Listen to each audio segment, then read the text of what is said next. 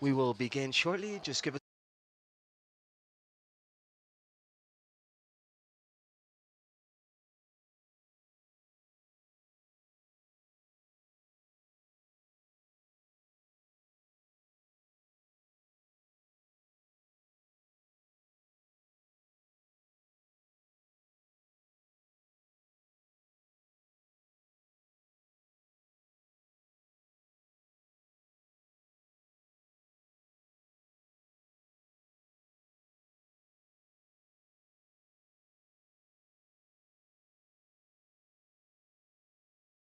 a very good day to everyone that is accompanying us here today in the Virginia Gutierrez Auditorium in the Graduate Studies Faculty of the National University of Colombia in the Bogota campus. Today is the fourth day of the 10th AmeriGEO 2025 week, organized by the Hydrology, Meteorology, and Environmental Studies Institute, IDEAM, and the Geographic Agustin Codazzi Institute, IGAC, with the support of the National University of Colombia, the Observatory of Earth, and the Canadian government. For both entities, it is an honor to welcome you to this encounter that turns Bogota into the epicenter of regional cooperation and geospace data and Earth observation. We especially greet all the people that are connecting our via live transmissions in our official YouTube channels from the EDM and the EGAC. Today's event is divided into 5 different segments: satellite technologies to mitigate methane emissions, government participation, industry and NGO participations, scientific contributions, including national university studies throughout Colombia, institutional collaboration in order to coordinate national actions, and the expansion of cooperation between the International Observatory for Methane Emissions, IMEO, because of its acronym, governments, industry throughout Latin America and the Caribbean in order to strengthen regional impacts. You can also accompany us to the next panel that we will have in this same room about multi-purpose cadastre with ethnic communities, interculturalness, and sustainability by Mr. Saavedra. Juan Francisco Saavedra is an anthropologist from Andes University. He has skills in public policies and he has socio-cultural studies with ethnic peoples of Colombia. He has a master's in linguistics from the Cali Cuervo Institute. He has broad experience in coordination, administration, execution, and assessing projects with ethnic peoples from Colombia. He has broad knowledge in diverse cultural diversities, academic text, drafting public policy documents and field reports. Currently, he is the coordinator of the participation group and the dialogue from the Geographic Institute of the Agustin Codazzi Institute. Welcome to the space. Please go ahead.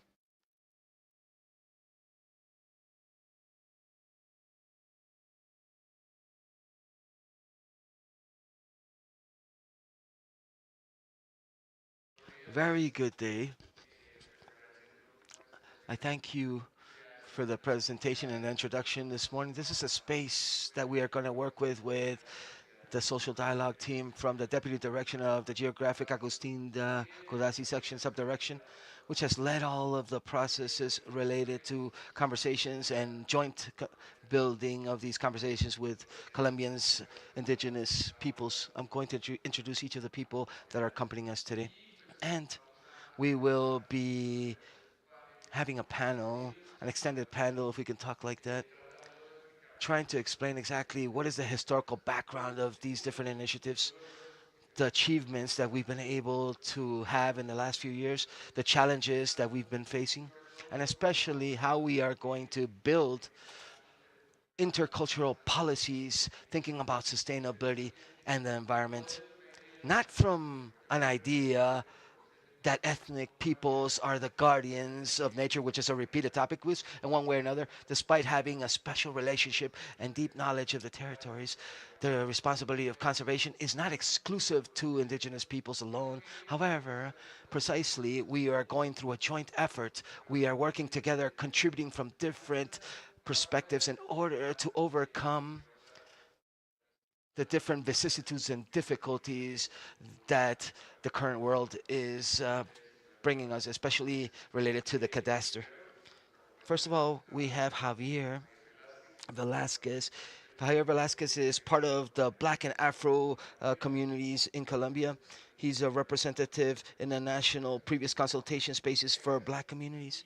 And he also leads dialogue spaces at a national level, especially in the Pacific Coast and the Atlantic Coast for Afro communities. With us, we also have Cardona, sorry, Daniela Cardona, whom is part of the indigenous team. She's also an advisor related to indigenous organizations, strengthening capacities of the indigenous peoples in order to exercise their role as cadastre operators. Up next, we have Maria Rubiela Aguirre, whom is from Mosquera, Nariño in the Pacific region of Colombia, and she's the person that actually coordinates and leads the Afro and Black communities of Colombia with the Agustin Codazzi Geographical Institute. And finally, our colleague Silvia Juliana Tello, whom has broad experience in the National Indigenous Territorial Commissions and territorial issues, and she's the person that leads the Indigenous Affairs for the participation team in social dialogue of the Deputy Direction of the Institute.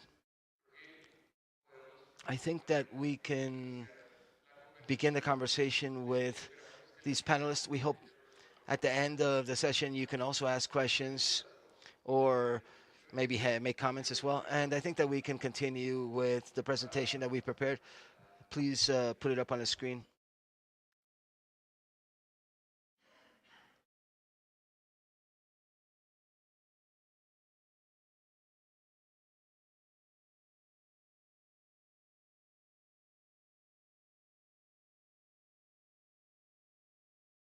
I think the introduction was quite extensive.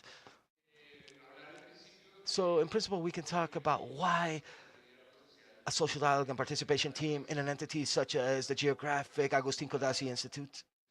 Specifically, well, we cater to specific needs that citizens have and certain complaints and certain legitimate fights that these peoples have had in order to be represented within institutions. And especially, there has been an opening up of trying to change that idea of the cadastre, changing cadastre intentions. The intention is to generate a new form of cadastre that is more participatory, that is more inclusive.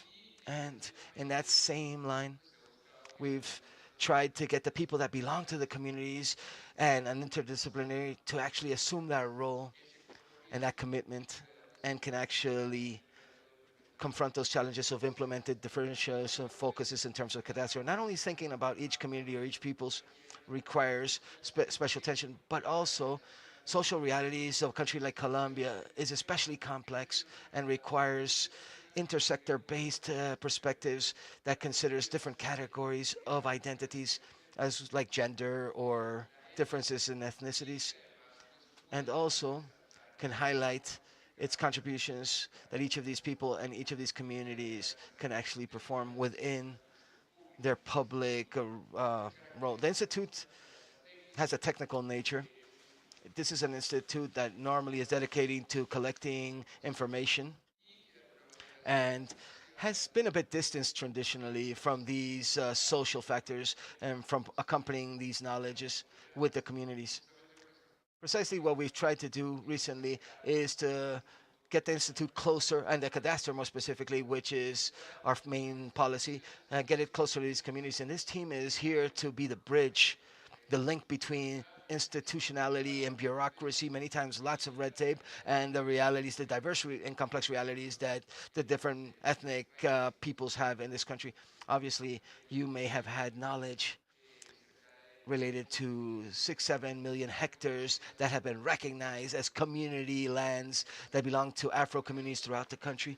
We have 33 million or 34 million hectares of indigenous reserve lands that have titles, and we also have 115 indigenous peoples, 68 languages that are spoken in this country, including 65 indigenous languages, and the Palenquero Criollo language and the Creole from San Andres and Providence and Gypsy language as well. So we have come up with a team to face these challenges, to build that bridge and work with the different communities together. So continuing up next, As I mentioned earlier, we have a new cadastre, and this new cadastre specifically arose after that final peace agreement. The peace agreement, together with the FARC guerrilla, in point one, talks about the need to create a rural comprehensive reform in the country, as was known, which is one of the major focuses of the history of this country, has been the land dispute, the land distribution rights. And that argument cannot be focused upon if we don't have territorial or land information, especially if we don't have a proper cadastre that can actually offer a true and comprehensive image of the complexities of our national territory. Today, despite we've had different efforts and despite having modified the paradigm of cadastres, we have an advancement of close to 28 to 29% of our national territory where we've collected cadastre type information. And in 70% that is remaining, we are working on advancing on this cadastre. As I mentioned, almost 40% of our territory has the titles that are for ethnic populations, and it is fundamental for us to generate and have participatory strategies that will allow us to collect that information related to that cadastre information. In the slide that you see on the screen, we have the points which we are trying to include within this new cadastre paradigm. As we've spoke about with the communities, traditional cadastres were normally destined to defining exactly what were the values that needed to be paid as a tax obligation after when you have a certain land that is titled to you. The idea that came about after the peace agreement is to build a cadastre that goes even further than that, that actually describes the reality about the land uses that are given to this territory, that will facilitate public access to information. This access to information also will facilitate decision makers not only at a state entity level and a central government level or at territorial government levels, but also in terms of ethnic authorities from indigenous peoples authorities that have legitimacy and recognition within their territories that they occupy. Another point is that it incorporates different systems. It also highlights different interoperability proposals, that the data that is collected from a different territory can be cross-referenced with other territories and that they're incorporated so that we can have much more consolidated information that is more readily available for people and citizens. It registers legal and economic information of the different properties. In the case of ethnic populations, it transcends and it also collects different issues related to non-plots, issues that transcend these points, these official points, and they allow us to understand how ethnic populations are related to their territories, what exactly are the locations that need special protection according to their usages and customs, what are the sites and properties that are sacred, what do they do in their lands, what are places that have risks in any sense of the word in order for construction purposes or for housing. So it really collects a lot more information. It updates information related to the features of the properties and lands and constructions, and it's incorporated with the real estate registry information as well in general. So now let's talk about the historical background. This has been a challenge, but this is a process which is not finished yet, and we have had certain advances that have been significant. Well, first of all, there's a mandate from the 1991 political constitution to recognize diversity. Well, in terms of our constitution, we speak about a pluri-ethnic and multicultural country. However, we have tried to also install an idea of interculturalness where not simply do we recognize that we have diverse groups, but these groups are also in constant relationing and they actually co-build this idea of a nation constantly.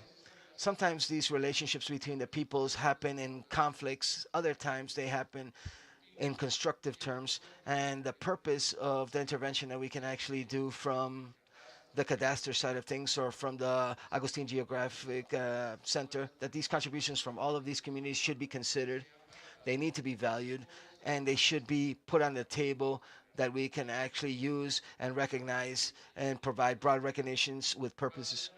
Apart from the Constitution, As was mentioned, we have the final peace agreement that was signed between the guerrillas that asks us to create a rural comprehensive chapter that includes an ethnic chapter that the people that live in the territories are the main characters here.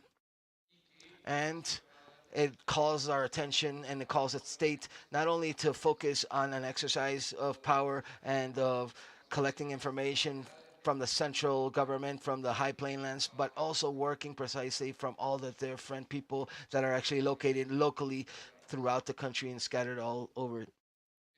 We also have Covenant 169 from the IoT, which recognizes fundamental rights for indigenous peoples. And apart from that, the IoT invites us in Covenant 169 to consult indigenous populations.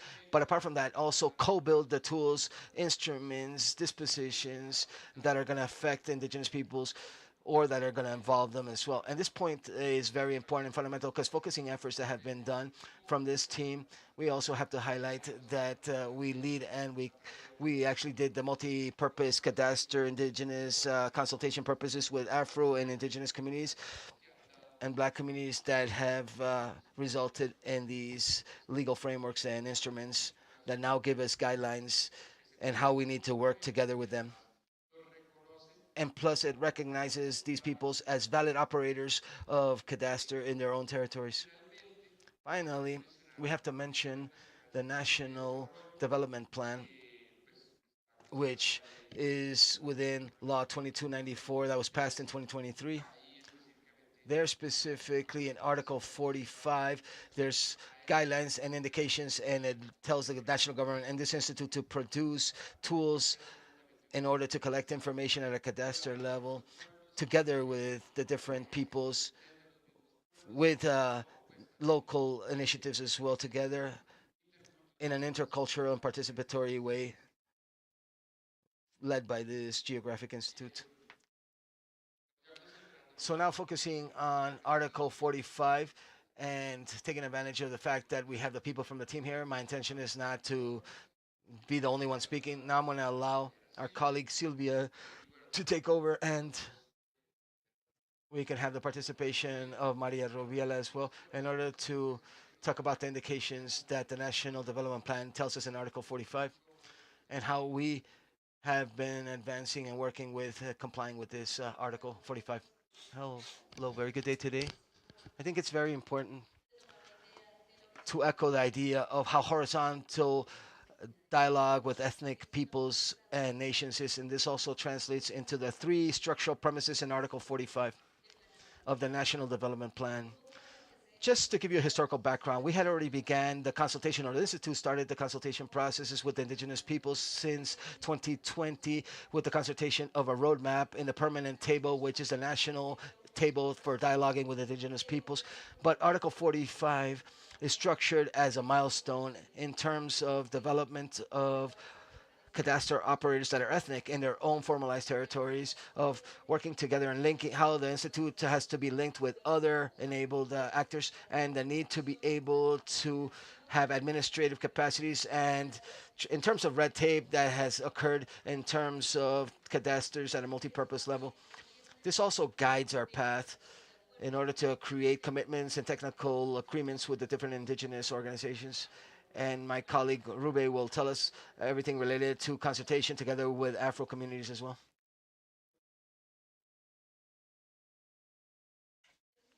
That's the structural idea. So three different pillars, three premises. Cadastre operators that are ethnic in formalized territories, make these procedures and management of cadastre more adequate, that talk about the financial, physical, and legal characterizations of these lands. But Juan mentioned this as well, like identifying information at a geographic level, which is highly relevant for the different organizations at an ethnic level. And apart from that, a constant dialogue and working together in the link that has to be established between the IGAC and other actors that are enabled to hear. I don't think we have a presentation. I don't know. But if you want, we can continue because it's important how this idea it translates into the dynamic of cadastre management within formalized territories, where it's fundamental to highlight the role that has been played by the cadastre management areas and the subdirection of projects in the institute, and what the application of the intercultural focus implies for cadastral operations in other territories where we have the convergence between indigenous peoples territories, Afro and Palenquera communities and the farmer communities as well. Because this is something that we always highlight when we speak, which we have dialogue spaces called interlocuciones in Spanish that are realized with the different actors in the municipalities when we try to update the cadasters. And this cannot be an element of just nominating people nor just a discourse. It precisely has to deal with and try to come up with technical partnerships with the different actors in the territories that have um, interest in the municipalities. I think this is fundamental. It's important for us to put this on the table about what this materialization of the intercultural nature means. And also, it means that horizontal consultation with indigenous peoples and with Afro communities. This is an exercise of recognizing knowledge and wisdom and technical strengthening of these organizations that will be operators at a cadastral level in these communities. I'm not sure if you wanted to add something in terms of consultation processes. Good day to everybody. I think that in this point specifically, connecting to what was mentioned with Juan and what was mentioned by Sylvie, previous consultation processes are constituted or is an actual fundamental right for these communities, and strengthening this in order to comply and advance with the implementation of public policies related to multipurpose cadastres was very important. In the case of Afro communities, there was an exercise. I think all ethnic peoples that have been demanding these things after the signing of the peace agreement, and which really wasn't done with other development plans in the past. And in this development plan, we were able to conclude this by generating roadmaps that will incorporate the needs and the peculiarities of every territory represented by the different stakeholders, like in the national consultation space, the permanent consultation table for indigenous peoples. And this also allowed us to create methodologies and think about a different type of cadastre, recognizing people that inhabit the territory, that live there, and what this means for these people's communities. This also allowed us to recognize authorities from the knowledge perspective, from their own indigenous and territorial knowledges, and connecting this with a technical perspective and with technical knowledge and expertise that the IGAC has as the maximum cadastre authority. However, that for the ethnic territories, formalized and non-formalized territories that are inhabited by ancestral peoples, was not possible to have cadastres or training related to cadastre in the territories. And this is an important milestone in the history of our territories, recognizing these territories for these ethnic communities. We also have to include intercultural focuses as well, which has many different discussions. But basically, the inclusion of this word, which can also be read as a principle within consultation of Article 45, this leads us to recognize not simply communities at an ethnic level that are present in the territory, but it forces us to see other actors and stakeholders in the territory in Colombia, like the case of the farmers or campesinos, whom we have to also speak with for different cadastre type exercises. I'm not sure if we continue, Juan or Sylvie.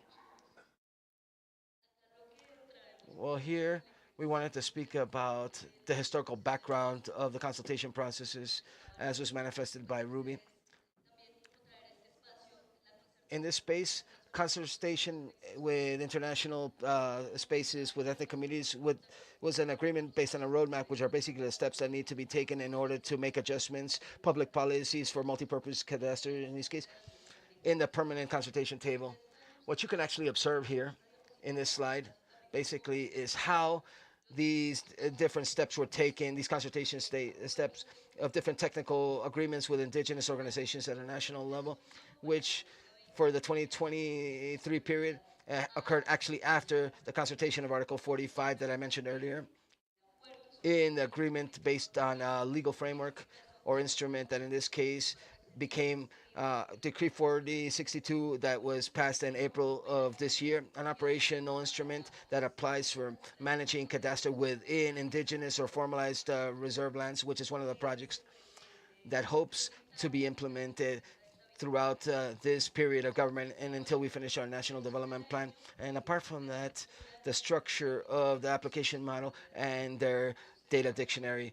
And here we have the consultation process with the different indigenous peoples or nations. Once we agree upon this with the technical teams, this goes to the public policy decision making instance that is incorporated by different indigenous organizations at a national level and the heads of the sectors that are part of this consultation. In this case, our Statistics Department, Agriculture, Department of Interior, the National Planning Department, and the Department of Culture. In order to touch upon this, the legal framework that we worked on was transferred, or we agreed upon this around September 2023. The instrument was issued because it has an institutional backing in order to validate this legal advisors. The instrument per se has to be signed by the president after it was issued on April 22nd of this year. We've already manifested this, but since the structural elements, and I think that we can complement this later on, but these are associated with cadastral operators that are indigenous in their own formalized reserve lands. The obligation of post-consultation processes of strengthening these people as call it as operators. There's another fundamental issue for indigenous peoples, which is access to information for the cadastral public services. This was explicitly laid out and established in the legal framework. The binding nature of the instrument, because as I mentioned, after Article 45, there's a link between IGAC and other actors that are enabled, which seeks what this article seeks to do is that the operational instrument, which means these different adjustments or these modifications at a technical level in the cadastral management process that was agreed upon with the peoples has to be applied by the institute, but it has to be applied by other different cadastral actors that want to intervene in the territory if it's a formalized ethnic territory. And lastly, there's a fundamental issue here. As I told you earlier, we have the identification of geographic information of people's territory, which is fundamental for the different indigenous organizations. And in that sense, the question was always, how do we guarantee the safeguarding of this information? And the answer within the framework of the consultation process, but also in the national development plan, is the strengthening of information systems at a geographic level of these different peoples, because that's where we deposit that information, which is of special interest and is being safeguarded by the different organizations. We wanted to ratify two ideas here. The nature of the multi-purpose cadastre was not modified in terms of the identification of that snapshot, that the property snapshot, but it is adjusted in order to include the ethnic approach according to what we agreed upon with the different peoples.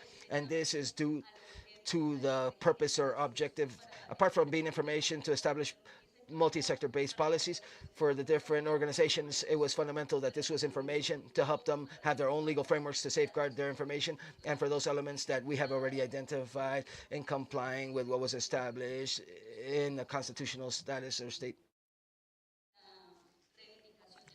That was how we actually catered to the indigenous movements in that consultation process. I think it's also important to mention that experience related to consultations that were actually done with the different indigenous organizations for this case, and had to also be done with the delegates of the Afro communities and the black communities throughout Latin America. And that cadastre evidently, when it collects information at territorial level, it makes present the different hopes in terms of the titles and deeds that these people want in these peoples, and also the different conflicts that are lived and are occurring in different parts of the country. So this prerogative of having cadastral operators in the ethnic populations themselves that came from Article 45, laid out in Article 45, this was in large measure what actually forced us to have this conversation, because the enable him to be a cadastral operator was actually allowed from formalized or people that have deeds or that have titles from the National Land Agency. But we know that these indigenous peoples or Afro communities have a presence much further than those territories, and there was a requirement of being operators, prevalent operators, in territories where there was no deed or title yet. And there was a huge argument or discussion recognizing that it is fundamental to have the equitable participation of all the stakeholders in the territories. And as a public entity and in the exercise of cadastre, we cannot actually put one people above another one. So this was just to highlight the political nature that these conversations have. Here, when we mentioned the scope in this slide here, it was also a point that was important to mention in terms of the consultation processes because there was a perception that with the fact of collecting the cadastral information, we were going to facilitate the different title and deed processes for the different properties. What we insisted upon was that this cadaster and what was laid out in these instruments uh, does not remove any rights for properties in any of these territories.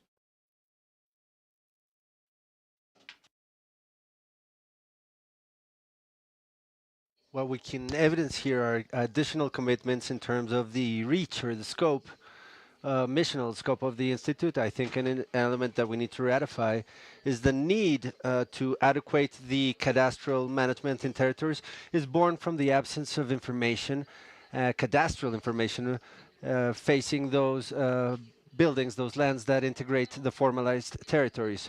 A large part of the reserves don't even have cadastral information because of the dynamics, also because of the traditional cadastre. So this is an exercise that implies the identification of this territorial reality, and in addition to this, institutional commitments are of a representation of the indigenous peoples, of strengthening, as we mentioned, of tables with infrastructure, of space data, because aside from being safeguards in territory, the indigenous organizations have bets with other entities, and the safeguarding of their territories are important. And lastly, as we were mentioning, the need not only to adequate procedures, but also to think of an institutional adequation of the entity from the needs and territorial dynamics.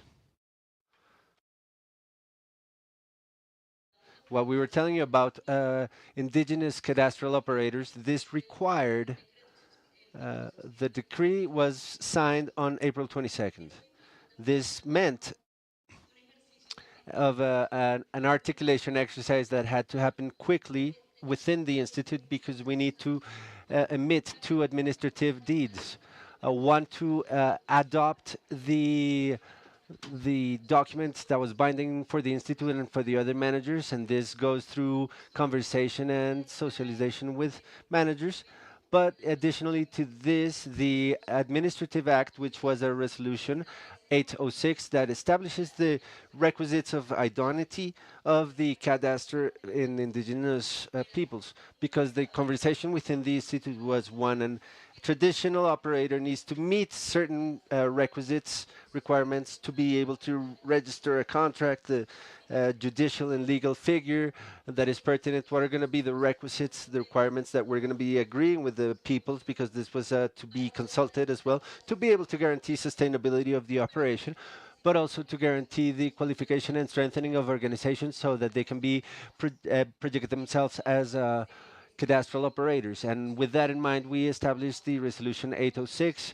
The other resolution is 807. They are both agreed in a space that's called advisement technical space. And we reached an agreement of which should be from the legal nature of the organization, what these requirements should be. And in that, with that in mind, yes, good morning. To summarize the ideas that we've been presenting, we can see reflected in the work with these organizations, in particular, where you can evidence that we're working in agreements, particular agreements with the CRIC, LONIC, and OPIAC, and there we're missing others that we'll be mentioning. But this slide serves for something that's very concrete, to be able to summarize what we're dialoguing as a team. As a team, we've mentioned that this work arises from the journey and the institutional journey that we've done with the previous consultation, but it reminds us what we mean when we're talking about intersectional, ethnic, and cultural focuses. Keeping in mind that a focus has three premises, three pillars, perspective of analysis, including the participation of the peoples, and the focus of opening to dialogue to be able to generate this institutional readiness is what is important when we want to formalize these agreements directly with the indigenous organizations. So what we want to visualize here is that with these organizations in particular, we're leading certain agreements. I'm going to allow Sylvia to tell us how this is working as far as agreements, but it gives us clarity of what's being mentioned and which is how to widen this technical strengthening. It's not only about capturing data, which is which is important. We're seeing that the indigenous peoples are relating themselves with the capture of the data, and they have technical abilities to be able to do so. But we want to remember that the multi-purpose end goal gives us new tools to have a stronger territorial governance. So from these parameter, the organizations, both nationally and strong on a national level, may have direct participation. And here, another emphasis that is also important to mention is that this direct participation transforms the idea of consultation. So the consultation not only includes indigenous peoples as beneficiaries, but they're being consulted uh, with multi-purpose cadastre. It can be a positive or negative effect on them, but besides being beneficiaries, they're direct actors within the policies. So to give this role for indigenous leaders is one of the goals that we have with the Geographic Institute. I agree with everything. I think that there are two ideas, more so than the details, that are fundamental before giving the floor to Ruby. And it's that this idea of the consultation, not as like a formal consultation, but the need to think of a horizontal dialogue with peoples and organizations and the transformation of the structures of entities. And the second idea is related with, yes, we're the participation team for dialogue, and that's why it has been possible, thanks to the common work of the different dependencies that are linked to the consultation process.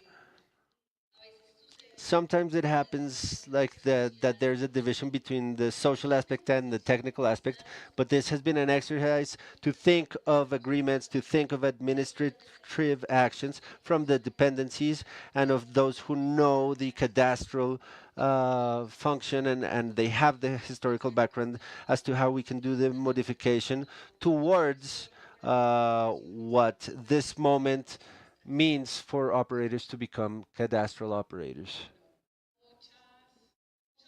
A lot of the elements that have been mentioned by my colleagues apply as well to Afro, Palenqueras, and Raizal communities with their own particularities. And I would add to what Sylvie was mentioning, articulation not only within, but also with the other entities that make part of the policy implementation. An exercise that we did in the leadership of IGAC, obviously with the direct participation of Dane as the head of sector, but also of the Agriculture Ministry, the Land Management Office, the Planning Office, and all the parts, the notaries, because within the normative instruments, such as milestone of these agreements, we establish several elements that contribute to the formalization, but also to the exercise of territorial governance. For the Afro communities, in the same manner, we agreed upon in the previous consultation the normative instrument, which is a proposal of a decree that we're proposing, presenting today, which is a huge learning for as an institution for us, because one would think that it's complex to reach a process of consultation, because when communities are told about consultation, they become scared. But to move towards this is a recognition of the territories themselves and of the communities that inhabit Colombia as a multicultural country. We, in the case of Afro communities, on August 13th of last year, we concluded the consultation, and it has been very complex, very difficult to get this decree issued, this deed issued. Today we have all the ministers' signatures and the directors that need to sign it, and it's already at the desk of the president's office. And we want this to happen because we're running against time to be able to develop a pilot test that constitutes itself in the most important advancement, which is that the communities themselves can be cadastral operators, and this needs to be able to have this tool, this instrument. And while IGAC is going towards this strengthening, we need this decree finalized. The same as with indigenous peoples, we contemplated an operative decree for the cadastral operation. To think about the particularities of the communities was very difficult. In my case, in the role of a black Afro woman that knows the organizational processes and the capabilities of organizations, while thinking the technical exercise for the authority, it was very difficult to think how this instrument proposal was going to be, but also how the operation was going to be developed. And at each step, we met with important challenges that we needed to solve and we needed to check. And this is also a bet on behalf of the Institute in this development plan, and is that we are able to achieve for the communities to do cadastral operations in their own territories, and for this to strengthen them facing the implementation of policies. As far as operators, the premise of Article 45 is that in the case of Afro communities, as organizational figures, the councils and other base organizations may be cadastral operators in their territories, obviously meeting some requisites that we agreed with them that are established in the normative instrument, and that they have the IGAC support to strengthen their capabilities, because we didn't know before this about this subject, and we have a long way to go regarding this exercise. Regarding the ancestral occupation areas of the communities, we implement the intercultural focus, recognizing all of the actors that are present in the territory, but also in this exercise that we're performing and what Silvia was mentioning, in the agreement and the application of the intercultural focus, we realize as we walk through the territory that there are a lot of Afro communities that are not territorially recognized, because something that we've been asked as black communities of the Caribbean is that they were not recognized as Afro communities, and there are many palenques and territories, and 90% of these territories do not have titles or deeds, because whenever they raise their hands, they would say there are no Afros there. This is part of a historical background, because we need to recognize the Afro communities, because we know what it means in the world to be Afro, and we are facing these challenges this day and age. Um, in this exercise, to give the floor to Javier, who has been joining us in this exercise. IGAC has advanced in strengthening the capabilities of strategic partners, so that while we are doing the management for the signature of this deed or decree, that bureaucracy and blocks, institutional blocks, have been complex. We've also been working with the communities that demand the execution of Article 45, and we want to make sure that we advance with a pilot before there's a new administration coming in. So to close this moment regarding consultation, and more so, we want to tell you that we achieved it, and it's an important milestone for in the country to recognize these communities. We don't know if there's going to be lawsuits later uh, with these deeds in the future, but I think that if we look towards the territories and the communities and how they have been living and the caretaking of the communities, it is more than deserved by them who have the information and to read the information. And there to say that in Afro communities, IGAC assumed the commitment of creating, administering, and taking care of, along with the subcommission, which is the fifth commission of previous consultation of a geographic system of information, so that because for the communities, more than having important information that IGAC has always provided as far as census for land plots, uh, we need to we as Afro communities need a geographic system of information that we're working to achieve it, and we're going to be collecting information that is important to make a reading of the territories, that allows for policy management, that contributes to local governance, and to understand that we're more than a plot of land that has a small cost, but because for us the reading of the territory means a lot to us of what we mean as our community identity. So Javi, please tell us about the strategic partners.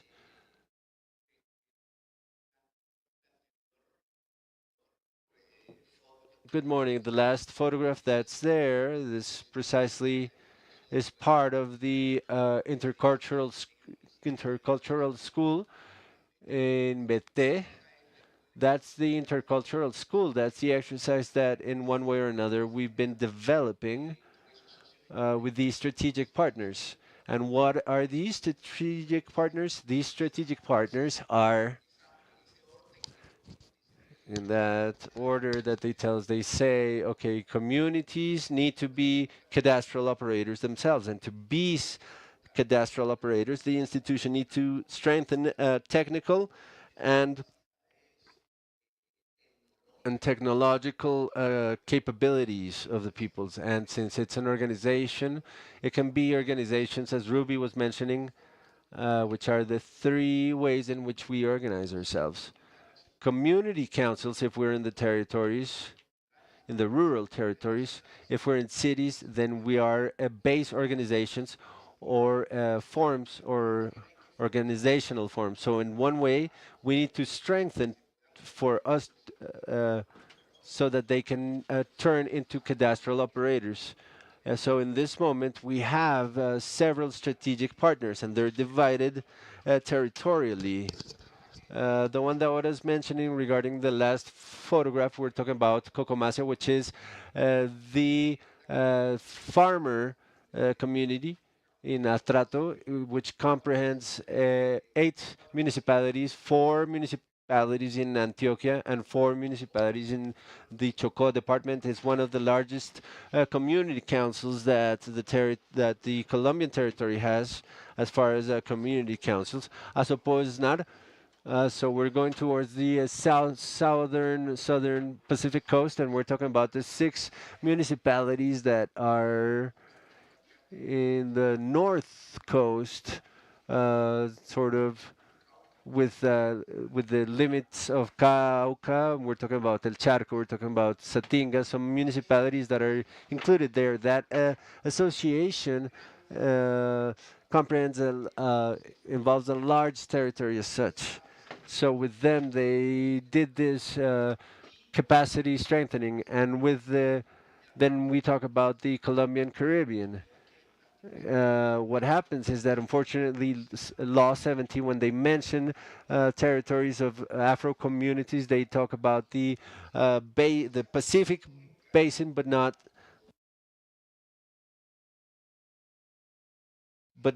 wastelands. The wastelands were not specifically in the Colombian Pacific, and that's why we're having the difficulty in collective titling in the interandean valleys, where we also find Afro communities. So, in one way or another, these strategic partners do three things. One, strengthening of technical capabilities that are fundamentally under an intercultural school, where we get a group of people that are trained as uh, as property recognizers. This allows to have a team to issue cadastral titles and so forth. But there are also technical capabilities that have to do with certain teams that they have to that they have to include under the agreements that we strengthen, and the strengthening of the administrative capabilities as such. This exercise then allows us to strengthen of these strategic partners. I think that this also happens in indigenous peoples and indigenous communities, and I think that's why the reason of why we decide to strengthen these capabilities.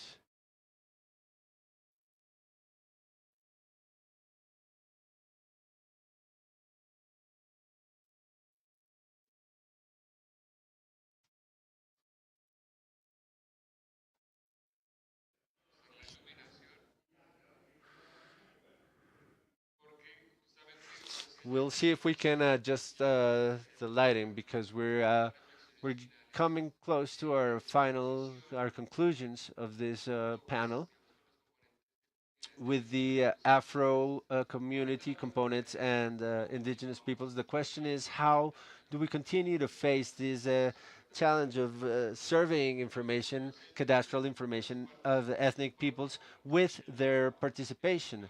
The map that you were mentioning is what we is enabled, which was not enabled before we did the consultation processes, but today it is enabled to be able to get cadastral readings with the participation of the ethnic peoples. They can operate the cadastre themselves directly with the accompaniment of the Agustin Codazzi Institute, or they can see the capacity for the institute to do the reading, keeping in mind their universe and their importances and needs. What's important to highlight here, it's a process that needs to be coordinated, participative, and progressive, not because we were able to get the previous consultations with the go-ahead or decree 462 or the Afro Communities decree. It doesn't mean that we've concluded our tasks precisely when our colleagues were talking about a commitment to strengthen capabilities of said communities is we want to offer them this technical knowledge, these tools, so that they can use in their autonomy exercise the practice of readings and surveys and cadastral operation. Besides that, a strengthening that we can perform, the institute, what it's seeking is to generate some programs or some specific projects to be sort of at the forefront of ethnic peoples, and it gives technical accompaniment, which is constant. All of the areas of the institute are involved in that, and we've been able to coordinate them from the general subdirectory.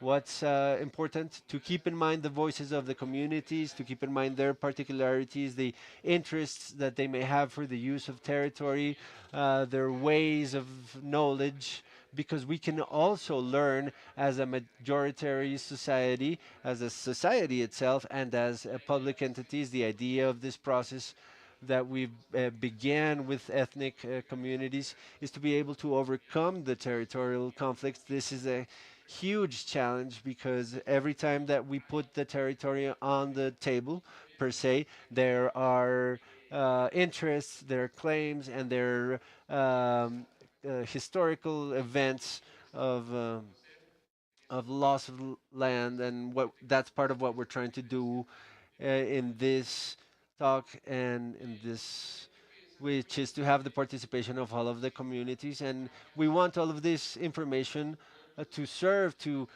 work towards the autonomy of the peoples, because a lot of time people that work in government, they've heard the intention of the peoples to be recognized in a horizontal dialogue that we can talk from government to government, as they themselves have said. And this in no way it means that they're ceding their power to the state, but we need to keep in mind that this government needs to put their own people in their own realities, recognizing their richness. So it is important that they can participate in the land use of their territory with advisement from entities in terms of planning and in decision making uh, on a central level, but in the exercise of their own autonomy. Daniela, did you want to say something? Yes, a little bit to take advantage of the space of what AmeriGEO means. this talk that we're providing regarding of how to strengthen this social participation and the community roles has a relationship, of course, with, well, AmeriGEO tries to give us a meeting point with the different technical tools, with more technology, or with another type of tools that also strengthen carbon emissions reduction and other technical aspects, but it has relevance uh, with this process of which we're talking about, that we're breaking down, of how we manage to incorporate the communities in terms of public policy, because in this way we were also talking about better tools to be able to involve the public policies with the communities. So we need to keep this in mind. Not only it is about to do a better cadastral and geographic exercise, but it also needs more tools in the technological aspect. But we also need to have better practices in generally in terms of social inclusion or effective uh, participation, which is what we're saying here, which is to give the voice to communities, but also not only rhetorically speaking, but in the operational level of these policies. That's also part of what we want to have as part of the conclusions for this space in particular. Okay, well, thank you very much. I don't know if one of you have, one of our colleagues was something else to say. If you have any questions, we're open.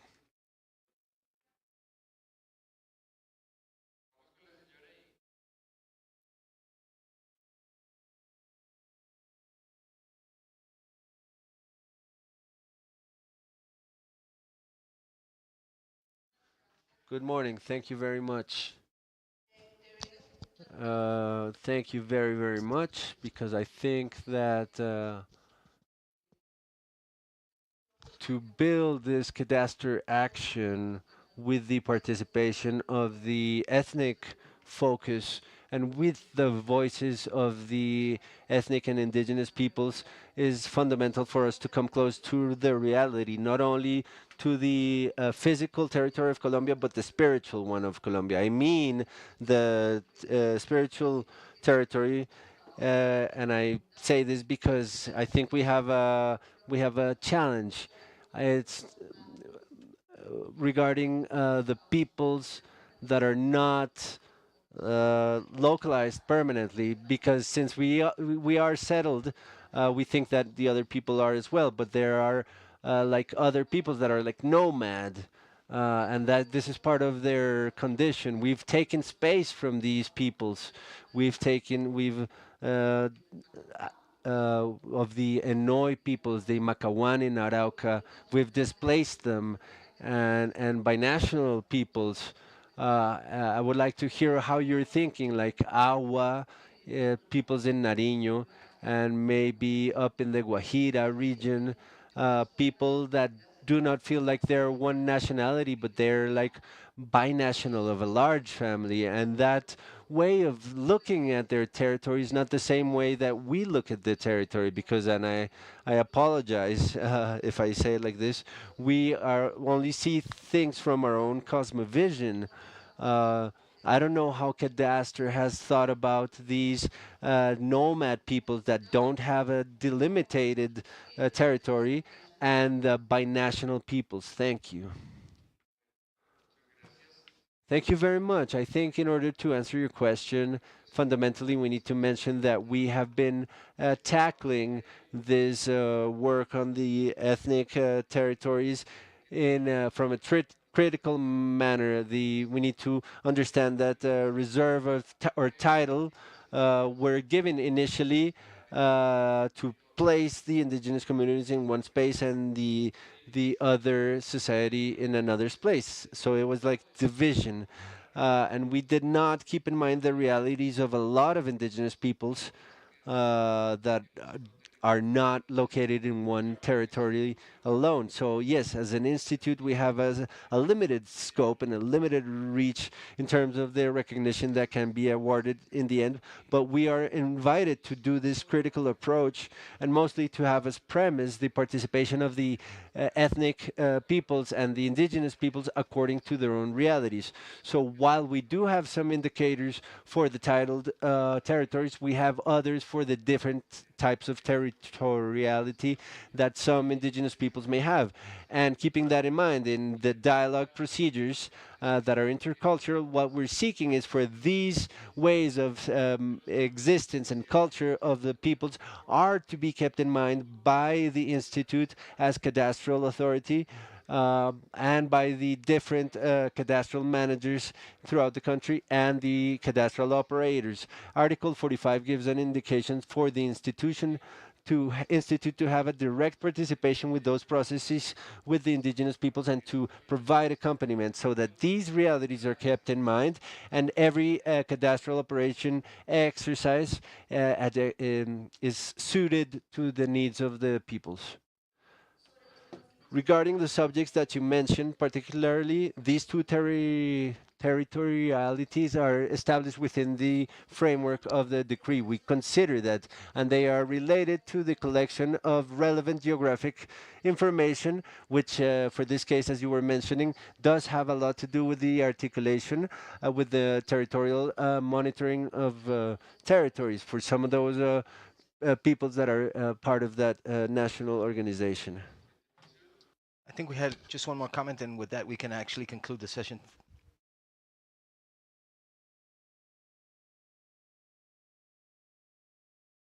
He's unfortunately not using a microphone while he's asking his question.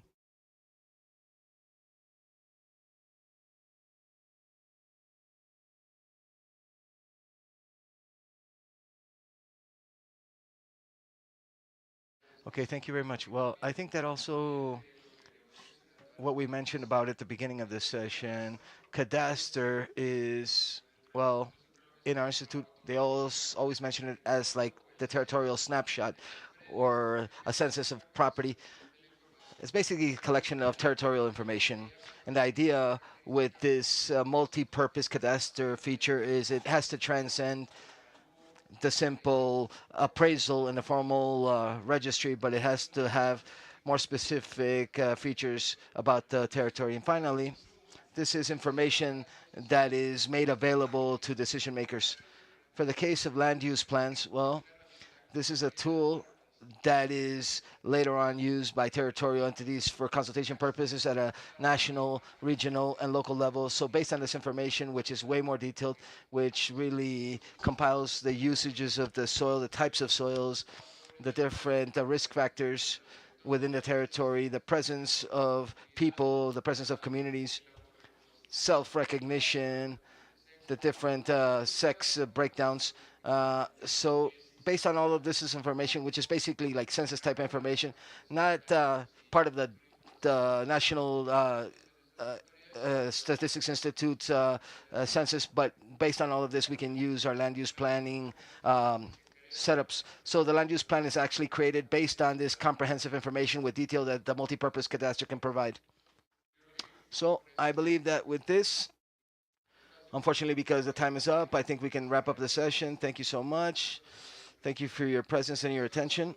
And we remind everybody that the Agustin Codazzi Geographic Institute's doors are completely open to all of you and to all communities and peoples of this country. Thank you so much.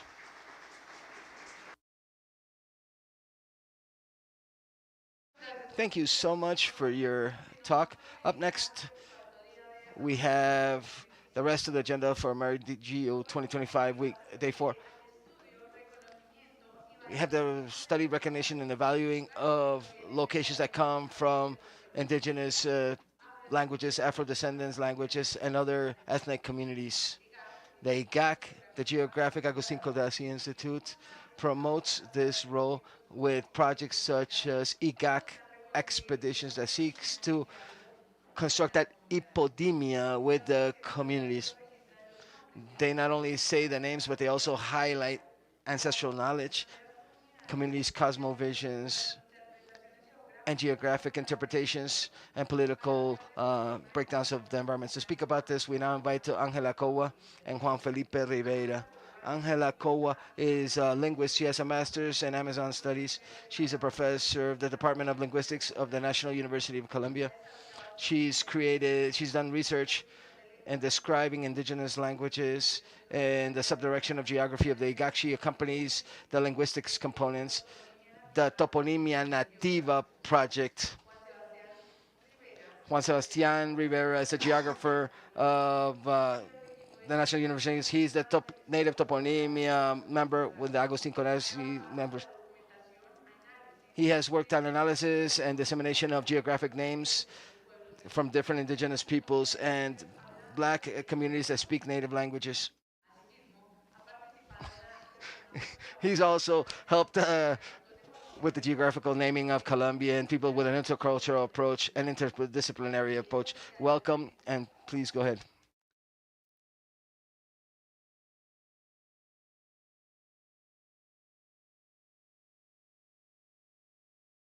Very good day. Thank you so much for being here in this space and for listening to us on this talk about toponymy. This is a bit different than what we're used to throughout the week because we're going to discuss native toponymy. In this moment, let's just imagine a map. Think about a map, but not just any map. Let's think about a map full of voices, made with the voices of communities in our country. Many of you, not all of you, know that in Colombia we speak approximately 65 different indigenous languages, two local languages, and the Gypsy language from the Rom peoples.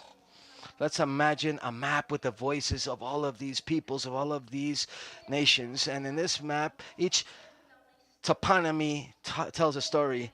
It talks about a memory, a relationship with the spirituality of each peoples. So let's think what would happen if the cartography or the mapping was also a bridge toward that more deep reality and identity of the peoples.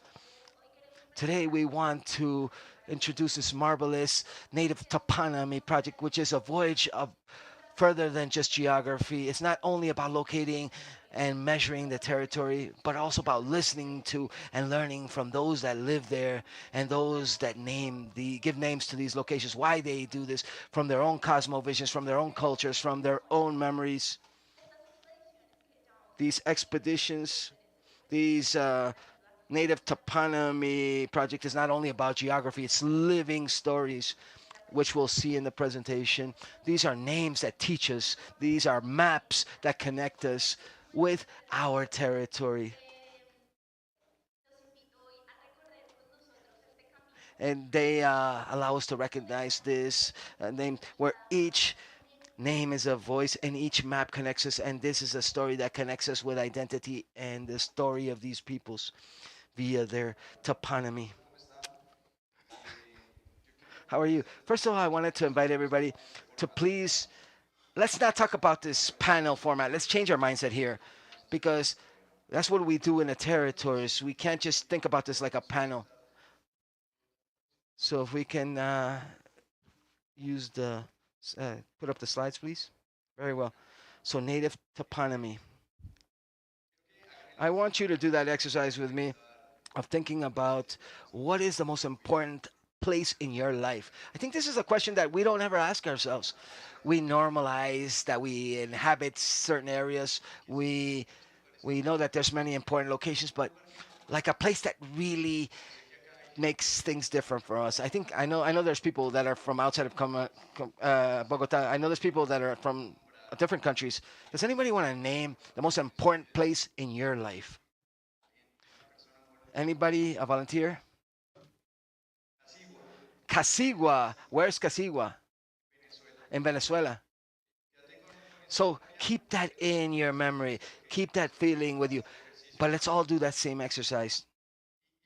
And the question that has to do with us is where does the name come from? Do you know where the Casigua name comes from in terms of toponymy?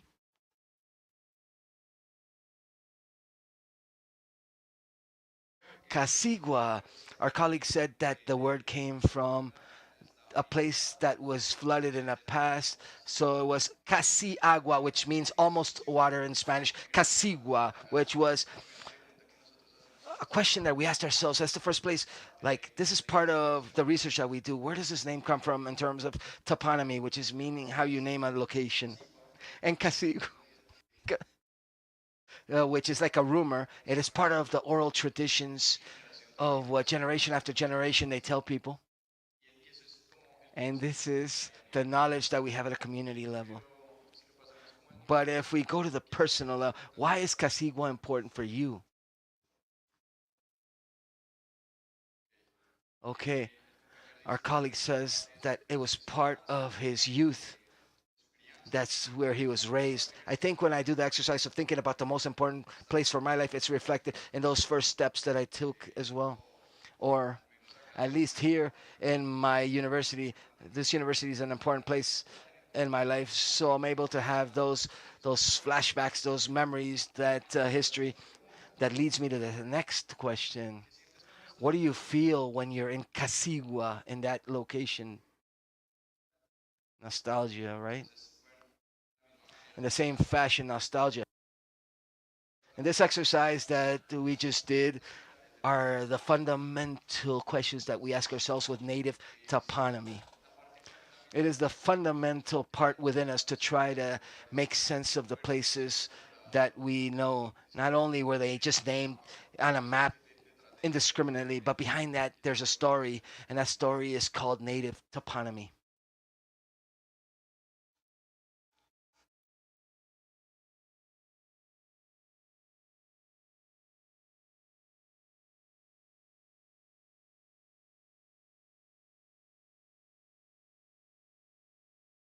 Thank you so much. A very important question. What is native toponymy? What does it mean for us, and what do I want to leave you with? Well, we know that toponymy is the study of geographic names. That's a bird's eye view, but native toponymy is the name of the geographic locations of these ethnic communities. So we have many peoples, many languages, and obviously it is our duty within these communities, our work within the community to do this. We have been working with, and here we're going to showcase some of the projects that we've been working with currently. The first is a beautiful project with the Cofam peoples in the Villanueva village in the province of Putumayo. We came up with 20 toponymies. It's deep work where there's history, where they tell us about why the names were named that way, why these locations are important. There's something very interesting with the Kofam peoples. It's a people that are losing their language.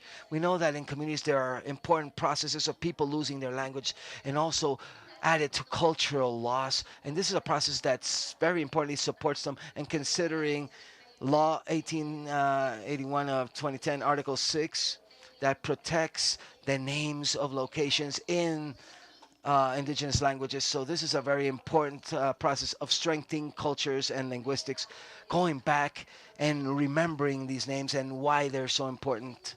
The second was done in San Basilio de Palenque. In Palenque, there's a Creole type language that obviously has words from Spanish mixed with African languages. So we did native toponymy in the Palenco peoples. It's about an hour away from Cartagena. Many people know the city of Cartagena. So at about an hour drive from Cartagena, we have the Palenque people, and we came up with 34 toponymy names there.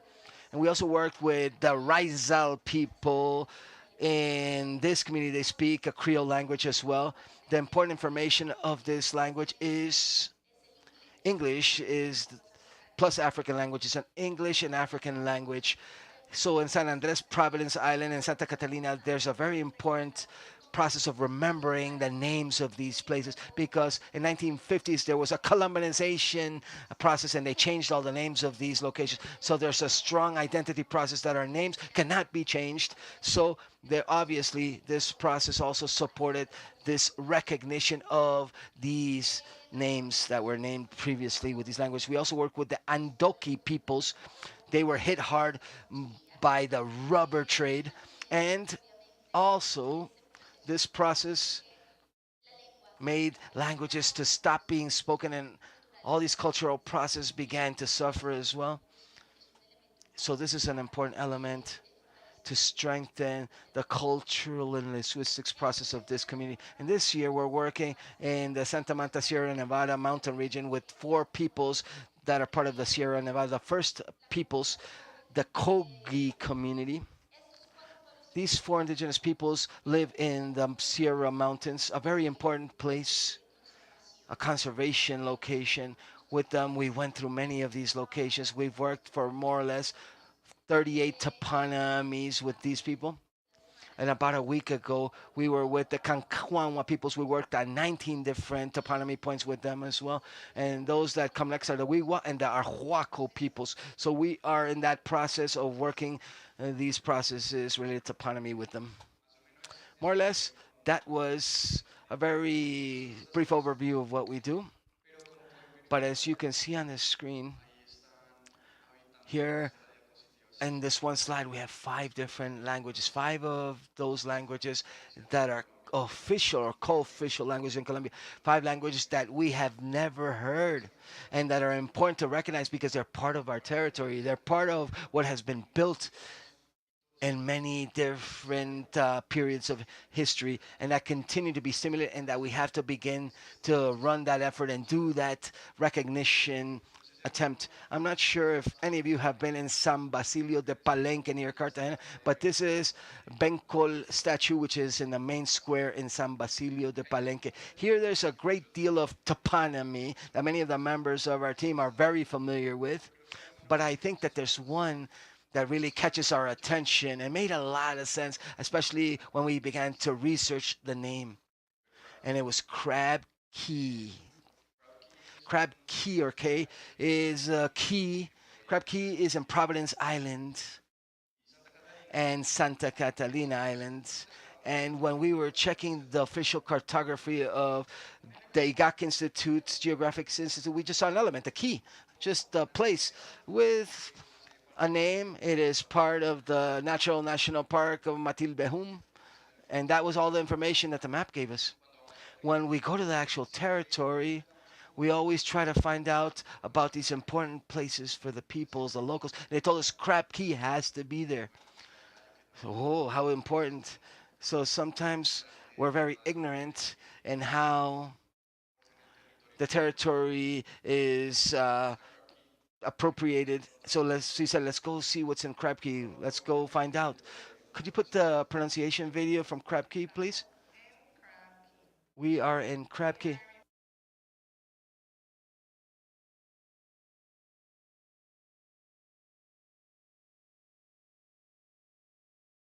So Crab Key. Let's begin with how do you say Crab Key? So the Colombianization thing that Angela said was very strong. So they forced people to not say Crab Key, but Cayo Cangrejo. And with this project, we tried to give this a different approach. That's why Crab Key is just Crab Key and will always be Crab Key because the people that live there know it as Crab Key. So great. We are in Crab Key. We already know how you say it. We know how it's pronounced. But why is that so important? Crab Key.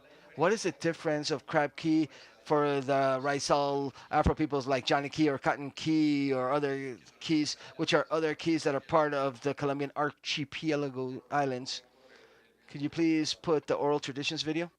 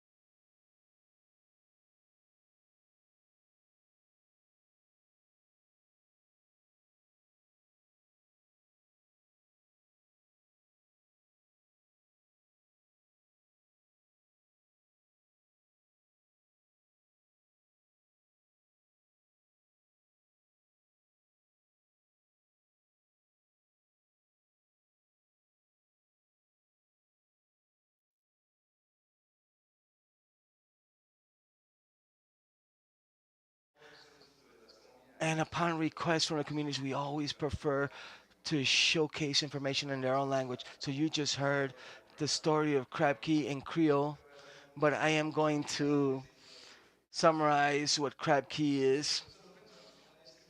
If we only think about geographic descriptions, it's just a key that it's approximately, I don't know, maybe 10 meters away from the coastline. When you get there, we could already be standing up, and the water only goes up to my waist. So it's a place that it's almost like a natural pool, but it's important for them because I think that 90% of Providence inhabitants learned how to swim in Crab Key.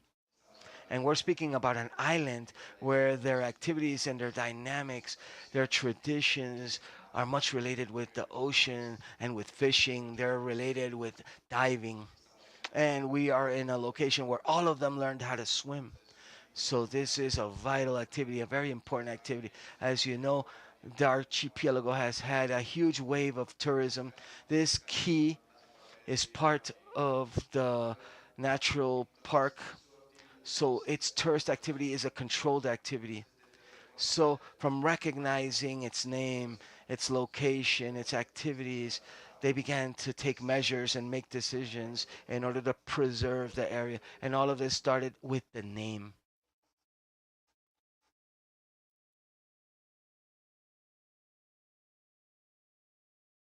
It's important based on what we saw and based on the questions that we heard from our participants. It's important to talk about the methodology. How do we work on this? What do we do? How do we achieve? How do we work with these types of videos and things? We're an interdisciplinary team. We work with geography people, anthropology people, linguistics people, and specialists, and each of them provide us these skills to allow us to tell the story of the people from the territories. So from the geographic section, they geographically describe the locations and the spots. From the linguistics, the parts we study, the meanings of the name, the motivations. The motivation is why the name, why is the location called what it is called. We research, we speak with the elders, and we try to analyze the words. We try to do a more linguistic analysis of the words, of what they mean and each of its elements. And from the anthropological nature side of thing, we do work related to doing semi-structured interview, which is more or less like what we just did here, asking these questions here on the spot, asking these knowledge holders these questions about the importance of this location, why this place is important for the community, what this place represents at a cultural level, historical level, what practices at an ancestral level are done in these locations. So this interdisciplinariness is important and it's fundamental to be able to build what we are doing. The purpose of our project is just that, is to showcase the people to the world, this relationship that people have with their territories that are diverse. And the communities are those that decide what those places are. We don't just come in here, hey, let's go and work to ABC site, so many places. No, sometimes we say more or less, let's say 25, and then 43 places pop up because for the people, these are all relevant and important. So many times this has happened and occurred, and not only are the places are decided by the people of the community or the leaders or the knowledge holders, but also the people that tell us those stories. We don't select them like you, no. But rather during the workshops that we do and in the work that we do with communities within these participatory workshops, the people themselves involve others. Here we're going to see many faces of people that have accompanied us. Here we have Mr. McLean, one of the person which is the largest knowledge holders of those locations. He told us about those stories. He has huge memory in his mind. When we were doing the cartography workshop with him, you can't imagine how much he knows. We spoke about a place and immediately he knows it's here, it's there. He has so much knowledge about his territory in his mind, incredible. And he supported us so much in this process. So here we have Leandro in the work that we did with the Andoque peoples as well. And Alejandro, what an incredible knowledge holder, what great work he does. Hector, there's so many people that sometimes I forget their names. Hector also supported us in this process. Mamo Saleh for Chief Saleh, one of the mamos or chiefs with his interpreter or translator, which is supporting us with their indigenous language. And that's a beautiful thing about our project. Not only do we speak about the place, but we actually voyage. We have a tour in the place. We go to the place. We go here. They're doing a payment, a tribute to the land. It's like a retribution, a payment to the land. Like when the community sees a disease, or when there's something, when there's very little crops, when it doesn't rain, they go and pay tribute to their land with certain materials, certain elements, in order to pay the land and to ask for the disease to be stopped, or ask for rain or whatever they need. So it's a voyage, it's a journey, it's going to locations. Because from here, we can talk about the story, we can tell a story. Like, for example, here, the person that supported us or participated told us, it gives me nostalgia. What does this place represent? It gives me nostalgia. What does this place mean for me? And one thing is saying it from here, and one other place is actually going there, being in that exact location and feeling it, smelling it, etc. So here we see the faces of the people there. That's why we stood on the side, not in the center, because we want the main characters to be them. The main characters of these projects are them, the people that participated and were there with us in that project and told us their stories. Another important thing that occurred or happened in the last expedition, and that came up or popped up in my mind many times, is the fact that this payment to the earth that the Kogis did is very reflected in the Kankwam's traditions as well. And if we actually think about how we inhabit the earth, it's like asking permission to the territory and thanking the territory and giving back constantly. I know that you continue to think about those points and those important places in your own lives. It's what have we done in order to give back to those places where we come from, those things that they've given us. That's a bit of the reflection that I want to leave you with. So many ICAC expeditions, and that we begin to live the territory differently, our own territories from the local levels. All of this that we've explained is available, and you can see it in the IGAC expeditions platform. We have 5 of those expeditions currently available. There are other 2 that will soon be published, and that's where you will be able to navigate via geographic visor and a list, and you can navigate those sacred places, traditional places, and community spaces from these communities that we just mentioned.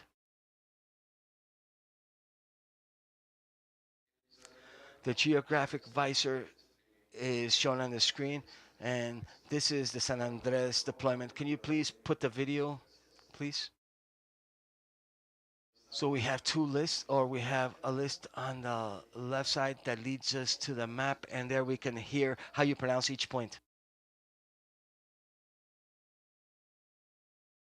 Well, he says he was in Cotton Key, and that exploration can be done via the different zones, and it's going to locate you on the map. And we can also hear oral traditions as well, and the story behind each of these locations. Perhaps the amount of numbers that we manage is not so huge. However, in each of these locations, we give a lot of importance to. We give it huge oral tradition importance, written traditions. We document everything in Spanish if possible, and in their own language if possible, to be able to disseminate this information so they feel represented with what appears in the platform as well. And that it's not simply what Angela says, that this point, this point, this point, this point, with this knowledge holder, this knowledge, because that's not the idea. In this case, it's in Spanish and in Creole, and you can query it at any moment. The first of this was COFAM. Then we went to San Basilio de Polenco, then San Andres, Providence Islands, and Santa Catarina. Then with the Andoque peoples, we're working on the Igak Kogi expedition and the Kanhuam expedition. If we continue to scroll the information of each point, we get the linguistic breakdown, the origin and the motivation, which is which are the elements that compose each of the words that allow us to give this a more meaning of why that name was actually given to that location. And part of the motivation comes next, as our colleague said, like casi agua, almost water. They told me. I just think, and it ended up being a place Casigua, and it turned into almost water Casiagua, which turned into a name for that location in that territory. So we invite you all to scan this QR code on your cell phones and explore these sites and learn more about these expeditions. In the meantime, while you scan, I think the first few days of AmeriGEO, we always emphasize the questions, oh, how are we applying all this information that we've been disseminating at this conference in this space? And that's when we initially wanted to recognize and provide a better usage to all of these geographic names. But each community was started to adapt these tools to their own needs. So in San Basilio de Palenque, perhaps you have heard about the Palenque sweets or the Palenquera women that sell those sweets, which are very deep rooted to their traditions that are musical and arts. But the Palenquero people have other things which are super valuable, such as science, dance, certain wisdom holders, the people that comb your hairs, the women that beautify you. So what did they got become? A tourism tool. They use this as a tool where they can identify those sacred places that allowed us to disseminate the location. Not everything that we commented upon the field were the ones that are under exposition or being exposed, but it had a purpose, and that a purpose was actually found. They found it little by little. And what happened with San Andres?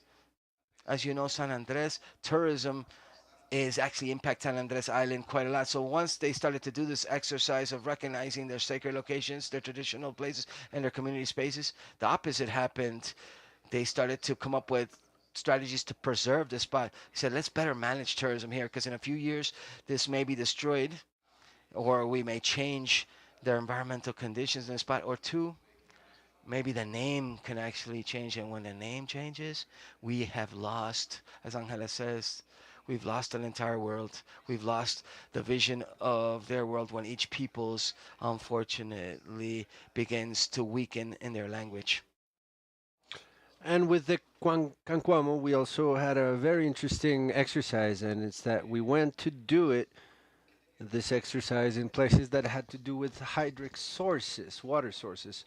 So we were joined by a very wide group of people of the Canquamo peoples, and they started having like reflections about how we have to be there because it is a sacred place and a traditional place. They have so much respect for this place that they don't frequent it so much. So every time they go, it's been transformed. Something has happened. So what happened is that the alarms raised, and there we started to have different strategies of recognition by the use of their own geographic names.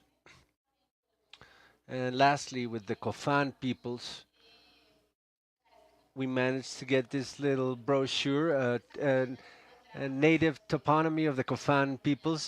This is already at the school, in the community in Villanueva, and it's a very important tool, educationally speaking. It's not only to understand and recognize from both sides, from here and from there, their territories and their stories, but it's also an important tool as an education tool. Something that has happened in several of the expeditions that we've had, mostly in Palenque, where the workshop was with the young youths from school.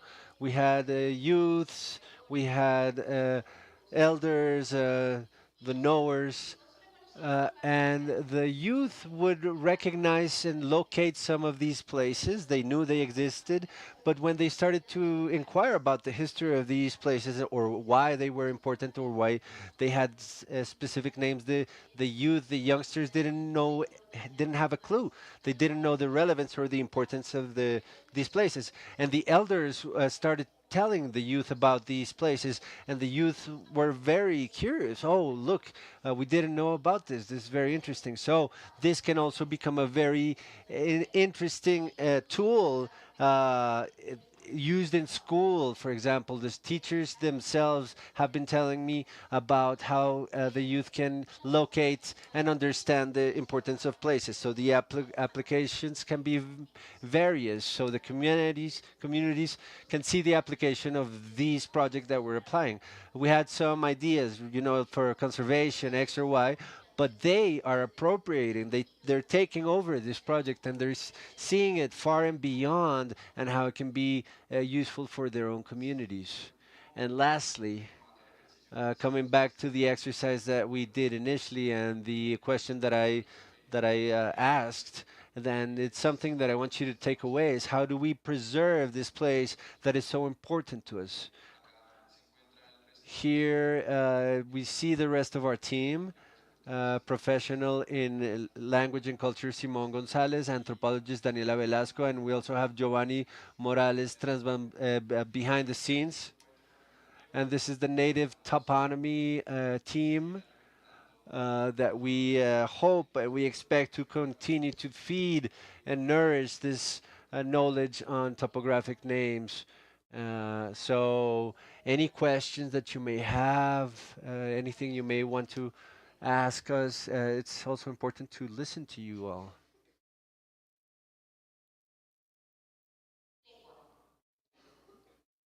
It's tongue or language? It's tongue.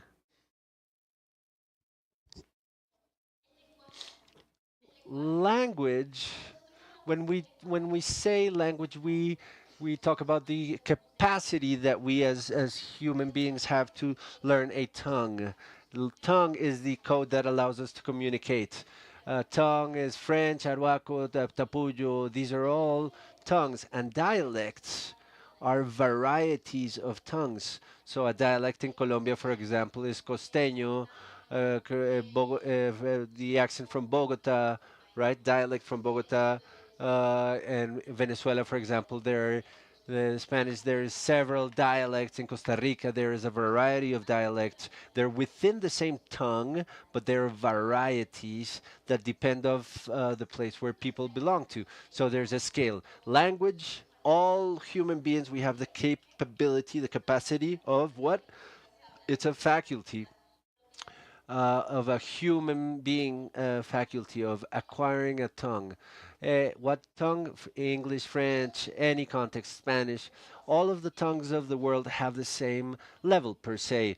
Linguistically speaking, they all have the same level. They're all codes that allow us to communicate ourselves. What are the differences? The sounds, the way in which we structure phrases, words, etc. So all tongues are exactly the same in the world per se, in that sense. And dialects are the varieties that raise from that depend from geography. For example, Spanish from Spain and Spanish from the Americas, uh, or those who are in the Andean zone and in the coastal zone. There are elements in geography that influence tongues and make the varieties as far as dialects go.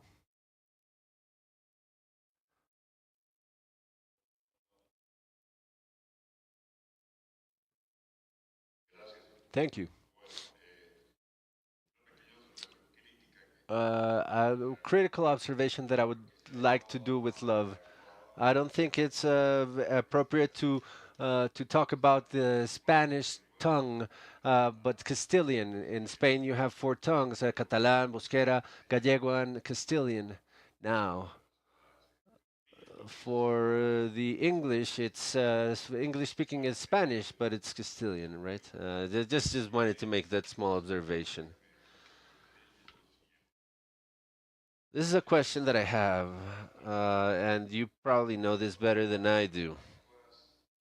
The problem with the native tongues in America, the Aboriginous tongues, is that, of course, the majority of the tongues are not written tongues. So we use the Latin graph to approximate sounds. The question is, are you doing a bank of sounds of these native tongues, even their dialect varieties, as you were mentioning? if this, what you're doing with Codazzi Institute, are you working it with the Caro and Cuervo Institute? Because as you know, we've lost a lot of native tongues, and it's likely that there are tongues that no one speaks.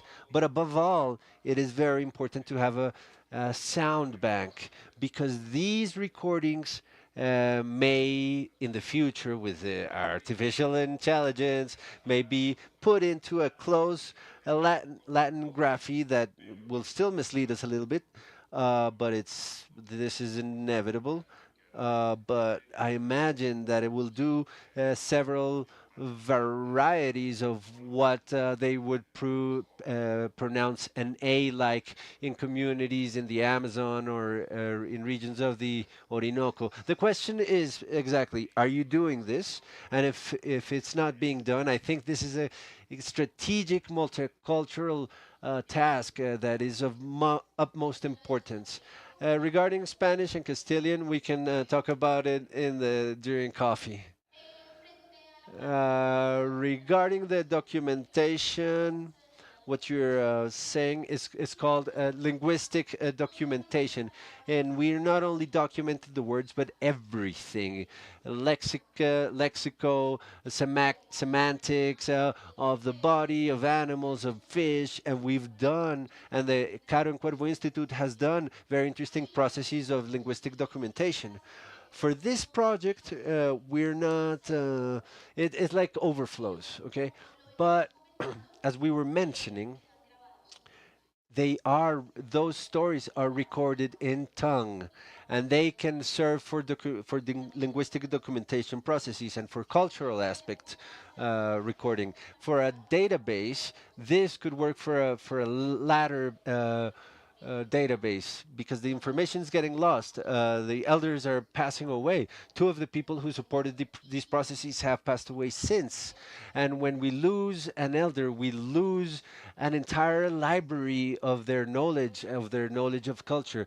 But yes, we are contributing to linguistic documentation, but also to the documentation of the stories that we're losing, that are disappearing. So yes, it would be very interesting to do alliances with other entities for them who are doing this specific processes with languages and tongues in the country. Then we could all contribute. But from IGAC and from this platform that we're talking, it's a little bit out of our reach. Yes, overflows the process. If there are no more other questions, we thank you all for your attention today, and we invite you to please check IGAC Expeditions. Thank you very much.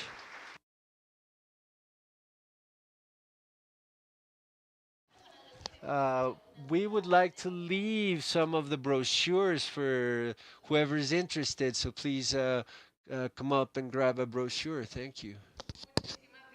Thank you so very much for this such an interesting intervention and panel. We invite all of you for a short coffee break, and we'll be back in the auditorium.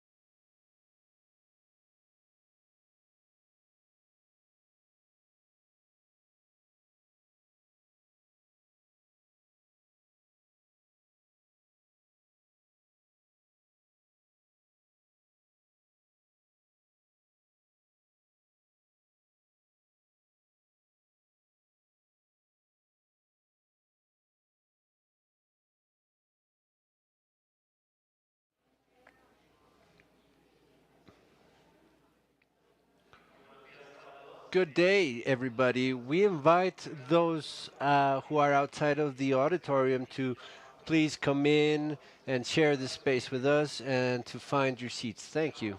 We will be starting shortly.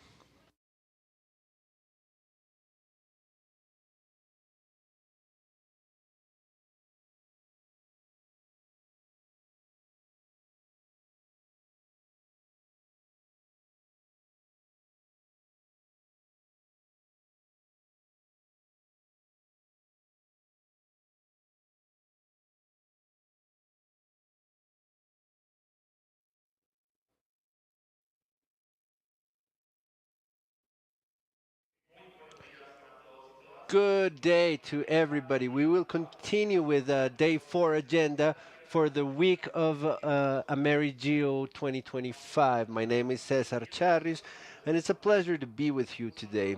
We want to greet everybody who is joining us through the YouTube channels for IDEAM and IGAC. We are pleased that you are paying attention to our agenda that we have prepared for you, and we invite you to share with your friends and colleagues through social media this session. The upcoming block of panels for AmeriGEO 2025 will be by IDEAM, the Institute of Hydrology. We're going to be talking about coverage in Colombia 2018-2024 indicators and strengthening with artificial intelligence. As an introduction for this space, we give Gislian Echeverri Pietro from IDEAM, the director. She will be giving opening remarks. Thank you very much. Good, af- good day, everybody.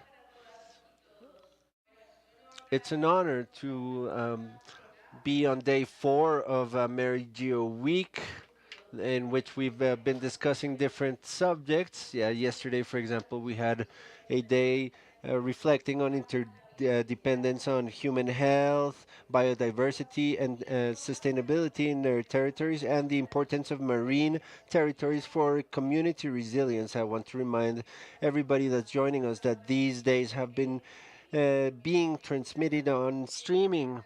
And you can also find it on our YouTube channel for IDEAM and IGAC. For those of you who were not able to attend in person, you can also see it virtually. On the fourth day of AmeriGeo week, and from now on, we will start a block of led by the hydrology, meteorology, and environmental studies, where we're going to be presenting you with different relevant results that we've had over the year or over the past years.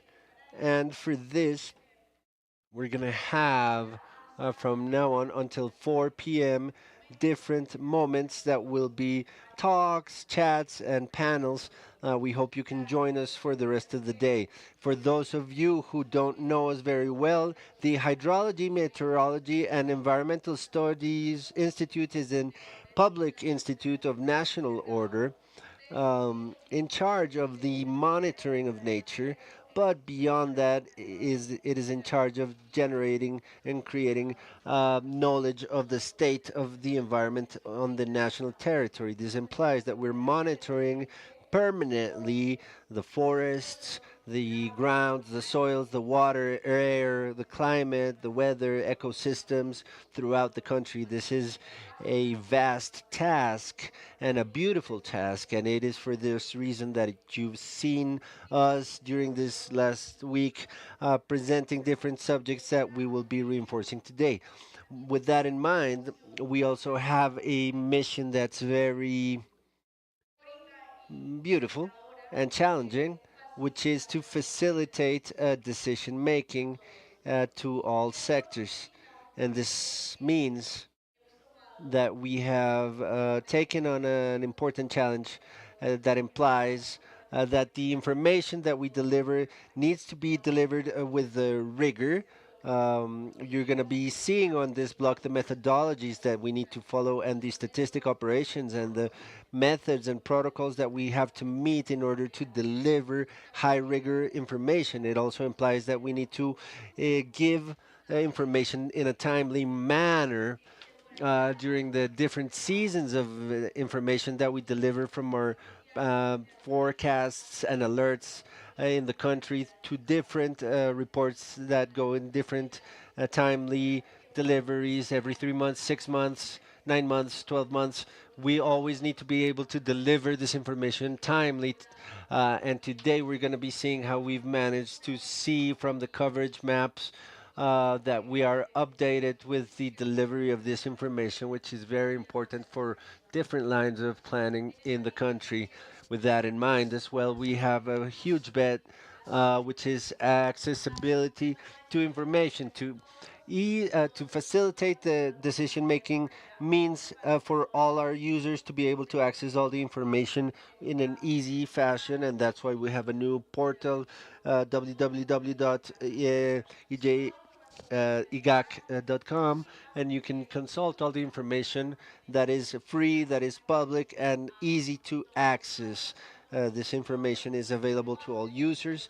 The base information, data, brochures, reports, etc., and the different editorial products that we generate. I invite you all to check this out. And with that in mind as well, we are also automizing our processes more and more and generating tools that we've been talking about in this space, which are the geovisors. We invite you to consult these geovisors that we have lines of work regarding this information throughout the day. We will be sharing with you the different lines of work that we have.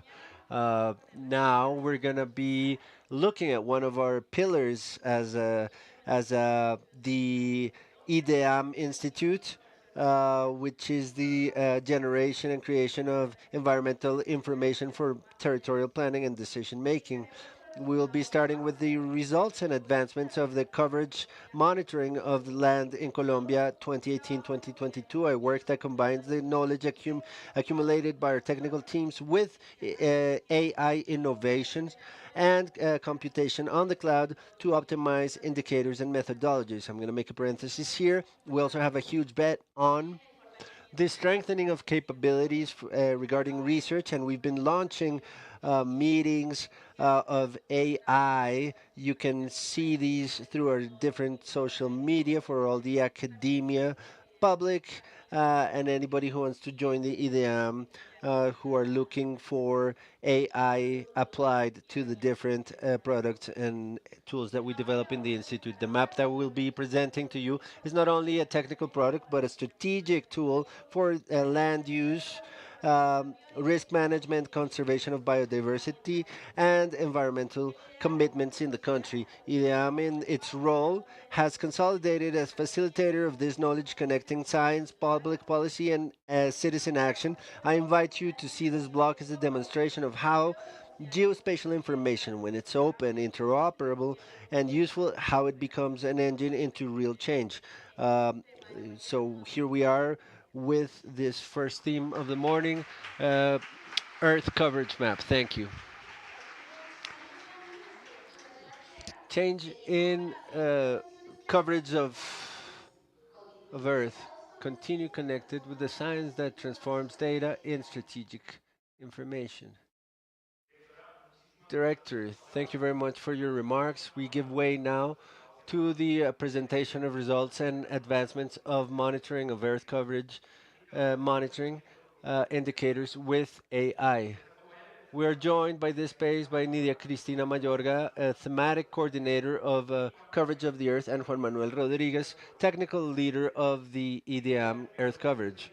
Nidia is biologist and specialist and has more than 18 years of expertise in coverage. Coordinates with a group of soils in EDM and mitigation on greenhouse gases. Juan Manuel Rodriguez, masters in cartography, has experience in monitoring of Earth coverage, territorial planning, and climate change. He leads the component of the project regarding mitigation of greenhouse gases. Welcome, both of you.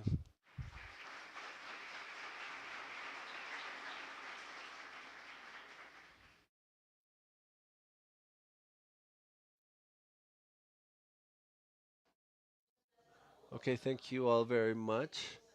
As our director has said it, we're going to do a presentation on the advancements of monitoring of earth coverage in Colombia for period 2018-2022, but we're also going to be doing a part upcoming of how we've been incorporating AI technologies to be able to improve the way in which we elaborate our map.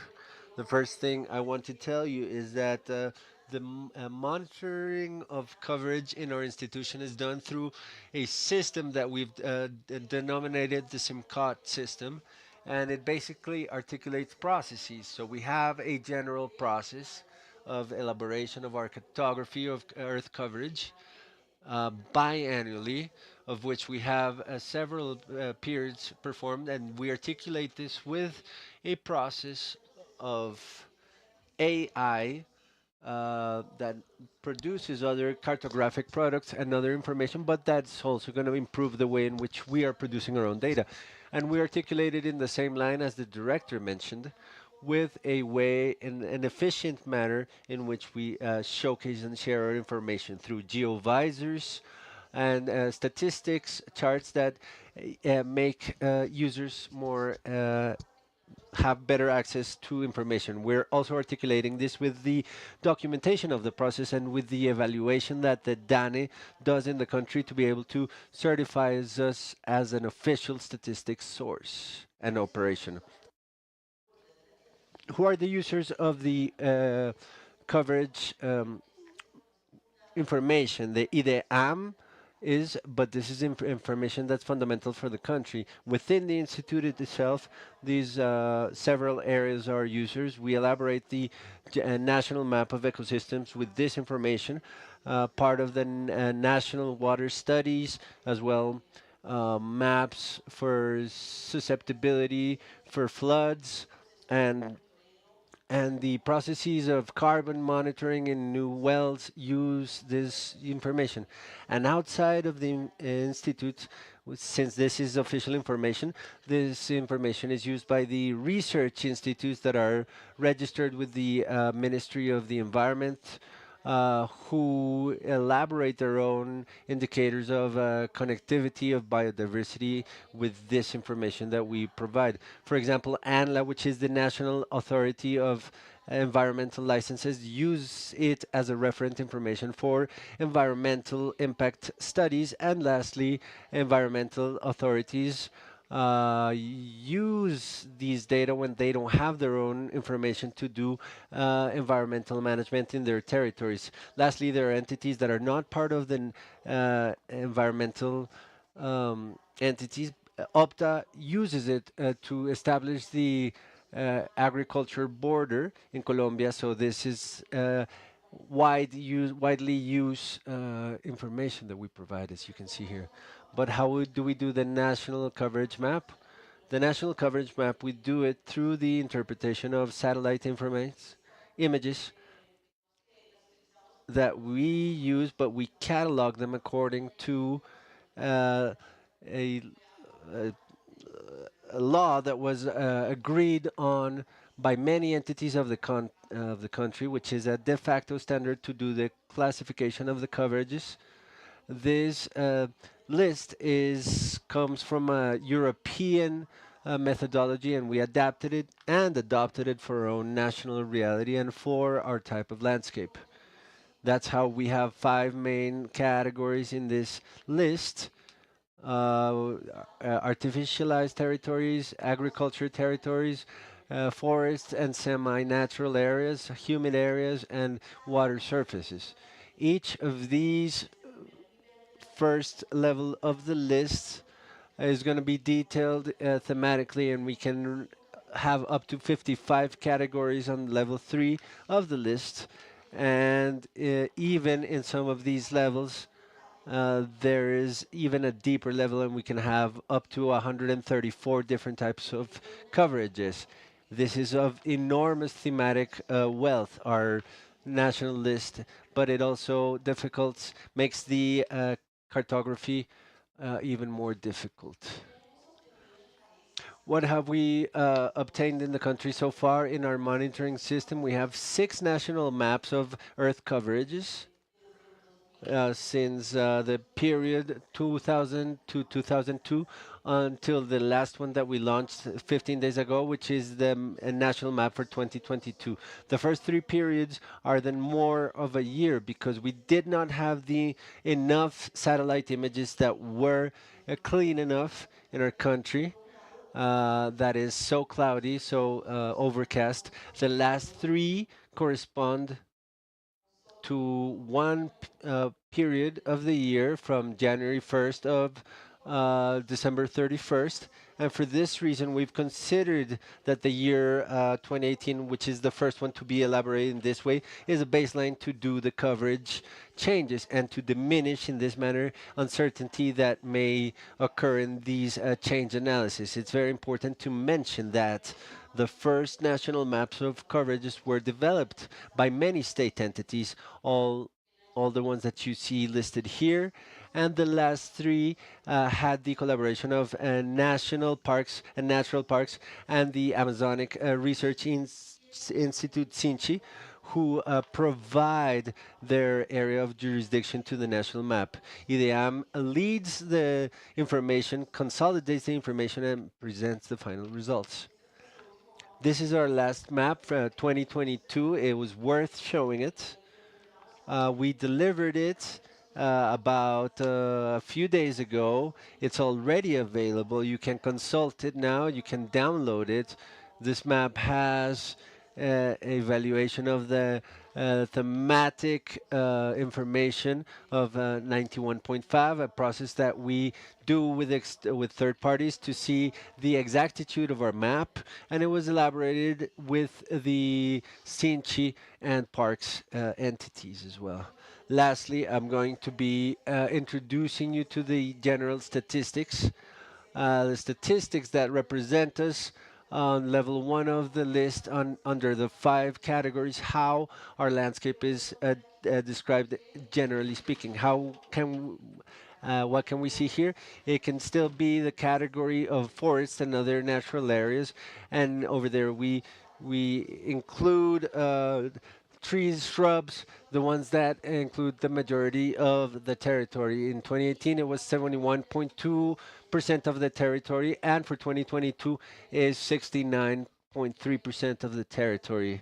The second category in extension is the one with agriculture territories that include crops and grass for cattle. And this category in 2022 became 27.5%, and it has been rising on the back of natural coverages of the country.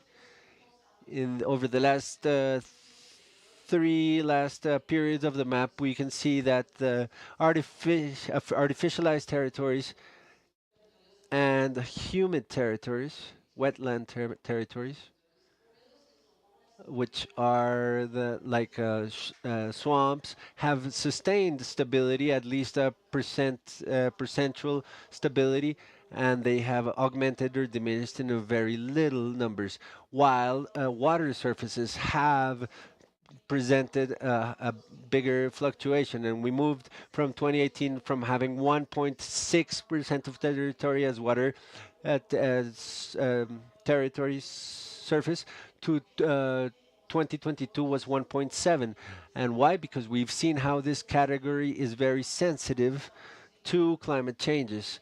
And for example, in the year 2022, we had in Colombia the La Niña phenomenon, and that was easily reflected in our map, easily seen in our map. These are the general statistics to be able to give you a general overview of our country, but to show us the more detailed statistics of other levels and the statistics of the changes, where are the changes, what's happening, then Juan Manuel is going to be sharing those with us. Cristina, thank you very much. Good morning to everybody. Making an approximation to the second levels of the national list of Earth coverages, within the artificialized territories, we can observe that the most predominant coverages are the artificialized zones, urban contexts.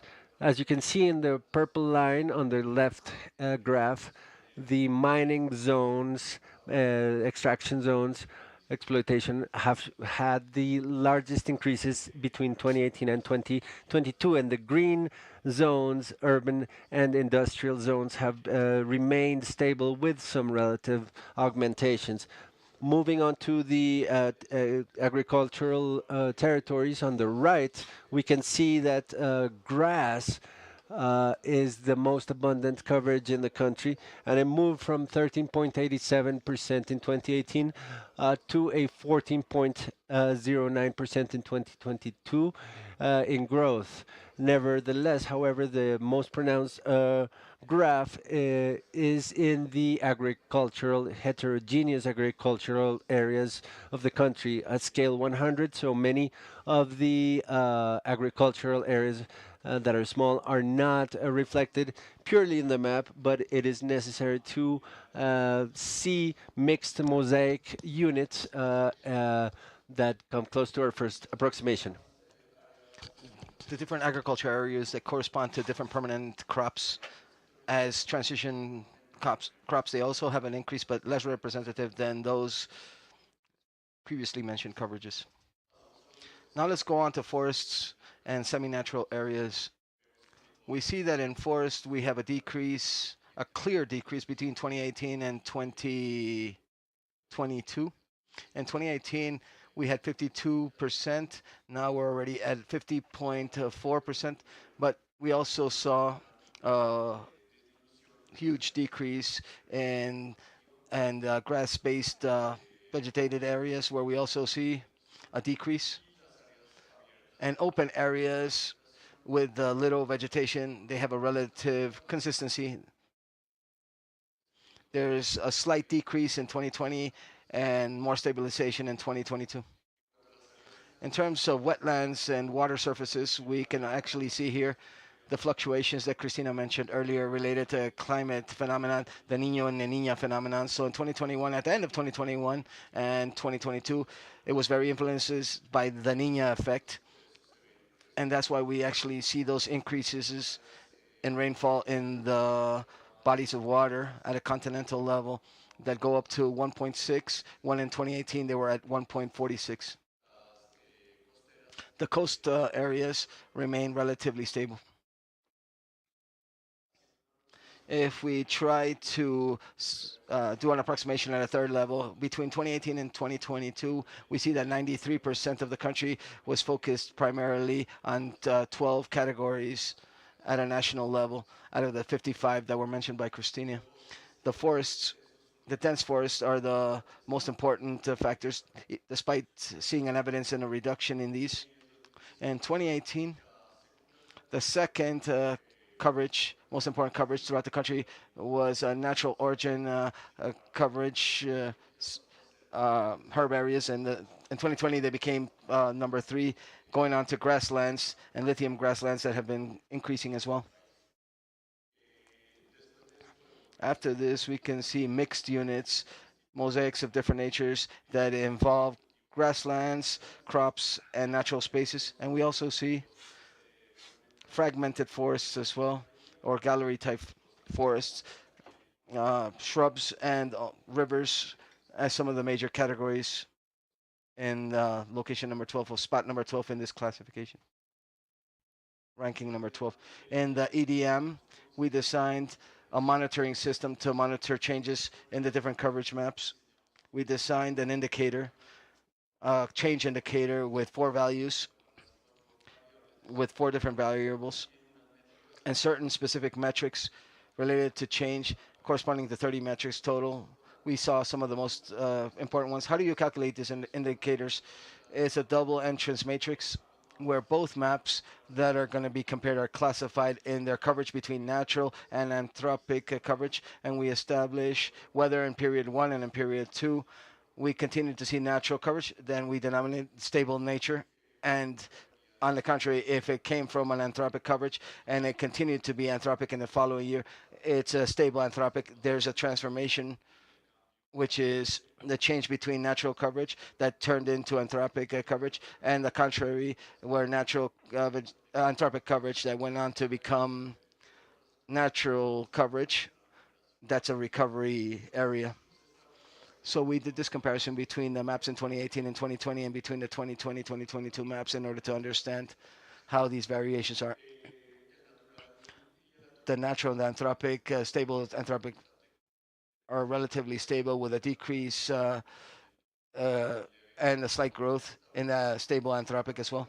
However, the transformation was actually reduced in more or less 400 thousand hectares at the country level, going on to 1.8 to 1.4% of the country's land in 2022, which means that in 2020 and 2022 we had less transformations of natural coverage hectares than in 2018 to 2020.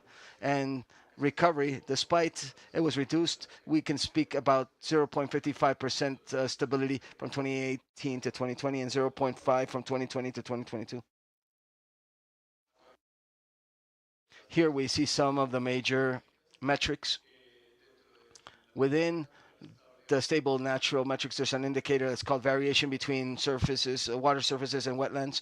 This also is influenced by natural phenomena, and it's localized mainly. This changes, as you can see in the map, is mostly in the northern Caribbean region of the country,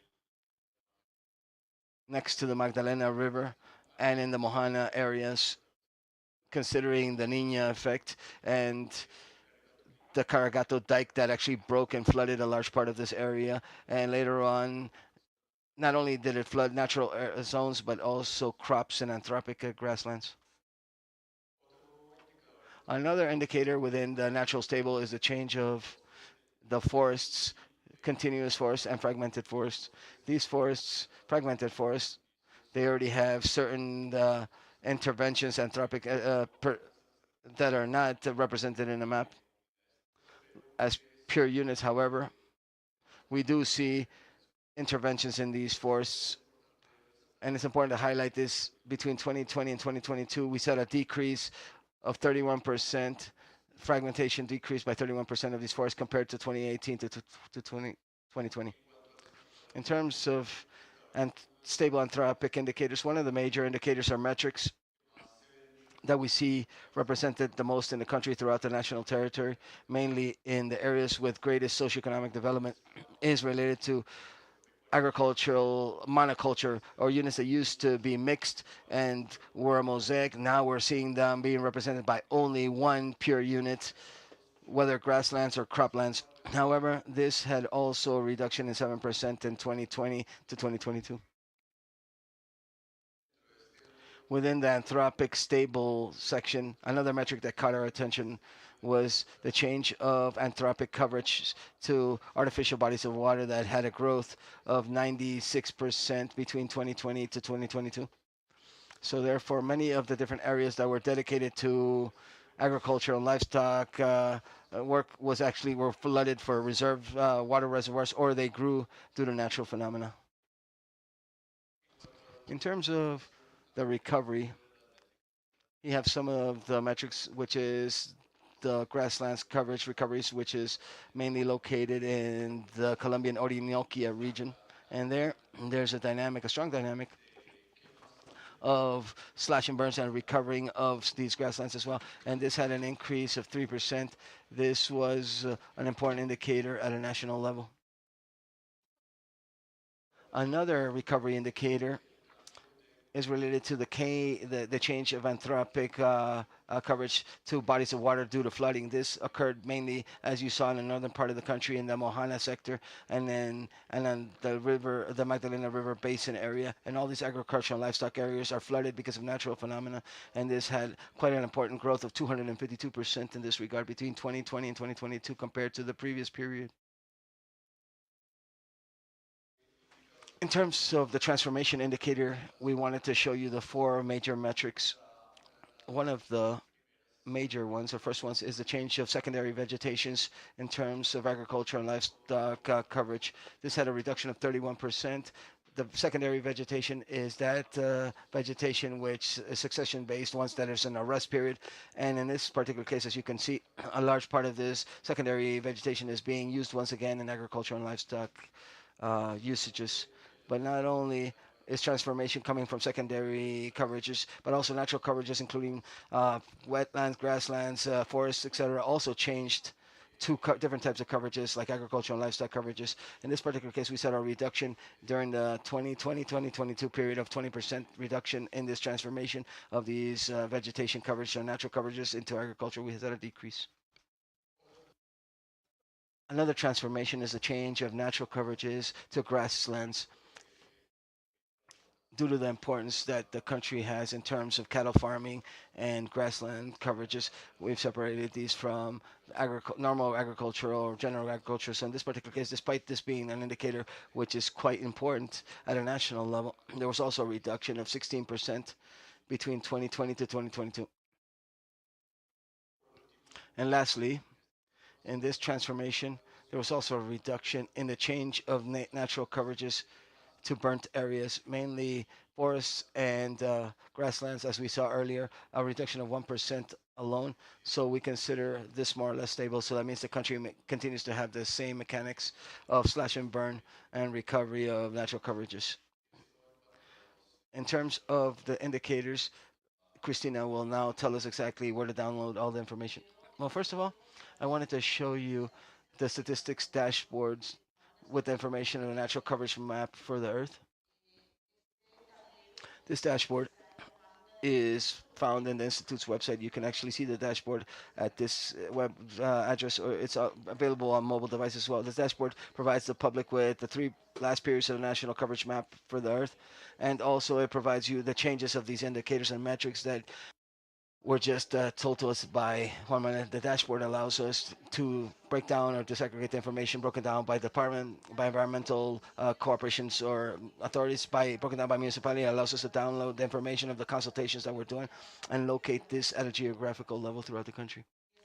And this information, in that same line that we've been spoken about, is free information and it's available to be downloaded by the general public in our geo portal at an institutional level. And we've also created a microsite, a story map, where you can actually find information apart from this about coverage as well, but also some links to download different literature and methodologies that we've used. Here I would like to go on to the next part of the talk that deals with how exactly we've been able to develop this thanks to a partnership of science and technology that we had together with the Ecopetrol and Natura foundations, Ecopetrol company and Natura companies. So I'll leave you with the next part of our talk.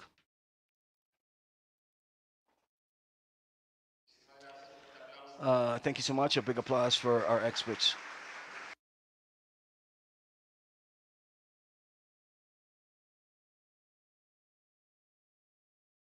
Now we give a very warm welcome to all the people that are connected via our YouTube and IGAC channels on YouTube, so you can continue to follow us until this afternoon session.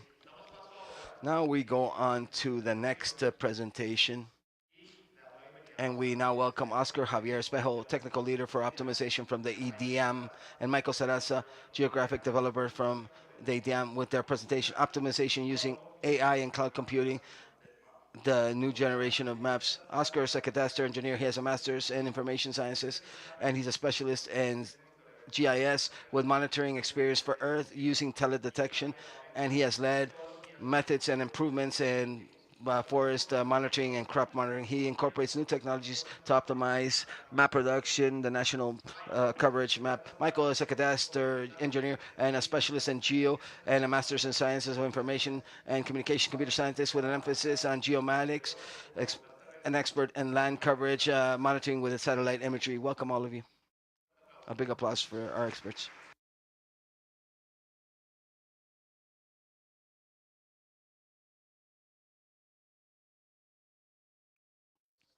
Very good day to everybody. Since we started developing this project, there's been expectations in terms of incorporating new technologies. The expectation in this process to trying to optimize this Ecopetrol and Natura Foundation IGAC covenant, together with the EAM, sorry, was to involve new technologies. And we always had the word artificial intelligence there as an expectation, even using generative AI. So we can speak about including artificial intelligence and cloud computing and drafting maps. And in these first hype related to artificial intelligence. Well, we built this image, and today we have something a bit more real. What can we introduce today? What can we present this proposal more focused? And not only that, we're using artificial intelligence and cloud computing and big data, but as Christina mentioned, this development helped us to set the baseline of a proposal or building a coverage map from Colombia, which was way more detailed, way clear. The purpose was more clear, how we include AI and technologies to optimize these processes. As you see on the screen, there's a camera which is 800 kilometers high. This is satellite images. You can see the natural colors, the green vegetation, water, and soil. But this observation is very complex to understand. We are trying to use satellite information, which is a bit more complex, and you're seeing infrared satellite imagery. Don't get scared. Red is not to become scandal. This is vegetation. We prefer to work with this information. It has way more details. It has way more quality, and it's much easier to understand this information when we use these colors. Our experts of our national mapping system is to identify the red zones like forests, and all of the blue zones are mineral coverages. See how complex that the blue zones represent not simply soil or mining extraction zones or urban settings or roads. The color also represents four different things throughout the territory. And this is what we have to map. This is what we do with the national cartography or map. And basically, the task of building the national map has 16 experts working on it, the best interpreters for maps that the country has, and they go one by one and build the polygons that define this cartography database. This database that describes the territory. It has borders completely created by experts in a process that we call computer assisted cartography. So each unit has a number which is associated to this national legend or list that Christina presented, and Juan Manuel talked about the details and the changes that are produced. So this map or this work of art is the national coverage map. This is the Cerrejón sector. We can have a simplification of the Colombian territory with 53 different types that include usage and coverage. But the biggest challenge is to update this map and to do this consistently, periodically. Michael. Well, what is the update about? It's not about reinterpret the map again for the new period, no, but rather to be able to identify those changes that we've seen in both periods being analyzed in the initial and the updating period. And with this, generate these interpretations and only update those areas or zones that specifically saw changes. That's called reinterpretation, and that identification is also done by our interpreters via our visual interpretation that they do with these images to the new mosaic for the new period, and they update these areas to generate this new identification or updating this type of cartography. This process this process is the process that we have been focusing on and beginning to think about how to involve new technologies. And it is very important for us to understand, all of us that are seeing us, those that are listening, and involving artificial intelligence in this process sounds simple, because the initial process to reinterpret means that we need to find out where exactly the change is and designate or assign a name. This change from grasslands to artificial territories, as you were able to witness. However, this takes time. Despite visual interpretation being precise and very important, this takes a lot of time nonetheless. So, what was the proposal, Michael? Basically, we want to, based on algorithmic modeling, generate information or in-house layers associated to these changes, and the interpreter can define whether that change in truth existed based on what the algorithm was trained upon, and supported by this layer can actually update the map itself. What do we seek to accomplish with this? That the reductions in times, that this takes less time, that we have better identification. Many times assessing the entire country requires a lot of time. So using this technique with this information, the idea is to more specifically see those changes that are identified, and that the interpreter will be, at the end of the day, the one that validates and ensures that the change does exist and they can update the map directly. Okay, so very quickly, we are going to present exactly how this process was developed, and we continue in the expectations. This is our national list, 53 types. There's no map that describes the Colombian territory better than this. You can observe not only coverage, like for example grasslands, but different features of the management, administration of those grass associations in different uh, mosaics. This is the description of the usages, and when we speak about map generation at a national level using processes, interpretation processes, there's no better way to do this than with guided interpretations, guided by visual experts. That's why we can have this list of this legend, because the experts create and sit down polygon by polygon and define exactly where every class is actually located. And it's not easy to come up with a semi-automated process. To accomplish this, we try to assess different methods that have existed or exist throughout time that allows to understand in greater detail using semi-automated analysis what is the behavior of each of these different types to be able to identify and characterize each of the different types or classes in the legend. For this, we began with statistics supervised methods, which are the ones that we normally know to be and help us define the behavior, statistically speaking, or in any types of coverage. But today we see way more robust methods that not only allows to understand the methods, but the general behaviors in terms of the relationships with other coverages. Like methods such as deep learning allow us to have a better, more specific relationship. Despite requiring high computational requirements, it does generate better exactitude in terms of map quality. And if you observe, we talk about semi automation. We're not proposing that this process can be automated 100% because there is not such a powerful algorithm that can replace human visual observation. We always need to understand that we're not replacing humans, this potentializing the capacities that humans have. And in this particular case, the proposal of the optimization map had a clear technological route. We started to use big data, we started to use cloud computing, we started to use detection of change technology, but we had to stop and truly reflect and determine that it's not so simple to simply just use technologies and bring in external models. And optimization starts with some general processes. We began by incorporating high resolution imagery and building mosaics and high resolution with high resolution images. In this phase, not only do we combine optical data that come from satellite images, but we also generate a great deal of information derived from transformations, different indexes, images from other sensors, radar data, elevation data as well, that allows to enrich this group of images and at the same time make the training of the models way more robust. So that satellite big data had to be enriched because we can't depend exclusively on satellite imagery. The territory is very complex. When an interpreter in Corina approximates the interpretation, that person doesn't simply use colors; they use way more other information. We're not going to achieve the level of analysis that an interpreter has, but we can begin to involve within the drafting and the detection of changes certain secondary information that resides from other variables.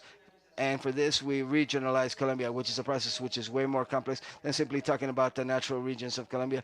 But we also needed to consider all the biophysical and climate realities, the slopes, etc., that our territory has to be able to identify and segment the country into certain regions that allow us to better feature the typology of coverages that exist in each of the regions. Like, for example, the grasslands in the Orinoco region are different from the grasslands in the northern coast. So that segmentation has allowed us to produce these understandings with greater details. And when we were able to get closer to that identification of coverage, that's when we began to identify the changes, as you can see here.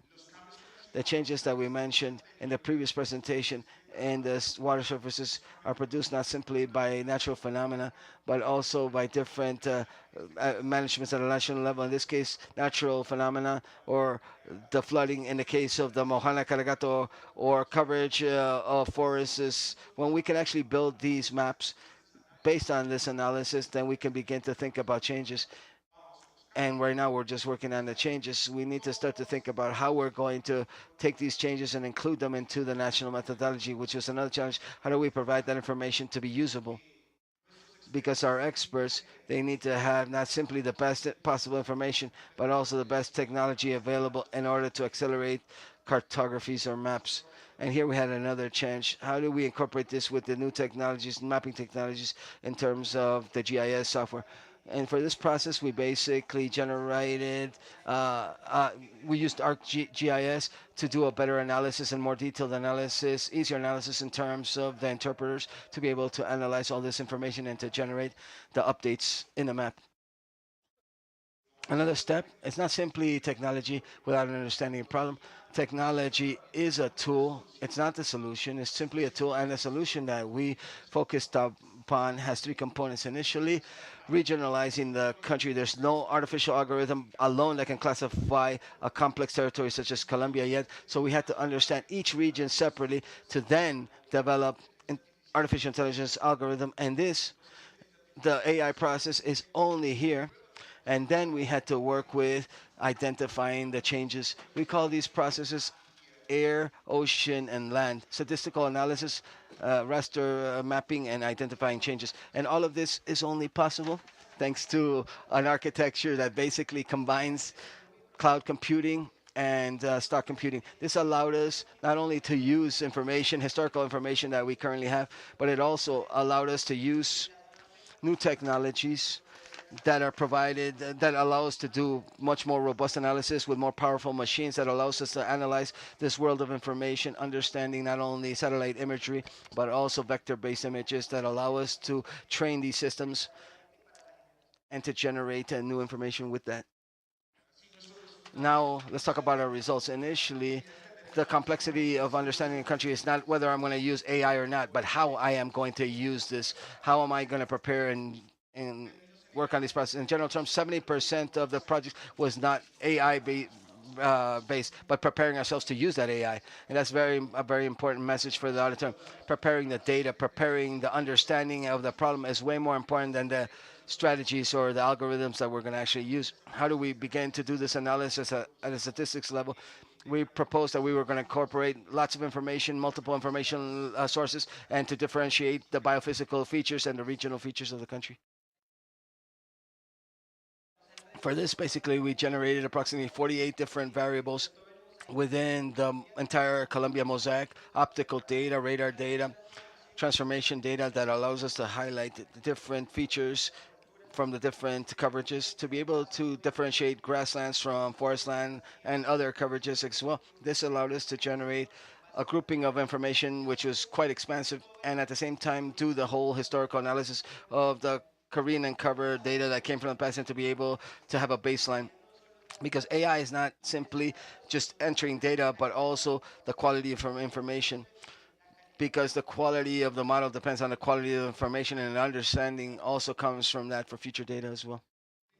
It's very important, as Michael said, they issue the samples. The sampling is very important. The sampling defines the success of the AI process. And many times we don't think about this. We always think about algorithms, but the value of AI comes from that data quality, which data is gold in our fourth industrial revolution. The quality of data allows us to have AI models that actually solve many questions. That quality of data, that sampling analysis was was thanks to this proposal. This is not an ecosystemic biophysical proposal. This is guided towards solutions and applying AI. Here, basically, we combined a great deal of different variables. We generated close to 27 different regions, macro regions, and 190 regions. This process supports itself by the interpreters, the human interpreters that guide us to be able to fine-tune the country's regions to understand the different vegetation and the coverages in the different regions. And with this, to be able to limit the trainings and the sampling as well, and obviously fine-tune that and improve the mosaics. Basically, in each region, we have a specific AI algorithm that we use for each region. And this analysis, that statistics, is fundamental. We cannot simply obtain data and classify. It was very important to purge that information and improve the results of this processing. And as you can see here, the quality of information that we had to collect and analyze, we have almost 100,000 samples here. So it's important to highlight statistical analysis that is done with this information, because depending on the quality of the purging of the data itself, then the models will be better fit to be incorporated. So with this side, with this part, basically, I would say 90% of the quality of the model depends on this, and at the moment of the classification. At the same time, this analysis not simply allows us to purge the results, but to fine tune some areas that are missing, because stability is not a process that is so long, but we do see variations in the territory, and those variations are the ones that we need to identify in order to update the sample and update the models. Now we can speak about AI and making maps. And this was the general application of these previous steps. And now we're going to quickly talk about the methodology. This is a process that Michael will summarize, but up to this point, everybody always thinks that AI begins here. And look at all of the background before this presentation was only preparing just to use the AI to develop these algorithms. Basically, initial process was preparing ourselves with optical data, all the images that are going to be included in that mosaic, the analysis and the sample generation. I think that phase was fundamental and is the one that takes the most time, because the quality of this depends on this. And phase three is the process of the model. In this case, we generate not only the maps, but also a detection for change processes. So for that, we've evaluated and analyzed different methodologies that allow us to enrich and to know which is the best one in terms of data quality to do predictions to generate the information of inputs for the updating of the fact itself. What we can say is that for the development in the cloud, here is what potentialize the information. IDEAM is currently migrating and starting to determine how we can lead this process within its own infrastructure, obtaining the maps, the generation, the creation of the maps. You're seeing the maps 2024 and 2024 for the first time. You can see how each section, how each region, sub-region is being built. These are processes that take hours. I don't think they would take more than 3 or 4 days, but we've been preparing this for about 17 or 18 months. You can see the national coverage.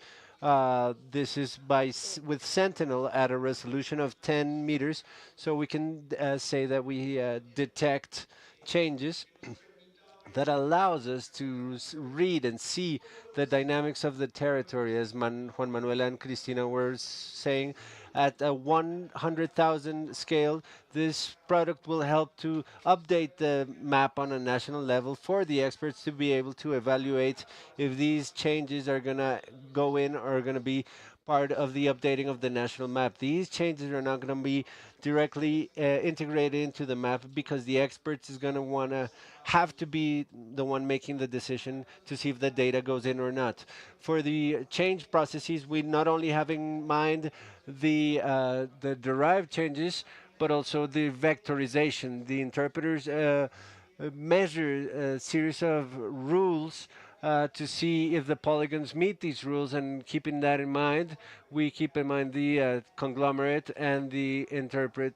The interpreter receives the information as clean as possible to do the map. And to conclude, the experience leads us to summarize the following. The most important process to do AI is not to use AI, but to prepare the problem and to understand it. The question, not how many algorithms, how many trees were in our data, but to understand the modeling. The process that we did from Simcot was to understand that the process of national map is not through AI. Only an expert can do this. Only 16 courageous people can do this.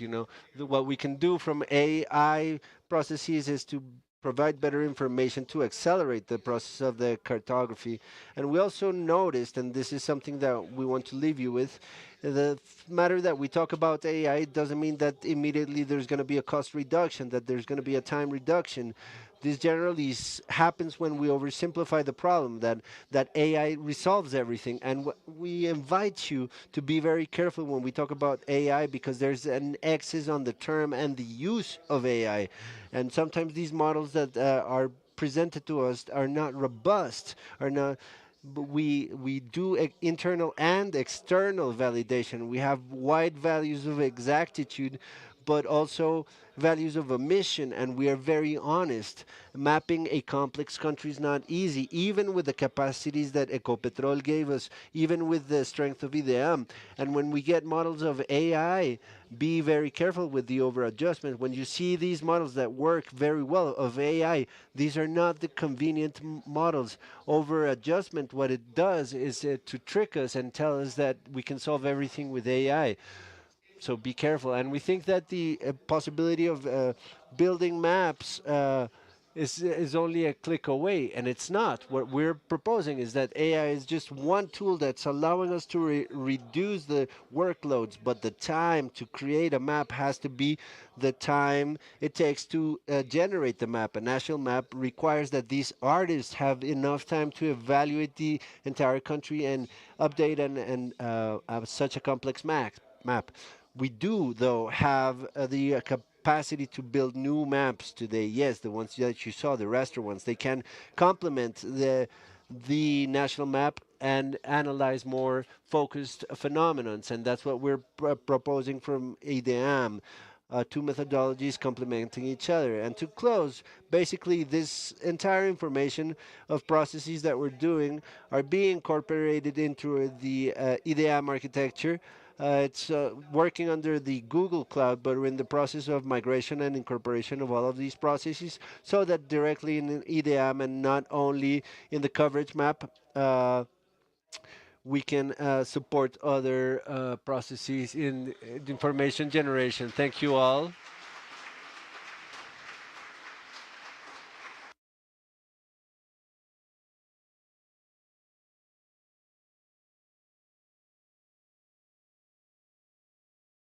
Thank you very much, Oscar and Michael, for your presentation.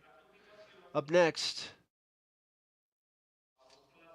we're going to welcome Maria Cecilia Cardona Ruiz, professional specialized in IDEAM. She's a forest engineer with a master's in the environment, and she has been in IDEAM for 29 years, and she has coordinated a forest with methodologies and national guides. She has monitored conservation. Currently in the subdirectory of environmental studies, she works with mitigation for earth coverage and greenhouse gas mitigation for climate change, and goal for mitigation number 46 of law 2169 of the year 2021. Her presentation is titled Monitoring of Coverages and Strategies for Climate. Maria Cecilia, you're welcome and thank you.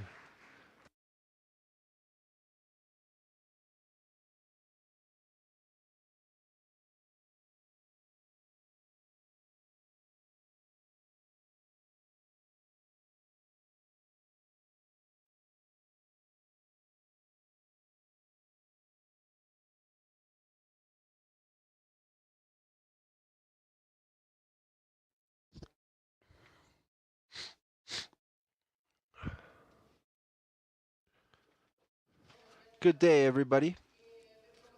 Uh, I am tasked to present you with an application of the Earth coverage map and the knowledge that the Institute brings forth in the subject of greenhouse gas emissions, where we will see the institutional experience taken to the monitoring of greenhouse gas emission in different coverages to forests. Our experience has been monitoring in forests so far.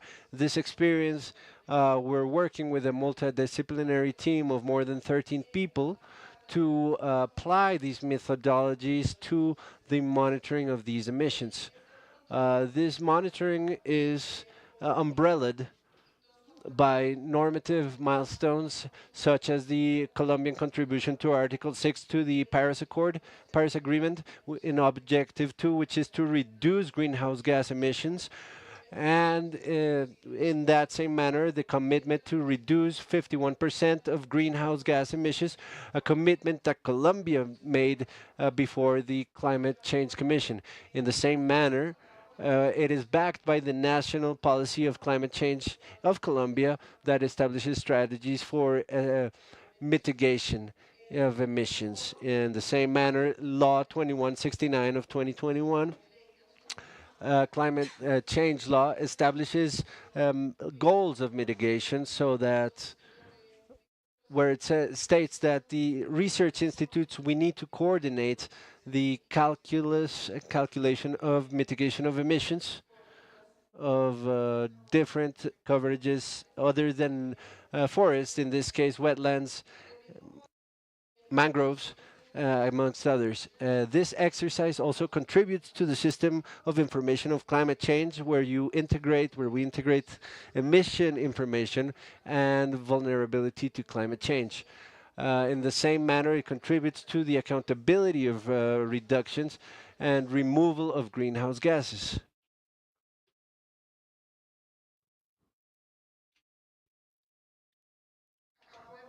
Here we can see, to be able to move forward in this initiative that the Institute has been working on in other coverages, it was necessary to establish an interinstitutional and alliance, a joint group, uh, to work on water, wetlands, and herb lands. For that, we did an institutional agreement based on a science and technology agreement where IDEAM provides intersectorial agreements for the monitoring of greenhouse gas emissions in strategic coverages.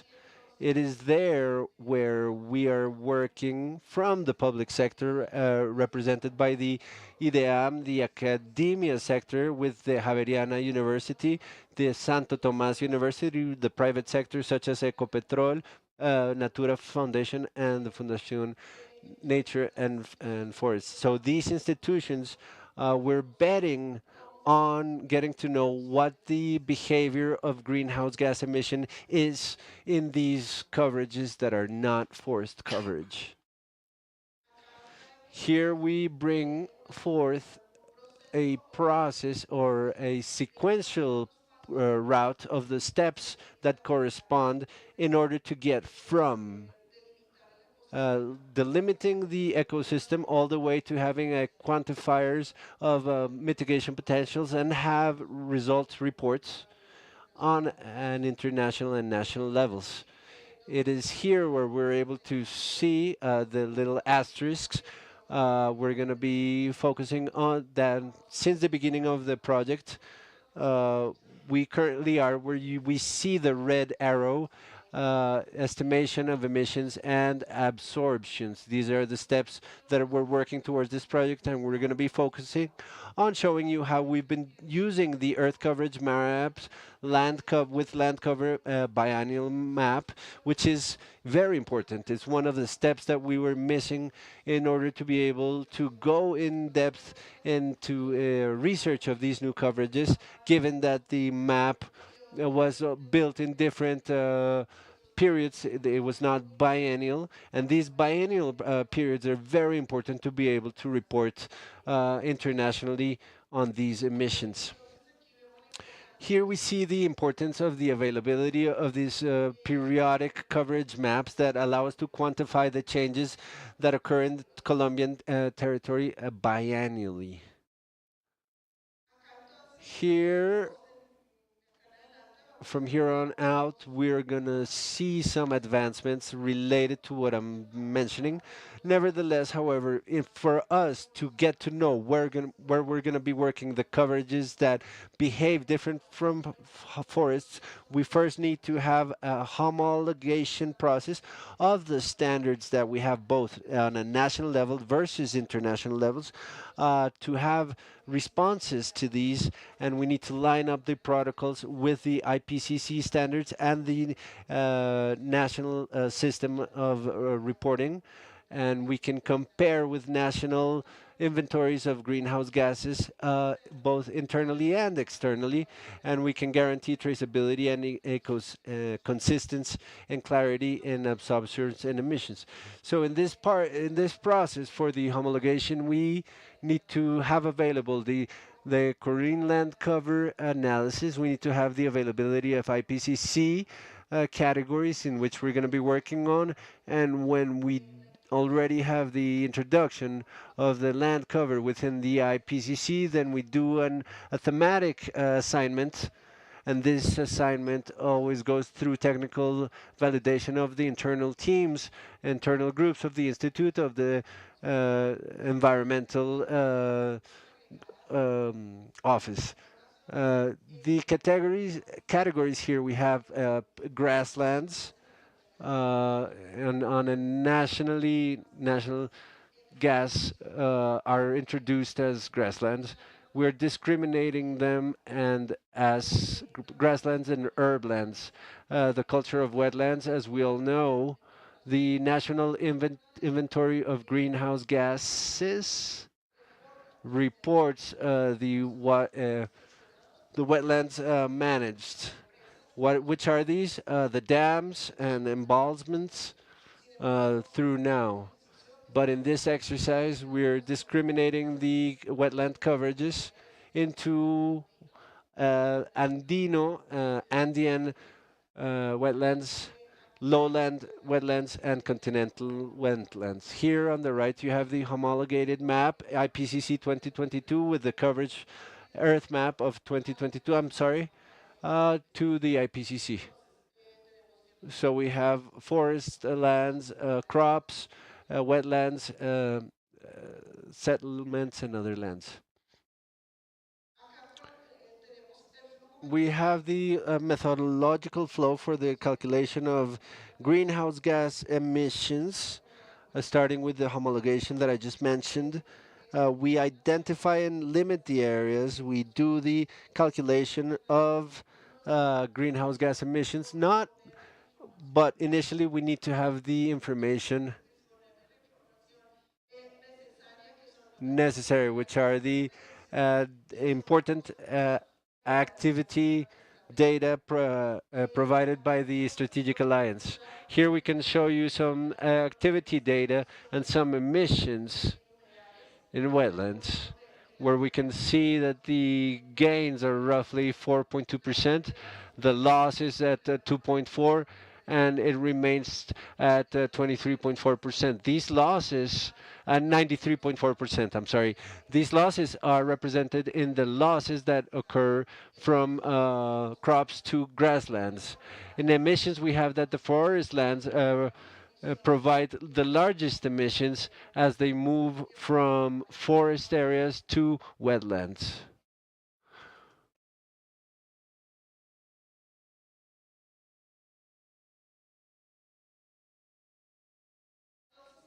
Here we also have advancements of herblands. Be going pretty quick. So we have some gains in herblands of 1.7, loss of 4.4, and a remain of 93.9. Here, these areas are represented by forest lands herblands turned into forest lands, and the absorptions are from other forest lands into herblands.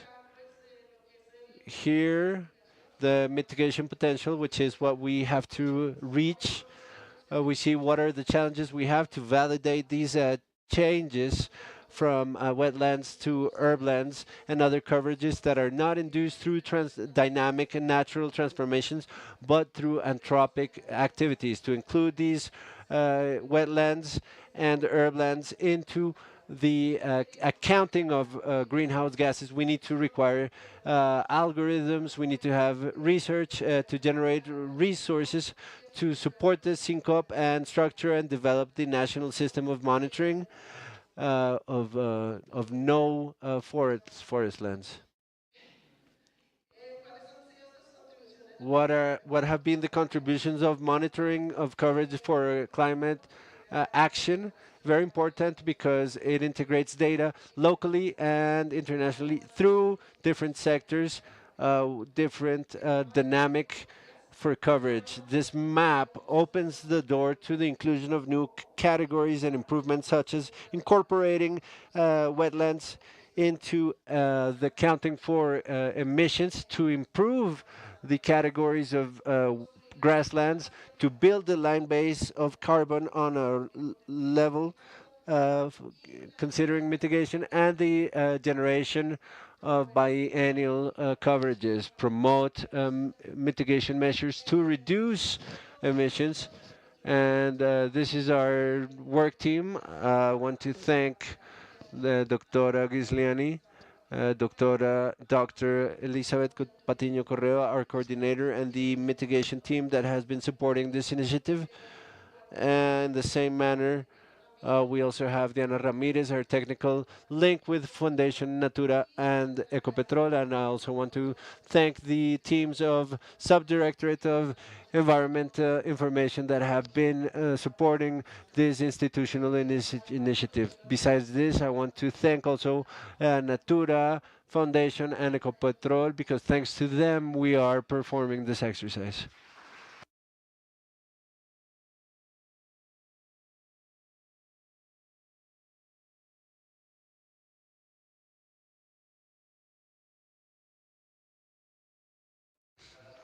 Thank you very much, Maria Cecilia, for your presentation. Up next, we welcome Liz Joana Diaz Cubillos, professional specialized in IDEAM ground and earth team. She will be presenting cartography, integrates continental and coast cartography for conservation and use of the territory. Liz Joana is a biologist specialist in environmental planning and management of resource, candidate to masters of environment with more than 18 years of experience. Welcome, Liz. A round of applause. Good afternoon to all of you. This is a short talk specifically to for you to see another of the uses that this coverage map use may have of Earth within the Institute and with the help of Sinchi, as my colleagues mentioned, and National Natural Parks. Basically, the ecosystem map for coast, marine, and continental has generated at scales 1, 500,000 and 100,000. In this case, 100,000 is the official instrument for planning and monitoring of the ecosystems. This one is framed in the main function of the IDEAM, which is to do monitoring of the natural resources while doing the reading and administration of the scientific information of the ecosystems that are part of the nation's heritage. This is important because we didn't usually not know this within the institute. I mean, within the institute, yes, but not for people outside. So it's important to recognize the role of IRIAM within this base cartography. The group of environmental research generates this cartography, the earth coverage map, and other ecosystem maps, and other with ground degradation, soil degradation. We're umbrellaed under the Law 99 decree with the resolution that generated by the institute, but also national environmental policies. In this case, the PGIPSE Biodiversity Plan 2030, and other frameworks such as the Commitment Montreal for biodiversity, also umbrellas us for other indicators. Yes. Basically, this ecosystem map has been generated under interinstitutional agreements and also under some methodological consensus and conceptual one. This is important to mention because here we're talking about the most complex level of biodiversity. Biodiversity is divided into species in many ranges. But one of the most important in the framework of management is species, genes, and the most more complex ecosystems. So here you see on the left-hand side, I mean right-hand side, the layers that form this map of ecosystems that are basically four for the structural zones that are continental, the climate, coverage of the earth, both generated by IDEAM, the layer of geobiology by Agustin Codazzi Institute, the biotopic by von Humboldt Institute, and the marine one by IDEMAR. This is a layer that integrates management and information of different institutes of the country. This is based basically on a ecosystemic definition, and basically it's how the ecosystem works and how it is put together. It's not only a biotic factor, but the integration of all of these factors that I just mentioned. Here it's important to say that the Earth coverage map use has allowed us to have this improvement of the quality of the map. While this map has been generated with available information from the country under the under climate and other cartography. IGAC has great cartography regarding climate, landscape, relief, soils, and biotic units. All of this information allows us to do a systematic integration of the identification of ecosystems. But you are probably wondering, how does it contribute besides the methodology, beyond, because this is much larger talk. How does it contribute to monitoring of ecosystems and changes in modification? And basically, since this map has been refining itself, it has had a possibility to detail in better fashion the lines where the coverage is expressed, not only vegetable or green, but the entire territory. So the ecosystem map has a specific point, and it's that it doesn't take the original layer of coverage of the Earth and incorporate it like that, because that would be unsustainable to handle millions of polygons for the management. So what we do is we homolog and unify to fewer categories, fewer classes, not because we want to extract them, but because we're uniting them. We turn them into 46 classes. So here, all of the artificial territories, we put it under one category. This is a lot easier to handle, because I don't know if at one point or another you've seen that there's an ecosystem of a cemetery, another ecosystem of. That's why we all put all of the artificial zones under one category. And that's how we see that these types of coverages are homologued for the systemic identification. I also want to stop here to mention the improvement that INVEMAR has had in the generation or creation information associated to mangroves, and they've been incorporating observation processes of the observation of the Earth for the improvement of this coverage. In the map of coverage of the Earth, or level 4 or level 3, we don't get mangroves only until level 6. But until the new structuring of the ecosystem map, we have to be able to show it explicitly. So according to the agreement that we have with INVEMAR, we take the layer that they put, we structure it for the scale 100,000, and we unify it with the layer coverage map, and we get better detail. Here, the current data for mangroves is well received, and it's the closest one to the Colombian reality. Here, what are the benefits? I've been mentioning them. In the improvement of the quality of the reading and interpretation, we get the improvement of as ecosystemic identification. We must not replace one coverage by one ecosystem, because ecosystems are more complex, but it's a great guide. It has also allowed us to do certain delimitation processes that are very important in very necessary ecosystems to have in detail. For example, the herblands, the savannas, plainlands, rock areas, wetlands, which are going to be mentioned by this afternoon by Nancy Verdugo and Maria Constanza. And it is important to mention that this is a process of transitioning and adaptation of the new technologies that observe Earth, integrated with AI, so that we can generate products for decision making in Colombia. Lastly, I would like to mention that this is a process. We're in a transitional process. If you noticed, Oscar was mentioning all the time, this is a process, this is a process. The time that it's going to take to check this, to homologate this or that standardization processes, is what takes the most time in generating cartography. So more so, this is going to be a process of evolution that Colombia is going to have towards migrating how to improve the ecosystem map in better periodicity, to have it more frequently, but also how to integrate these methodologies in specific points of the process of creation of the methodology of the map. Thank you very much.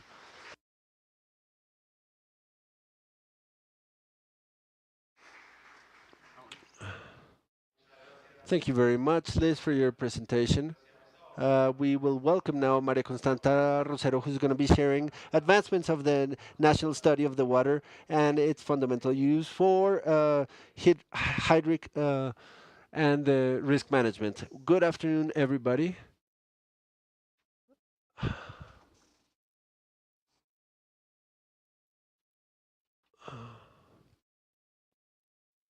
My apologies.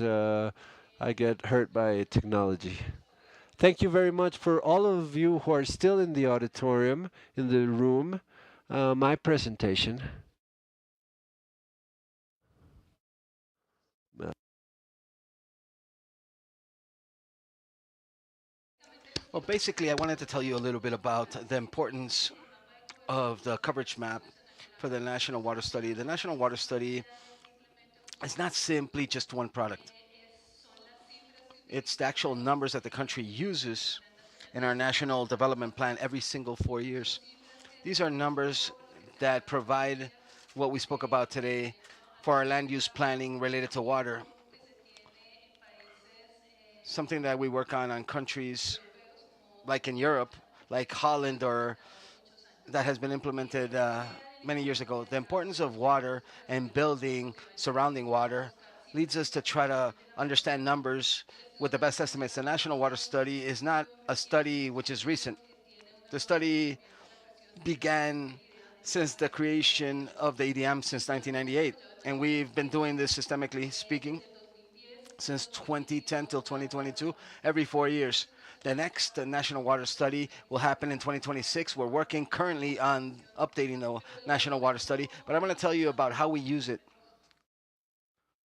I have very little time, but the National Water Study is an interdisciplinary effort, participatory and institutional effort, where we invite over 32 authors from and 50 different entities. The logic is not related to one author or one person, but we have complex technical discussions.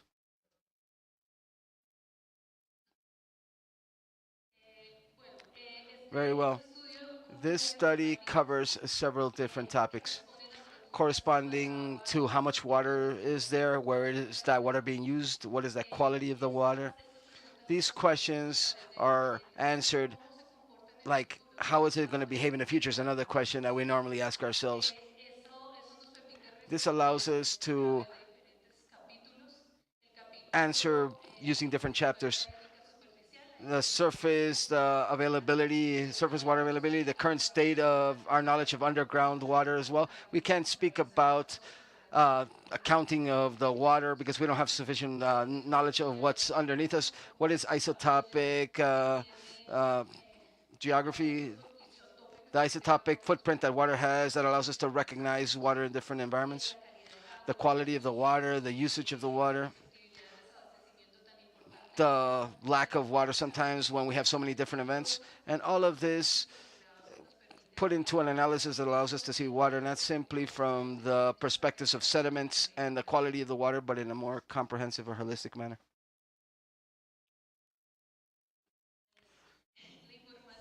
Information that we use is official information that covers different entities, understanding that each entity, due to its jurisdictions, can provide information with sufficient support. Within this, we have coverage, the coverage map of the Earth. These are our analysis units, hydrogeological water analysis units and territorial analysis units that allows us to do a deep analysis depending on the type of variables that we are assessing. Let's talk about the concepts behind the National Water Study. This is a systemic approach for the water cycle, as well as studies related to sediments. This uses KPIs and indicators so we can do constant follow-up. Some of the basic information allows us to understand how much water we have, where it's at, how much rainfall is turned into water runways, runoffs, and Much of this water is actually evaporated, so that's a bit of our condition in a tropical country. So these are the products in the national water study that are generated via the Earth's coverage map. Amongst this, we have potential flooding zones, anthropically intervene. I think Nelsie will give us a broad explanation about this. Another one of the products that we have is related to our sediments model that uses this layer as a baseline, and this allows us to produce three important products like the erosion and hydro map, the sediments map, the relationship between uh, de-icing as well, and finally some other important relevant products we can use is the green water footprint, which is a fundamental bit of information to calculate the water demands at an agricultural farm level. Agricultural and livestock demand contributes. It comes from multi-sector sources, and that allows us to calculate the water usage index during drought conditions and rain conditions. And that's pretty much it. And I kept the appropriate time.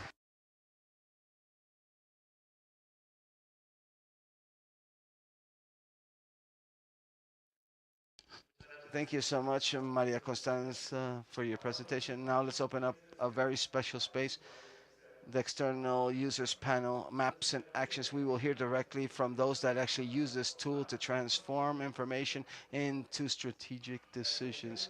The experience of users is very important to guarantee that EDM's products correspond to real needs that the country has. To introduce our panelists and talk about the purpose of this dialogue, I invite the director of the IDEAM, Gisliane Echeverri Prieto, from Bayer University with a chemistry degree and has master's in sciences with a PhD in environmental sciences from Bayer University. She has over 16 years of experience in research. She's a university professor and a project manager in the environmental sector. Her history includes interactions between civil society, the academic sector, productive sector, and government institutions, as well as participating in international knowledge networks and leading different science, technology, and innovation and mobilization of citizens events. Director, welcome. A big applause for the director.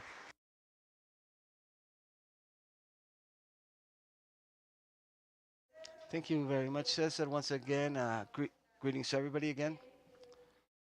We're going to have a conversation now related with our users for the coverage map. As you saw in the previous presentations, we have an updated map with information updated till 2022. And we're already working on updating the 2024 map thanks to the support of a very important partner, which is Ecopetrol, which is here with us today in our panel. Earth's coverage are important information to produce information related to relevant factors for the country, like ecosystems, agricultural borders, as well as relevant instruments to establish environmental policies and to allow decision makers to work in the public, private sectors, and citizens in general.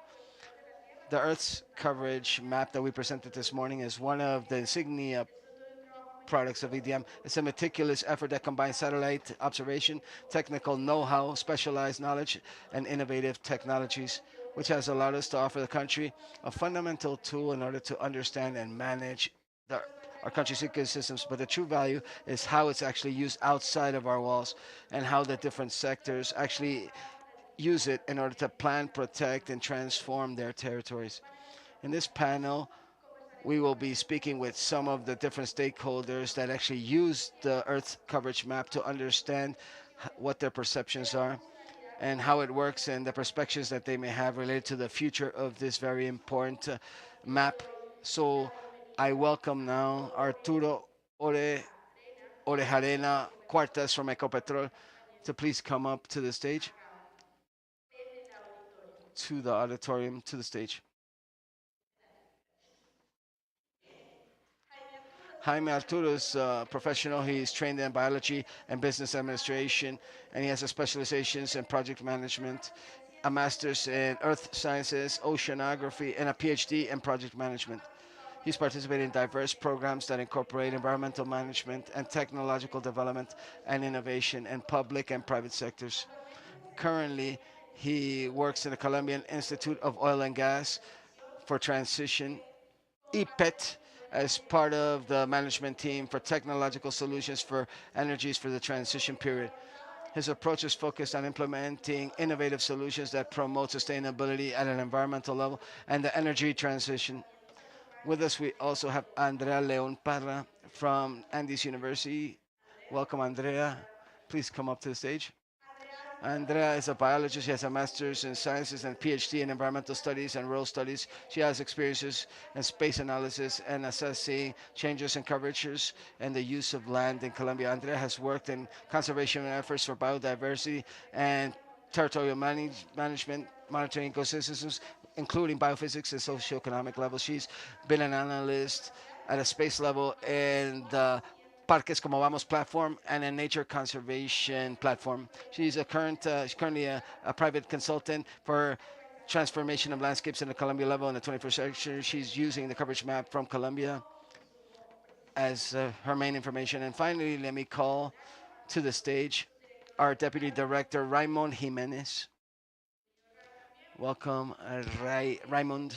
He's the Deputy Director of Ecosystems and Environmental Information from the IDEAM, whom is leading the forest and soils processes, amongst those the Earth coverage map. Raymond is an environmental engineer, master's with the city science, a specialist in government and development. He has PhD studies in business administration and experience with 13 years of experience in public entities and the private sector. Let's welcome our panelists.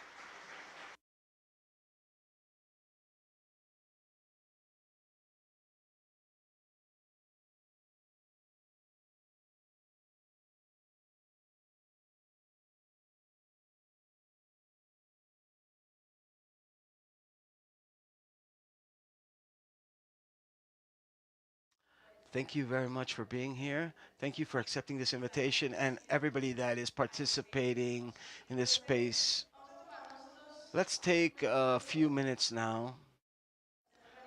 This is going to be a very short panel because of the hour, but the purpose is to showcase the importance of this map. Let's begin with Andrea, whom we told you about, that has used this map and this information to the that she used it in her PhD thesis paper.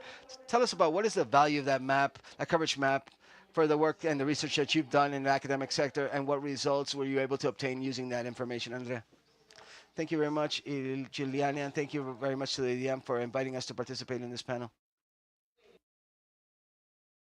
Well, for me, the Earth coverage map has been a very important tool. It was the main tool that I used for my thesis. I have to clarify here that what I used the most for my PhD thesis were the maps pre 2018. I learned about the map only approximately 10 years ago, when we only had the three first maps available. And based on those maps, I used those for my PhD thesis. I saw how the transformation of the map in Colombia occurred, and during the first decade of this century, which was available at the time, and I looked at the physical variables and socioeconomic variables as well using the map. These maps allowed me to identify what were the different change patterns after processing the information from these maps, what trends existed in the change of the landscape in the country, and more or less what these were related to at a socioeconomic level and a biophysical level. So this was a huge effort. I'm in the process of updating the information with the latest three maps as well. But this is an effort to be able to showcase the country and understand what changes and coverages have occurred in the country that I would not have been able to do this on my own. Imagine what this implies to do all of this analysis with satellite imagery and having defined coverage for the entire country for a frequent sequence of years. By myself, it would have been impossible, and I think that this is the case of many other researchers that use these maps.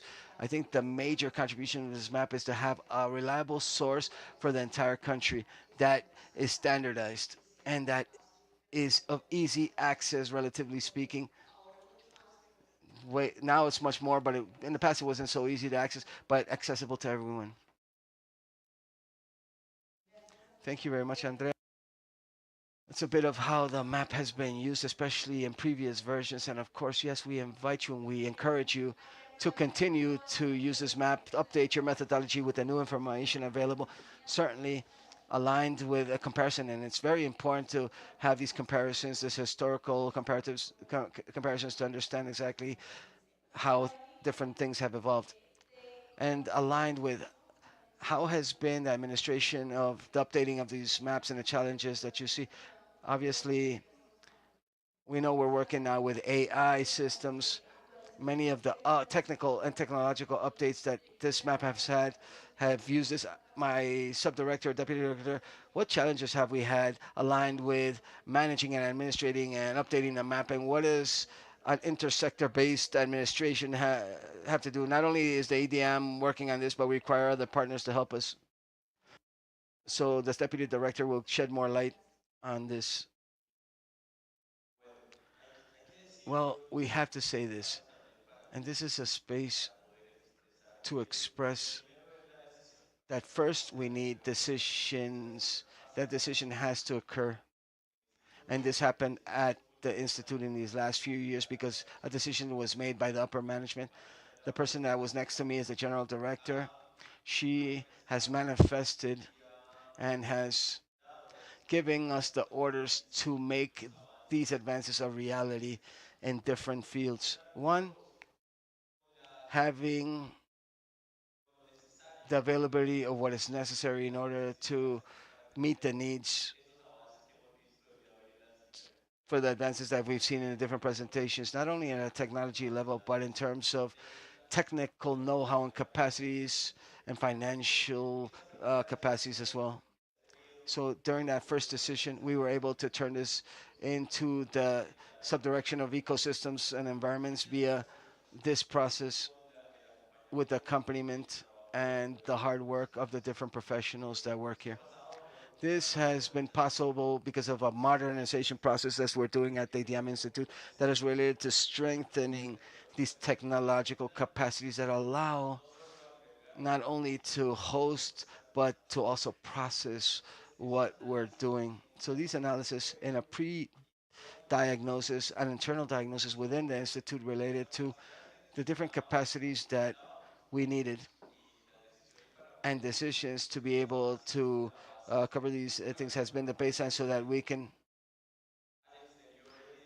go outside of DDM and be able to find partners, strategic partners that we need that have helped us and helped contribute to be able to cover these needs with their experience with a joint via a joint effort. And as was said by my colleague in the panel, Andrea, to be able to use this in the best fashion possible and to have the possibility of having it when we need to disseminate this to the leaders that need to make decisions based on this coverage map of Colombia. Yes, that's the case. First, we needed to modernize our institute technologically speaking, and we spoke about this earlier. And then the challenge that laid ahead of us, as I told you at the beginning, is accessibility of information. Well, facilitate information, and that is very important. But now we already have a map, we have a tool, and now I want to pass the microphone over to Jaime Arturo, which is also a user of this information. And he knows this new tool, how it's used. He sees how it has been updated. He sees the results. Tell us about the context aligned with the results with this map and how you've used these and how this works to plan at a territorial level. Please go ahead, Jaime. Well, very good. Thank you very much, Director, and everybody else. For Ecopetrol and from the ICEPET that has been leading this initiative. This has been one of the most important challenges that we've had. I've heard very interesting things today, like brave. Somebody, Javier Espejo said the word brave. This is a partnership between the IDEAM Natura Foundation and Ecopetrol, which has two very interesting components, which Cecilia Cardona touched upon with the carbon issues, and Cristina Mayorga spoke about something similar, headed by the directors, and Isabel and a colleague here has worked on this. And this partnership has many results that are very interesting and very important for us. This map is very important. This is the baseline this is work done by 40 people. Let me take Javier Spajo's work. He says 40 brave people are working in this partnership, plus the work that we are doing ourselves. And Ecopetrol has been actually being like an evangelist for this map. At this moment, this is not a tool. It's not a simply a cartography layer. It's a tool that allows, as Raymond says, allows us to make decisions. This has allowed us to use this in decarbonization process and during the energy transition period as well, which is the area that I lead. Today we're assessing real-based solutions using these tools that we have here. We're making decisions in projects and strategic ecosystems throughout the country, from the Caribbean to the Orinoco region and the entire Colombian territory. And the map has allowed us to have that initial baseline, which is very powerful to make decisions and what we are actually doing and where this covenant or agreement was born, which is a project that's just called Natural Sumideros. And this has allowed to we've flown from the mangroves to the cloud forest to the wetlands. We have been in the grasslands, and thanks to these tools, and thanks to these partnerships today we have a great result that has allowed us to make real life decisions, via solutions. This update was very important for the country, and officially we've used Covenant. This has been a partnership, an effort with partners such as Ecopetrol and Natura. And as I told you earlier, speaking about what's coming next, how this has been configured, this is not something this is a continuous effort that we have to work on. This is an effort that has to continue to be updated. The goal is to update this every 2 years and provide it to the country. So I'm going to allow Arturo to tell us about that perspective, that future perspective, what exactly, how we're advancing, because this is in the works and what's coming for the next maps and the next tools that we are going to provide to the country. I think we're already seeing this in this scenario, director. I think we are basing from the diagnosis to decision making to the true assessment of the territory. We've been doing work that started last year in terms of maps with the changes that occurred in 2015 to 2020, 2022. I'm not sure how many years we had that change. It was very important for the territory. And today we're seeing this tool like perhaps as the future that we want to arrive with. And this is a tool that allows us to make decisions almost in real time. And something that I saw in the scenario today that I super value is the usage of this map in different scenarios. The map is being translated by the team in this partnership in this alliance into emissions factors in assessing carbon footprints and issues. We're seeing great things in like mangroves and grasslands. Somebody talked about the mangroves earlier. I think that this tool is evolving and it's being less static, which is not static. It's very dynamic. It's not static, but it allows us to use this information in real time to make decisions in real time. How our territory is changing and where we're heading. What are the opportunities in the territory where we can actually restore and reforest and conserve different areas? What happens with our mangroves? What happens with our wetlands? I'm a marine biologist, therefore mangroves are a special part of. They're dear to my heart. So in the short term, to summarize, it's just that we need to have that tool. We need to incorporate it and using it to provide better results other results that will allow us to make better decisions related to our ecosystems. Thank you very much, Arturo. That's the idea. We've been working on providing timely information to the country. But I wanted to begin with Andrea because the information should be very timely. Apart from that, it has to be sufficient information and complete information. And here we've presented this. There's always opportunities. What we're presenting today is obviously is way better than before, way more detailed, not only aligned to this. Well, let me advertise the EDM here. 15 days ago, we were talking about the territorial land use climate change plans. We have more and more needs to go to the territories more and more to improve the scale. There's always a great opportunity from that experience of using the map and understanding this well in applications. What do you think that for the next 5 or 6 years is something that we need to include, or what perspectives do we need to work on in these coverage maps for theirs? I think that the main limitation that I was able to identify, I think this is something that continues to be uh, a problem, is space resolution. Processes that occur in less than 10 hectares, and this is a country where there's high dynamics in terms of family agriculture, small plots of land, and small farmlands. These are not really reflected in the map. They're too small. The resolution needs to be bigger. And these are processes that are super important for our decisions. For the researchers and the research which I manage, like territorial research, and what exactly are the driving forces for decisions that people actually make in the under territories, trying to understand that and what's happening in small plots of land, or it's very important to manage the territory as well for our land use plans and for the people that make decisions within these territories. It's very important to understand how that dynamic works, which is extremely quick, and and it happens in these small plots of land. Something that has improved quite a bit is the frequency of publications, which is something that is improving every single day, and it's very cool. But another problem,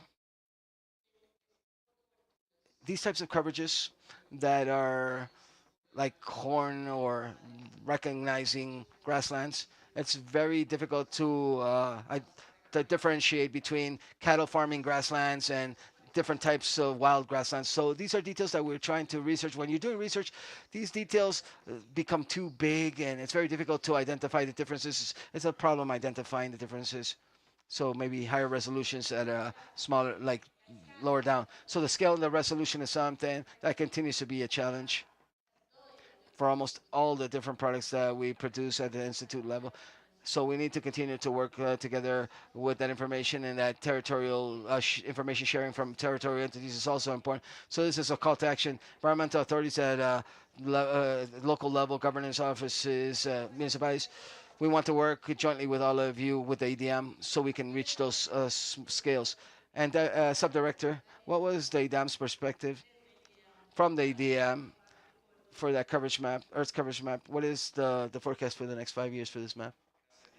Thank you, Director. This is a great question because I always say, and this is becoming a reality in the Institute, that the future is created based on the present. Today, the present at our institution, we're setting a baseline. This baseline, as was mentioned earlier in the previous talks, that will ensure that we have periodicity, or we will guarantee more updates to this map, and that set a milestone. Here we have a milestone that we have to recognize, which is it's the first time that during a period of 3 years or 4 years, we have three different deliverables. We're going to have, because I'm thinking about the future as well, aligned with this question, of three different updates to the map. So we have the 2018 baseline, we have the 2020 map, we just launched or published the 2022 map, and we're already working on, there's quite a bit of an advancement in the 2024 map so that the country can actually have the availability of a coverage map for an official Earth coverage map for Colombia for 2026 with the 2024 period, with the 2024 information. This plus the different advances in technologies, disruptive technologies like machine learning, AI, as was shown to us by Javier and was mentioned by Christina, which leads this team as well. These are things that we need to strengthen and that we need to use and we need to replicate. Because as was said by Javier during his explanations and when he spoke, this can be useful for other products as well. We can take this as a baseline for the continental ecosystemic and marine ecosystemic maps, as Liz said earlier. And I think that these baselines and what we expect is to strengthen these, and then scenario related to sustainability continue to give to the country what today we've achieved and we've been able to strengthen today. But as you said, the director, always with a continuous improvement process, continuous improvement goal. This is not really a panel, this is a conversation, so we want to hear from the audience as well. Does anybody from the audience have any questions or comments or concerns for our panelists? We'll open up the microphone to the public if anybody has any comments or questions. Is it too late? Oh, back there I see a hand. If somebody can somebody help me with the microphone?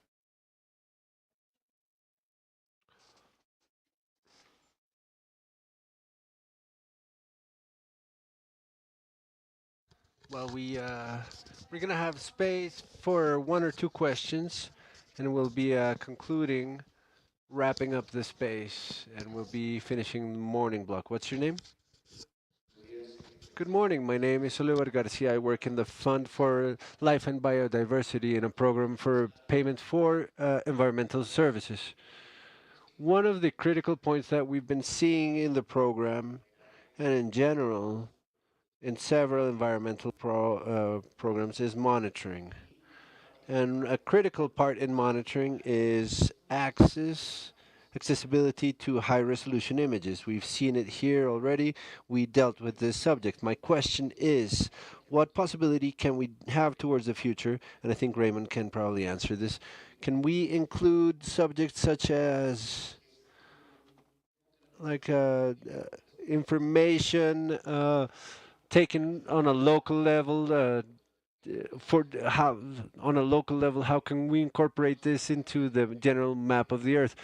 I'm wondering, not only on an institutional level, like the Ministry of Defense with drones, but with the drones from the farmers themselves or environmental authorities, people from the private sector who are constantly taking the photographs over their territories. How can we join this information and add it to the pool of images that the country has to be able to take these decisions, because it's very important that we stop depending on images that come from elsewhere. I think we need to start to talk about sovereignty for the use and access to these types of resources, right?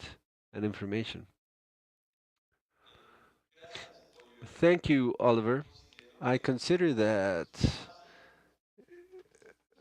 this is a step that would strengthen the creation of the map and the generation of map in terms of validation, a validation that can be taken with the different actors of the citizens, from individuals all the way to entities that can contribute to this validation, is very valuable, not only in this product, in this process, but in any process that happens, and that we have this opportunity to improve. I think this is important. And since you were talking about sovereignty, yes, it is an opportunity to recognize that as a country we can also be directed towards a view, a vision, to have commonly, depending on our needs as a nation, the information that we may need to produce these type of products, for example.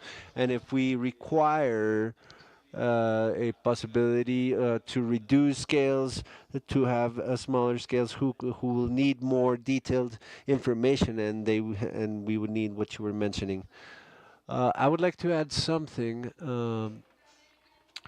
We also have an important challenge here, because the citizen observatories and observers are always welcome. There's no doubt on that. They're not only welcome, but they're necessary, and they complement to what we can do from formal institutions. What does this imply? This implies a storage capacity, because the question is, where are we going to have all of this information? How are we going to filter it? How are we going to categorize it, filter it? Who could be in charge of that? I think the question is not if we could do it to validate it, but how we can manage to do this. It's not a question only for IDEAM, but for the state, for the entire state. How we're gonna achieve this, but observers are fundamental. I don't know if there's another question from the public. Okay. Our last question over here. If we don't use the microphone, this it won't be in this. Hello, my name is Camilo. I have two questions. Basically, what's the challenge and the challenge for it instead of being twice a year, for it to be once a year annually versus biannually to get this map, and related to the previous talk, the mapping of the aquifers and groundwater. I think there's a NASA mission that are working in tandem, that is the GRACE mission, which uses the gravitational part to locate groundwater. I don't know, how can we incorporate this water on the map to be able to detect groundwater on a national level? Thank you, Camilo. There are two questions there. I don't know if Rai wants to answer, or shall we? And because we have Cristina here, I think who better than Cristina to answer the why of the frequency biannually versus annually?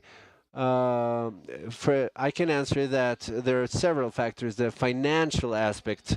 With our agreement with Ecopetrol, we'll be able to dynamize. But while we enable, approve, everything takes time, right? But after this happens, and for your first question, basically, there's a situation that I explained a little bit, the richness of categories and levels that the national list has, which is a de facto standard in the country.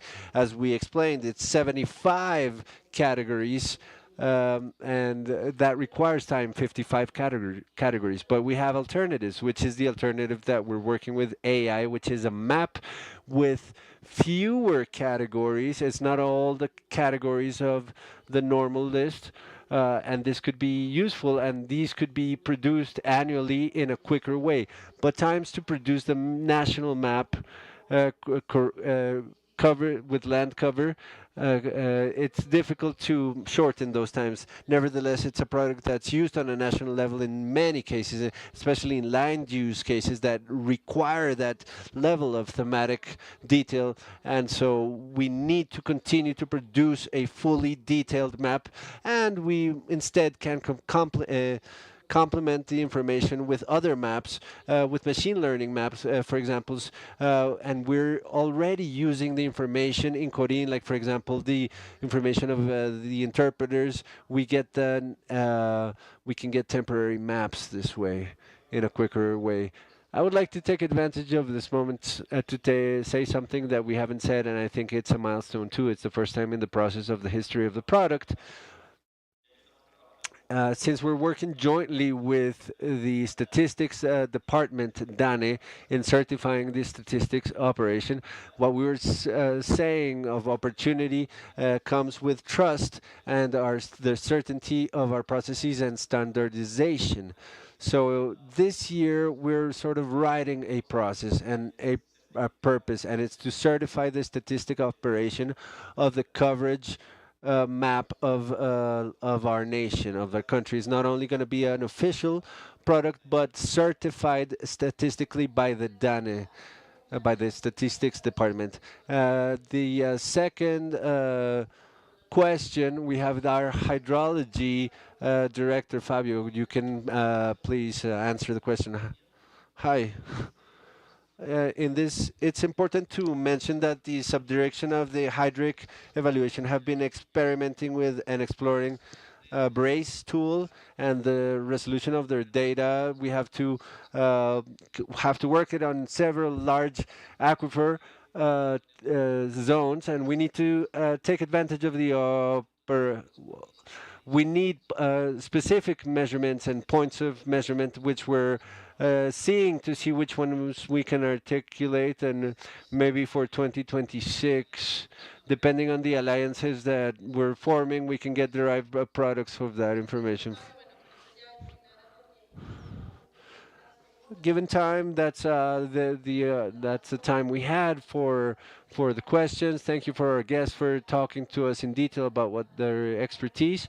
We invite you to our afternoon uh, portion of the day, which will have technical discussions, and we also have a surprise for those of you who decide to stay with us.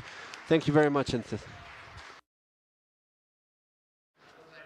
we thank our director and all of the speakers for this enriching dialogue that has shown us the real impact of the land map of different sectors. Before we go to our pause, we want you to fill our satisfaction survey projected on the screen, please. Uh, we value your contributions and for us to know if we're going on the path. And for those of you who are with us online, we'll have the link through the chat as well. We're going to have a small lunch break. We'll see you at 2:15 in the afternoon to continue with the session. And for those of you who are virtually at 2:30 to see you again. Thank you much.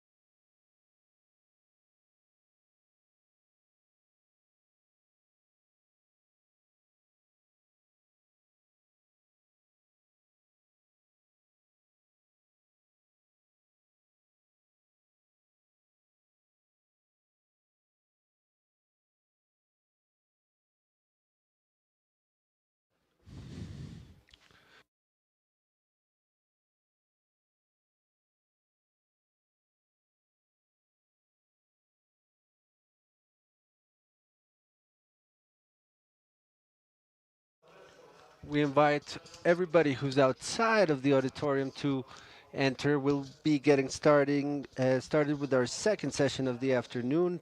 So please come into the auditorium. Thank you.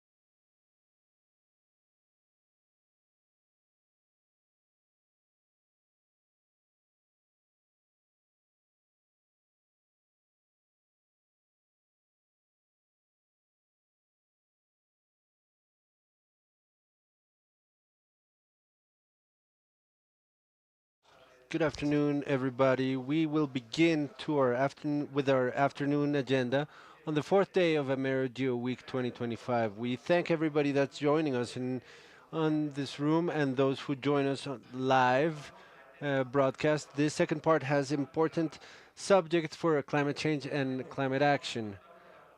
We start with a fundamental subject for the protection of our system of fire scars in Colombia. I would like to invite Ghislaine Echeverry from IDEAM, director for IDEAM, who will give us relevance for this work.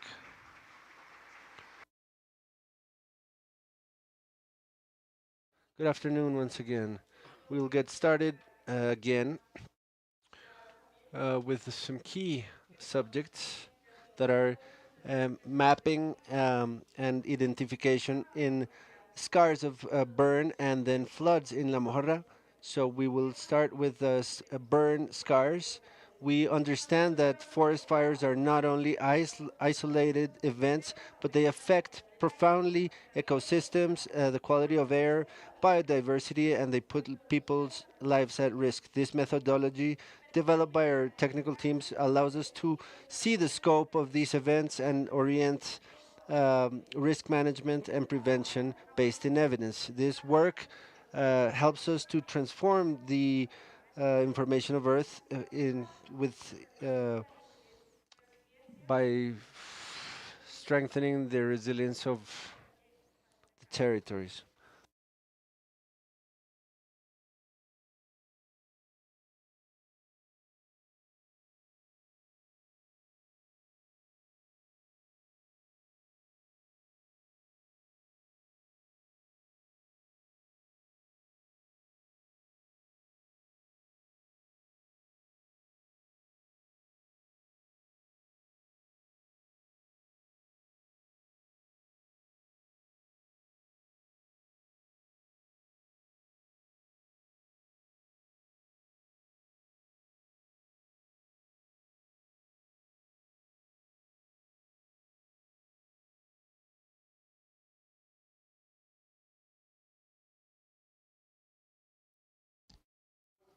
Good afternoon. My name is Cesar Balbuena.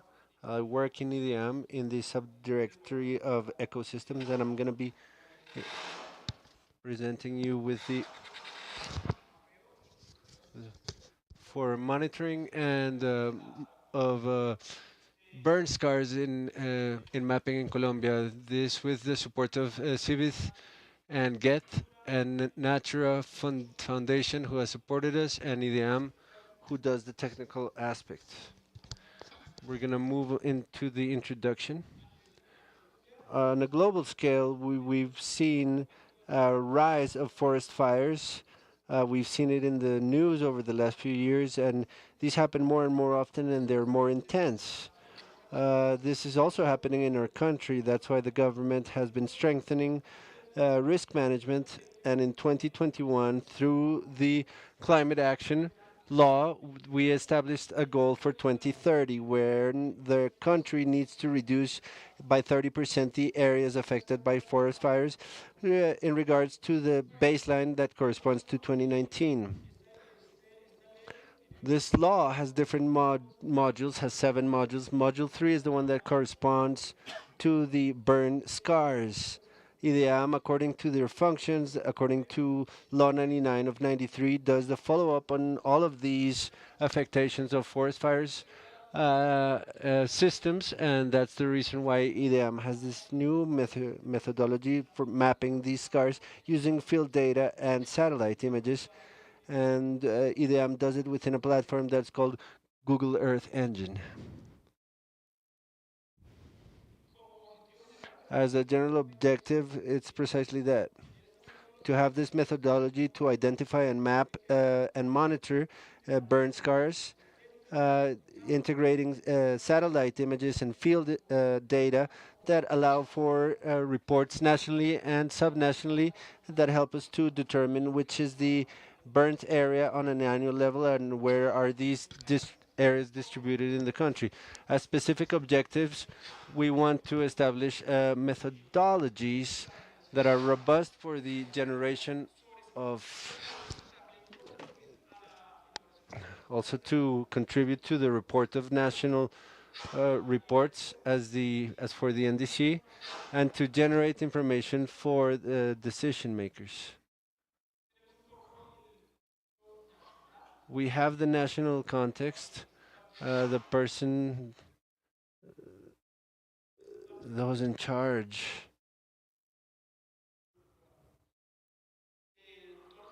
that everything that has to do with the report of these burnt areas is the SINA, is the Environmental Information System, and the Risk Management System, according to the decrees, as you can observe here. here's a little bit to understand what's the information flow. How, when we take field information, they reach IDEAM. And so we see the sequence where in the first point we are observing here that the event occurs, then the community warns the firefighters. Firefighters arrive, they do the control of the fires, and in stage three, the firemen take basic information on field like areas, the coordinates, the type of coverage that has been burnt. They send this information to the environmental entities, in this case, CAR, they verify the information that comes from the firemen. They verify this burnt area. When they do this validation and they have this information ready, SCAR then sends sniff and within EDM through a platform that has some formats. EDM receives the information, and then at this stage, Sniff downloads the information. They do the validation verification that the information is complete and is well to generate reports the statistics and send this information to, well, they publish the information. Here we cannot see it very clearly, but to talk a little bit about the types of fires. So to understand, if we're, for example, we wonder what burns in a forest fire. A forest burns in forest in agriculture. Well, the crops burn, and then subterranean fires. And then we also have grasslands. When these get burned, generally speaking, during drought for agriculture station, uh, and for when burns are prescribed or organized fire. Why do we burn? For all the cases, it's us humans. For forest fires, they're accidental or provoked or caused by a lightning. In deforestation, for crops and so forth and so on. And here we can see an example of the images, satellite images of how you see these types of burns or fires. So we're going to talk about Google Earth Engine. Most of you here must know it. We understand that it's a processing platform for satellite images that's quite used on a global scale. It has a lot of advantages that we can see here. For example, we can do processing and storing on the cloud of large amounts of information. It's of open code, open use code. So anybody who wants to go in and modify the code, they can do that depending on the results you want to get. It's free for non-commercial uses, and it has access to a lot of geospatial data, such as satellite images. In the case of Lancet, from the 80 Sentinel-2, which are from 2015-16. And it has some disadvantages like the limit of processing and storage. If we're going to do a large area like a country, as it would be the case of Colombia, you can't. You would have to do it small to be able to export it. Here you can see the platform where we have the script. We have each of the work areas in which Colombia is divided. And to go into the subject here, we're looking at the methodology where you integrate information, field information with satellite information. Here in field information, we can see that we have basically the same steps that we would have for any type of studies for soils, grounds, where you have a stage from field, pre-field, post-field. You revise the information, you do a diagnosis on the other side. You have the satellite information where you do a pre-classification of the information. You do this in Google Earth Engine. You do a classification, post-classification. This post-classification is done outside of Google Earth Engine by exporting the data. And later, after we have this information, we check the information, we do like an integration, a validation of the data. And last step, when we have a good result of that layer of burnt scars, we do the according publication. Here we see a little more in detail each of these phases. In the case of the field phase, we have pre-field, we do planning and preparation of what we're going to do in field.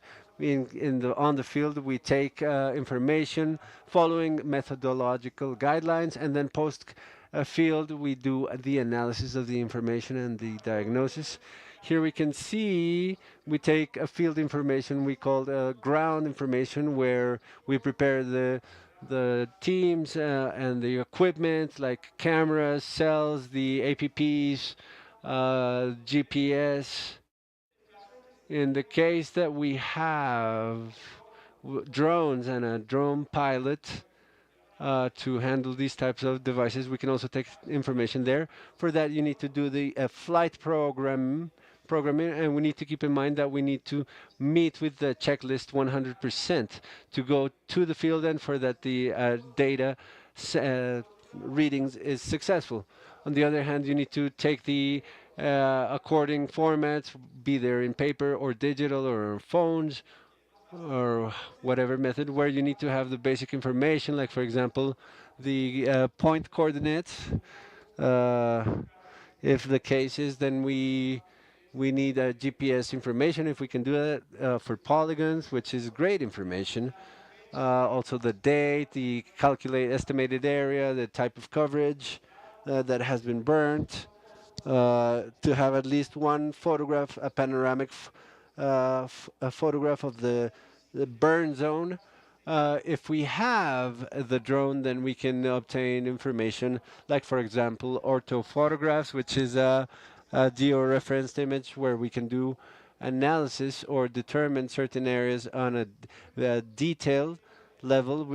We can see what type of biomass is there, if it was all burnt or not, and then for some specific cases, we can do a severity analysis to be able to see, for example, if severity was high, low, or medium, and then be able to determine the greenhouse gas emission towards the atmosphere if the whole biomass was burnt or not. So we would continue here with, okay, on field, what we do is we do this representative sampling of the burnt areas. These areas need to, we're not going to show all the areas because sometimes these areas are huge. So we select them by doing samples. So we do a statistic analysis, we do strata, keeping in mind coverage and the severity level. And in these zones, that's where we're going to be taking the according samples, as we can see in the images here. In field, you also do the verification or doubt. Sometimes with the images, we get a polygon, but we don't know if it's a burn or not. It could be a water body or a crop being prepared, so we do that verification. And then it helps us to do validation and review areas. So we see the images, we take that visual register of ground, whether it's with our camera or with a cell phone or a drone, where we take an image that can be representative of the zone. That's a panoramic photograph like we can see here, and a close-up or first plane image where we can see here like what type of coverage we have, like biomass that was not burnt. So that helps us for different types of studies. And if we can also take GPS information, be it for taking some specific points within the burn, at the center of it, if possible, and then to generate polygons with the GPS regarding the borders of the burn. In the post-field stage, we can see here that what we do is we organize, rename the information. So we have like a format for that, where the first thing we put is the name, whether it's a video, a drone, or a ground photograph. Then what we put is the date when this photograph was registered. Then after the date, we do put the place, the name of the village or municipality, and then finally consecutive numbers, so we have a unique code for that burn so that we can identify it easy. This makes it easier for us to later analyze and compare information. If we have information later that coming from a drone, then we take these images from the drone, we do the processing to generate this point cloud. Then we continue to interpolate these points to get the DEM, which is the elevation digital model. Then we get a 3D model. Here we see the mountain in the zones where the burn areas happened of a high slope, as we can see here. And this can help for a lot, and this has a lot of applications. In the case of grounds, we can determine that these are the zones that are going to be eroding. If it's a zone in a region where it rains a lot and it's a sandy ground, then it gives us a lot more information on field. And lastly, we get the ortho photograph that gives us information uh, in detail about the area that was burnt. So this type of information is important. On the field, we use what we call the heat points, and we also use them in the burnt scars to be able to corroborate and verify whether or not it is a burn or a fire. So I want to show two platforms here. Several exist now. Ones that are free, like firms from NASA, which most of you know it. But in the case of Colombia, we have other private websites, Wildfire Solutions, WFS, and the Colombian government is paying for a service with this private platform because they provide us with a lot more information that the public free platforms. But we always use all of the available information as long as it's good quality. In this platform, we can do analysis not on a point level, but conglomerate level, where we analyze and we give information of the intensity of the fire while it's burning. We also have information of the propagation of the fire. So, for example, if we activate this system right now, it would tell us in which direction the fire is going, which we can see here through the colors. Every hour it's going to be augmenting towards up the north.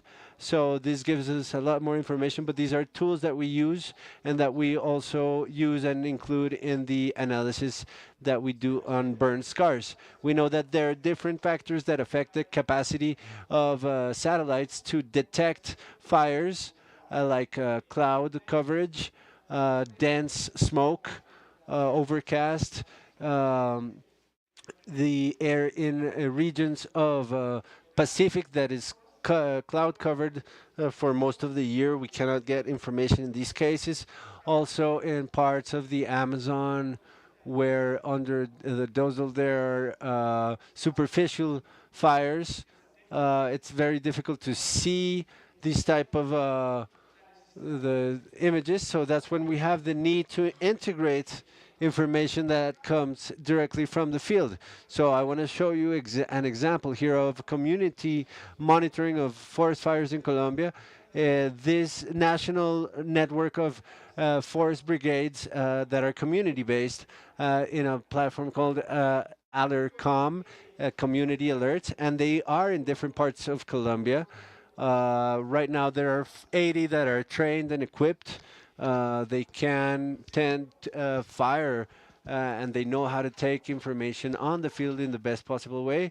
They have a format. This is through an app that they install in your cell phone. The format shows up and it asks everything that we see here. Like, for example, if there's evidence of a smoke column, what color it is, if roughly the estimated area, what area was burnt, or what coverage is close by. So we can have a lot of information.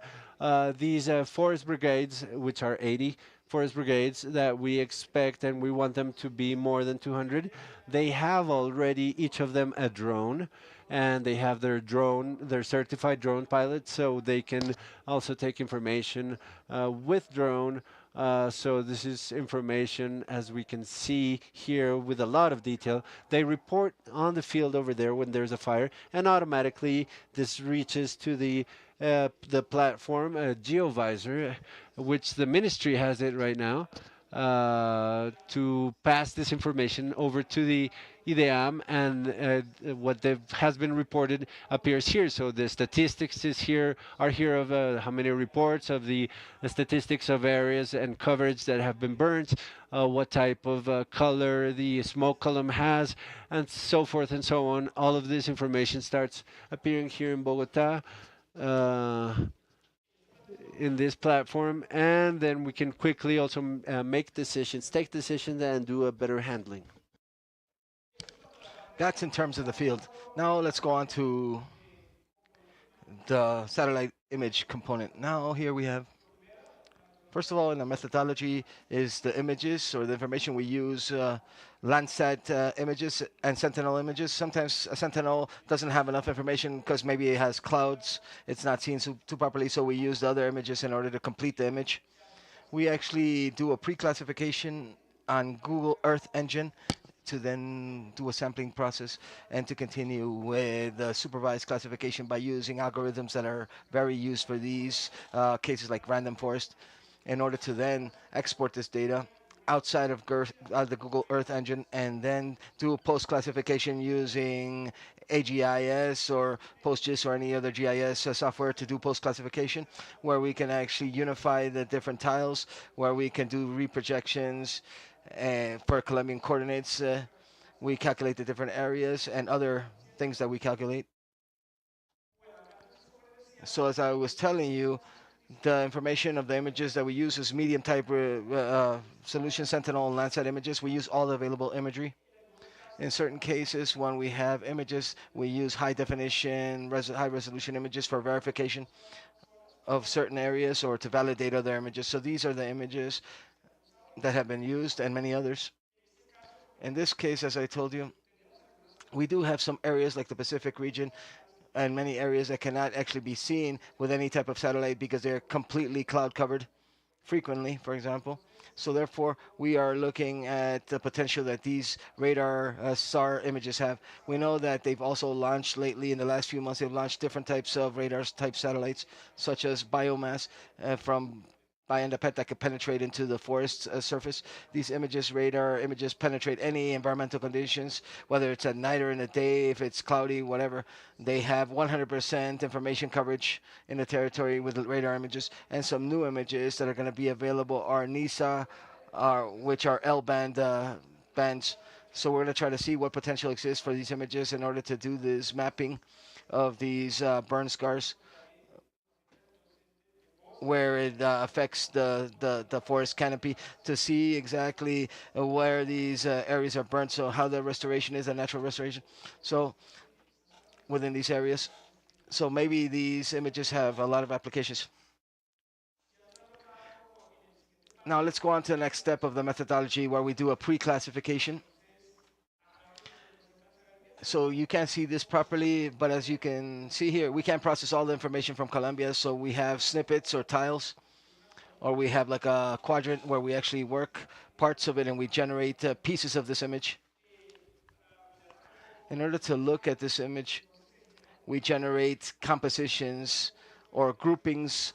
3 months the actual burn occur here. We actually see the burn. I'm actually highlighting these this dark red colors. So we have compositions 3 months before, 2 months after the burn. And what the algorithm does is they compare this relationship between the different images using indexes and using different algorithms, and it generates the burn scar.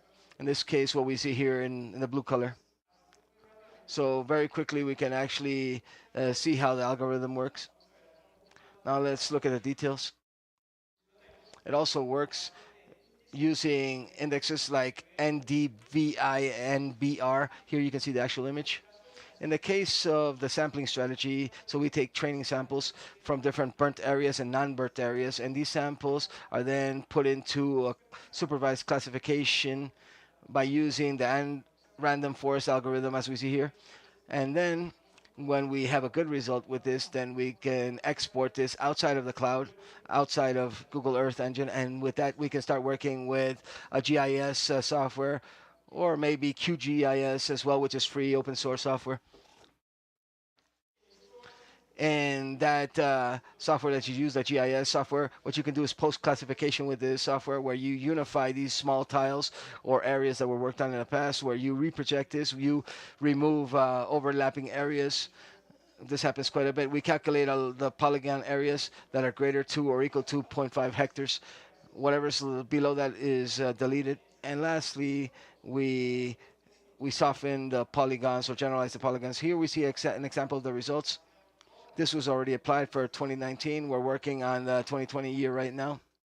So we're seeing how the distribution of the red colors are of the burn scars in Colombia.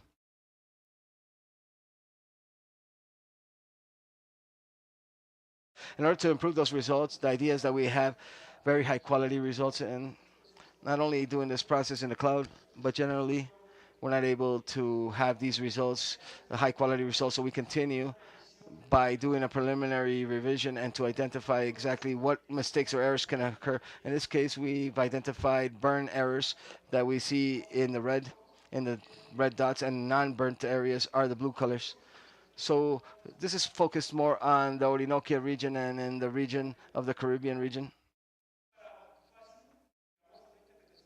For an easy interpretation, we can create heat maps where we can see the red colors, the greatest concentration of errors, followed by orange or yellow colors. So in these heat maps for errors, these specific zones, that's where we start to go and check using satellite imagery, Landsat or Sentinel's images, and the errors may be produced because they confuse this with water, or they confuse the area. Maybe there's a burn where really it was actually a cloud, or maybe it's the shade of a cloud, or simply the algorithm, for whatever reason, was not able to map out the entire burn, but only certain parts of it. So it's an incomplete burn. So what we seek to accomplish with this revision using these images is to be able to complete that information, complete those images to have a better result. In this case, for the images, what we propose is to use individual images where we download these from NASA's website. We recommend that we use the monitoring uh, carbon system where we have protocols that explain exactly how you have to process these images in order to obtain a very good image, and there actually be able to see the burns and to do that type of correction.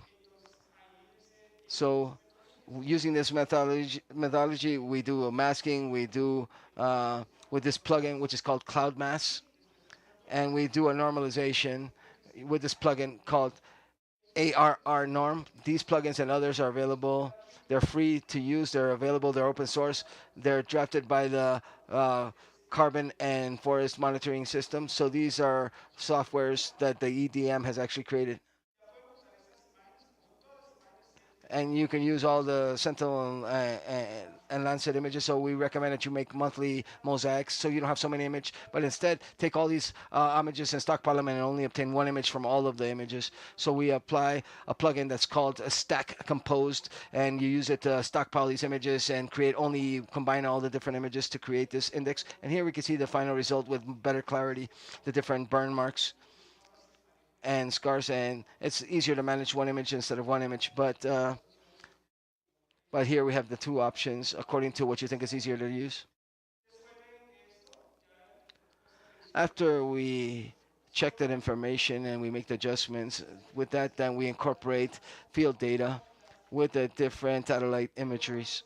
But before that, we have to do a diagnosis of the field data where we collect information, we organize that information, we check inconsistencies, we check the features, we do a revision with that satellite imagery, and then based on that information, then we actually incorporate that information, field satellite incorporation via space data, where we take that information from the field that we know, as we see in this graph here on this map here, the majority of these are points. We have historical information that has been imported by the environmental authorities called CARs, and this is more focused on Andean and the Caribbean area. And we see in this area precisely where the different satellites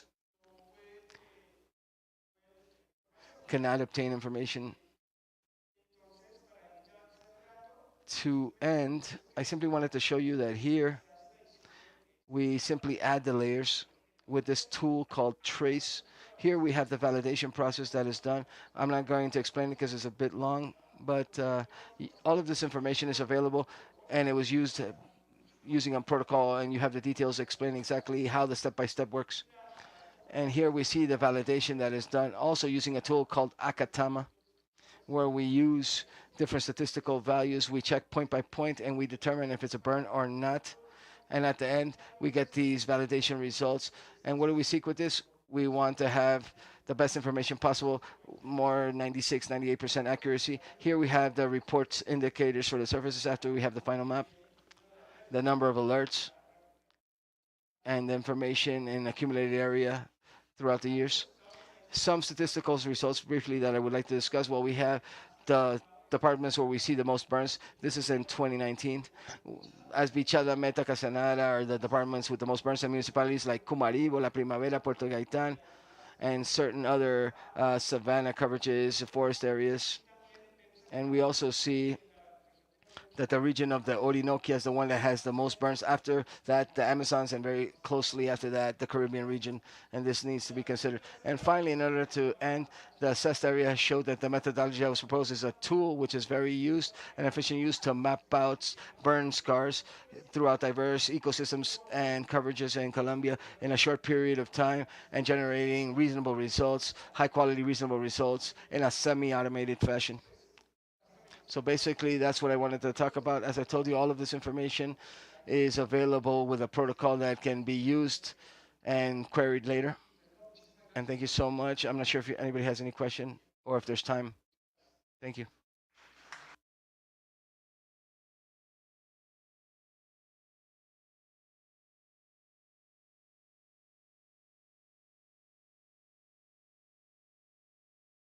Thank you so much, Cesar, for your presentation. This next block talks about risk management in Colombia, flooding in the Almojana region. This is a strategic area due to its biodiversity, its role in agricultural production, and its high vulnerability in terms of extreme climate events. To introduce this topic and to give you context about this importance, I invite the director of the IDEAM, Gislana Echeverria Prieto, whom will lead this panel from the conditions related to meteorology and environmental issues of the country. Thank you very much.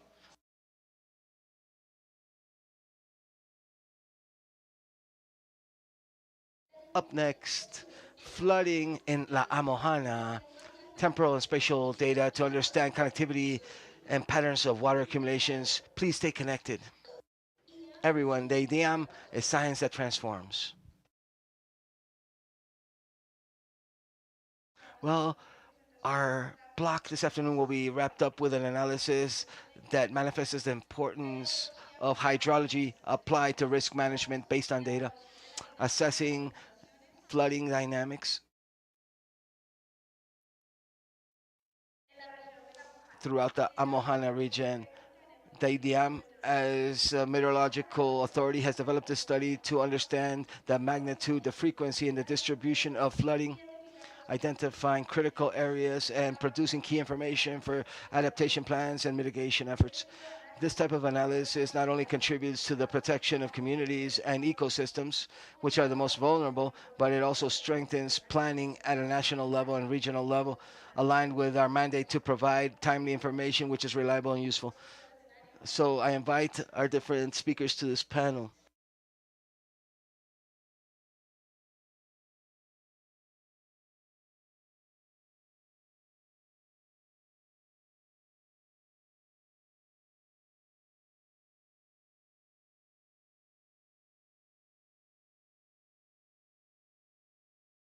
My name is Nelsie Berruga. I am part of the technical team for the modeling and hydrology group from the IDEAM and the hydrology division. And I am going to talk about, I'm going to tell a brief story about how we've been monitoring in recent times flooding throughout the country.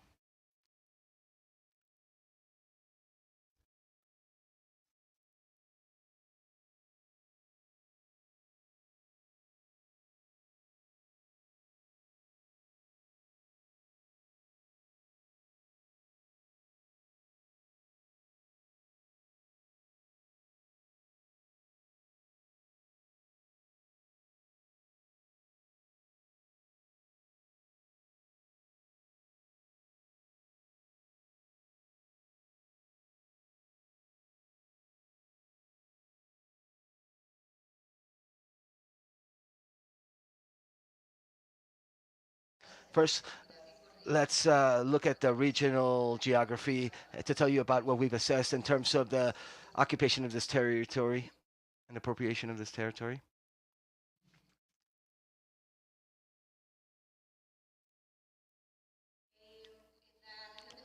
The Mojana region is a broad region in the north of Colombia.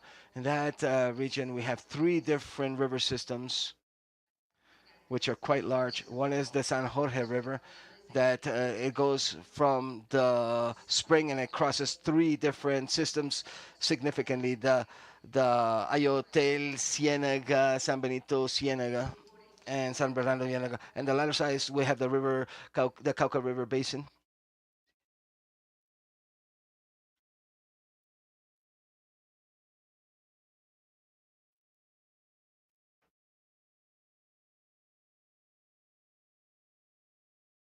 In the lateral side, we have the River Cauca Basin, and throughout the River Cauca, we've historically seen ruptures due to the occupation of this territory.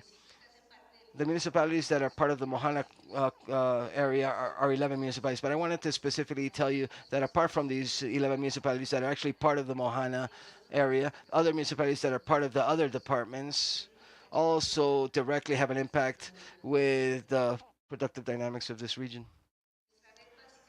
Our basic monitoring network that the IDEAM operates in this region has a robust set of data, close to 40, 50 years worth of data in certain cases, and it's guided mainly toward hydrometeorological variables. The hydrological water ones we can talk about different water flows, transportation of sediments, and they're scattered and distributed in this way throughout the territory. About the previous slide, I would like to tell you that with our hydro and meteorological information open to data, it can be queried with crude data or raw data and open data, and any user can download this raw data. The hydrological regime, as I mentioned earlier, is two very complex systems: the San Jorge River Basin and the Cauca River Basin. This historical registry or log that we have in levels in the Monte Libano area allows us to analyze exactly how the historical behavior has been, the trends, whether descending or ascending trends, and the seasons where it's normal to see these floodings. In certain points, these dynamics have been altered significantly by human occupations in this territory, and this is manifested in the occupation of the floodings or how much the flooding, where the flooding is going. This is directly affecting agricultural and livestock production. It has an impact which is very significant in support and food processes for food production for the citizens. And we will see the different details of other different features which we think are interesting in the system. As a historical setting, I would like to tell you about pre-Hispanic occupation in this region. Going back to the history, I think that the exercise of the Sanu hydraulic exercise, this is one of the most interesting learnings for the pre-Hispanic population in that territory in South America, all the South American territory. Without a doubt, it produced an occupation that took around 1,000 years with sustainable production dynamics. Unfortunately, however, well, these were ruptured due to many socio-economic activities throughout the region. Now I wanted to talk about some milestones in the last few decades, because despite saying that the Mojana region has a great volume of basic studies, I think that from just in the last decade alone, we've been able to incorporate interinstitutional actions in an efficient fashion. I would like to highlight this is a plan called Compass that was published in 2022. The Compass Plan is a strategy from a national social and economic policies strategy, which allows us to interact with other different national instances.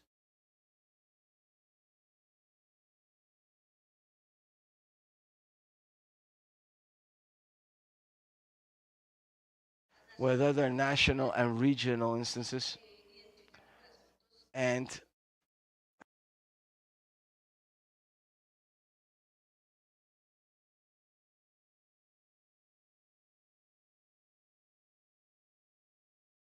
identify the key points that have been used with the system. From this exercise, with the drafting of this compass plan, I would like to highlight usage conflicts. As I mentioned earlier, occupation processes in this territory, and this has determined that at certain points we have conflicts which have been very high. If we remember, or if we consider the occupation of the territory and the property in the earth, it's not actually equal, and that's why we have so many conflicts that our populations are living or going through.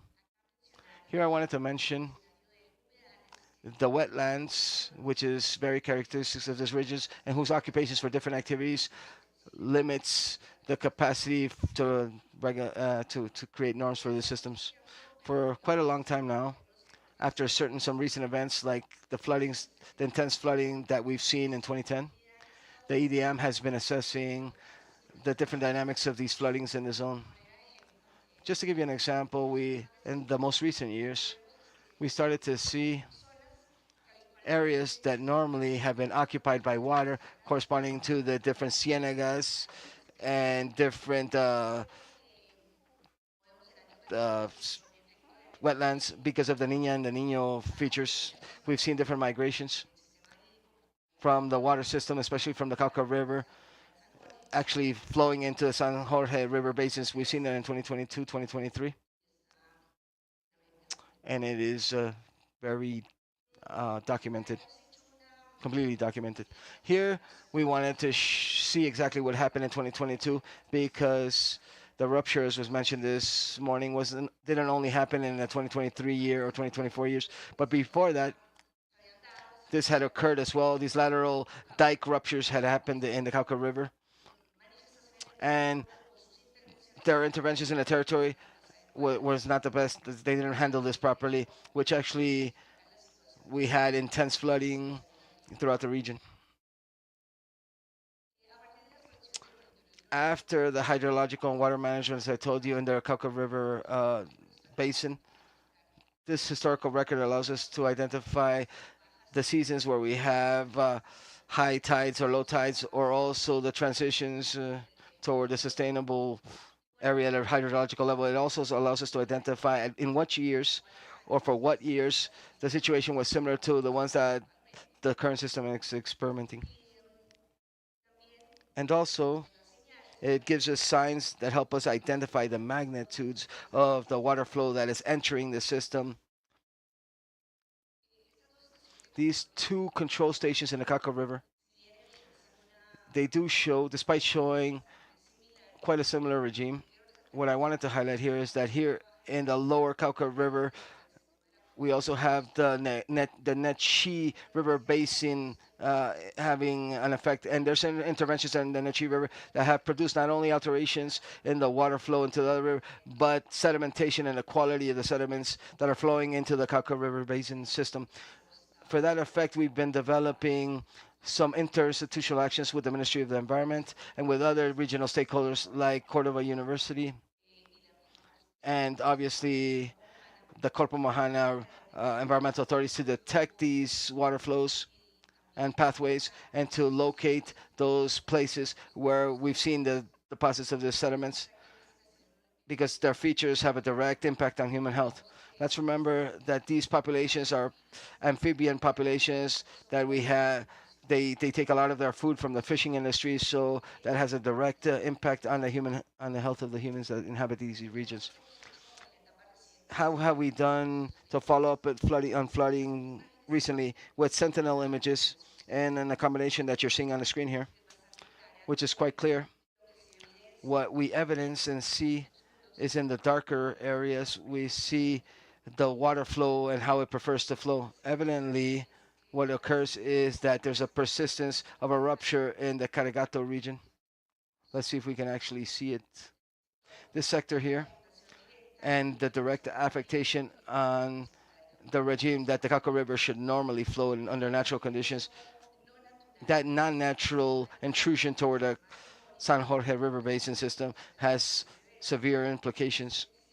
The San Jorge River Basin system, as I mentioned at the beginning, has cienagas that regulate the systems or that actually affect the river. Since there's a huge volume that comes in from the Cauca River, what happens is it's altered the Cienega regime that can actually manage these water excesses under normal conditions, but under these current conditions, the buffer area Cienega region is not able to handle this. Some territories that did not have flooding in the past now have to coexist with flooding, with all the implications that brings their populations in their socioeconomic activities. From the EDM, what we've been supporting people with systematically and with continuous generation of information. Starting in May of 2024, where we had the most recent rupture of the dike, we've seen extensions of flooding information, and this is being used as information to help analyze the different actions that are being developed or need to be developed in the territory. These imply structured measures and non-structural measures, like the working together with other projects at a regional level that are being worked on in this territory. Very well. Well, that information from the satellite images has been very useful for us to do to assess the analysis of hydrological results that we have in this area. As an interesting historical background, a few years back, almost a decade ago actually, we created a very detailed analysis in the Mohana region with a digital model of high precision elevation of the water flow. Despite being a flat land, any variations actually has an effect on the water flows. We've actually done this exercise initially a few years back, as I mentioned. We did this exercise, and what we do now is to actually update that modeling scenario and include within this modeling scenario, we include some of the major interventions that have occurred in the region. This is included into a hydrological model that we actually run for this zone.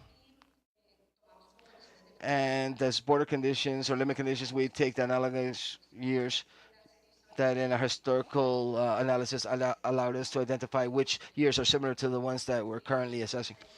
For semester one of, or during the first semester of 2024, we had selected some similar years. We did the exercise, and it allowed us to previously or significantly understand how the evolution would work of that extension of flooding, how that would actually work for this next peak that was selected. And with that information, that's what we used to make the decision to effectively not intervene severely that year in the Caragato region because the effect was not going to be so significant according to our forecast. So the reflection, the final reflection that I wanted to share, well, here we've consolidated all of this information that I tried to present very quickly into a story map where each of the different components that I mentioned earlier in details can be explored in further detail. It's very up to date. It's updated bi-weekly, so please query it. Please go research and check it out, and know that the IDEAM is working in real time in on these matters. To conclude, I would like to tell you that the extensions of flooding analysis is not an easy task. We can feed this with satellite imagery, yes. However, it requires verification in the field. Whenever we've seen these flooding events, we've gone through some intense campaigns with our operations and field visitors where we actually go and verify those flooding marks and verify that information as information for new exercises for future flooding forecasts. Apart from this, these results are not exclusively for the Institute. We're part of a technical table that was created for the Mohana region where even though it's being led by the Ministry of the Environment, we have many different stakeholders participating, like the Disaster Risk Management Unit, the Ministry of Agriculture and Rural Development, the Planning Unit, the Agricultural Department, and other instances that allow us to interact together and have the information generated by EM be available and facilitate for decision making and informed decision making. I'm not sure if anybody has any questions. I'm attentive to answer any question.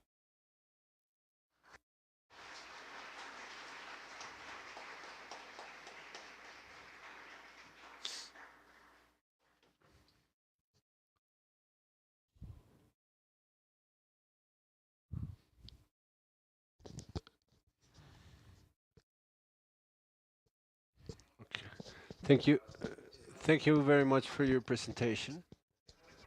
We've covered a day filled with knowledge and proposals to strengthen the environmental management and transparency in Colombia. Now we're going to have a conversation that is going to join IDEAM experts and RES regarding the challenges we have coming up and the commitments to continue to advance. We invite to moderate the space the General Director of IDEAM, Gislaine Echeverri Petro, as well as Elizabeth Patiño, Subdirector in the IDEAM, Mr. Jimenez for Environmental Management, Raul Bernal for Diana.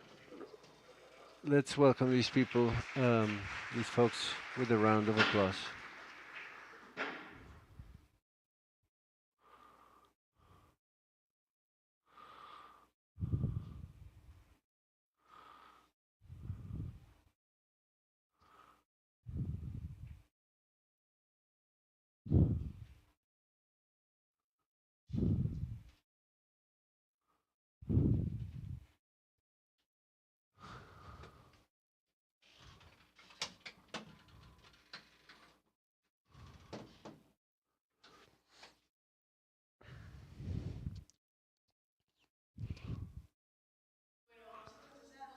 Okay, we're going to be closing, wrapping up this day of day four, AmeriGEO, Blocky IDEAM. I'm here with my four subdirectors representing each of the wide lines that we're working in IDEAM. I'm with Elizabeth Patiño of the Subdirectorate of Environmental Studies, with Fabio Bernal from Subdirectorate of Hydrology, with Diana Carolina Rueda of Subdirectorate of Meteorology, and Conrad Jimenez of the Subdirectorate of Systems and Environmental Information. So we're going to be closing quickly with a few points for each of them to share with us from that their own experience. Lisa, how we getting the information that IDEAM generates? It's not only solid and robust, technically speaking, but also understandable and applicable by the decision makers and the citizenship. Okay, good afternoon, everybody. Thank you for being still here in the auditorium listening to us. This question starts with the subject of with the robustness that has represents the team for so long, but it's also like a bet that goes around mediation around information. All of this scientific information needs to be translated and taken and made available to all of the citizens in the country. And for this reason, what have we done? Well, from the different groups that we conform the subdirection, we have made a commitment. And I think that this is extremely important and relevant to highlight it, because we have all sort of, say colloquially, we've all gone that extra mile, and we've produced all of the reports with technical solidity and robustness, but they've gone way beyond. For example, is the case of the story maps, a very important tool in terms of sharing information. For example, from the different groups, the state of the environment and natural resources is a report that we have to that IDEAM leads, but we do it together with the four research institutes that are linked to the ministry, with ALA and with parks. And we take all of this information that we compile in a dynamic way to a story maps, where you can verify, where you can see it, where you can access this information. This is only to talk about the report on environment state. We've also done it with the report of the state of the quality of the air in Colombia. Last year we had a milestone where we delivered on December 15th to deliver a much more dynamic version without lacking rigorosity. You go in and you get all of the data.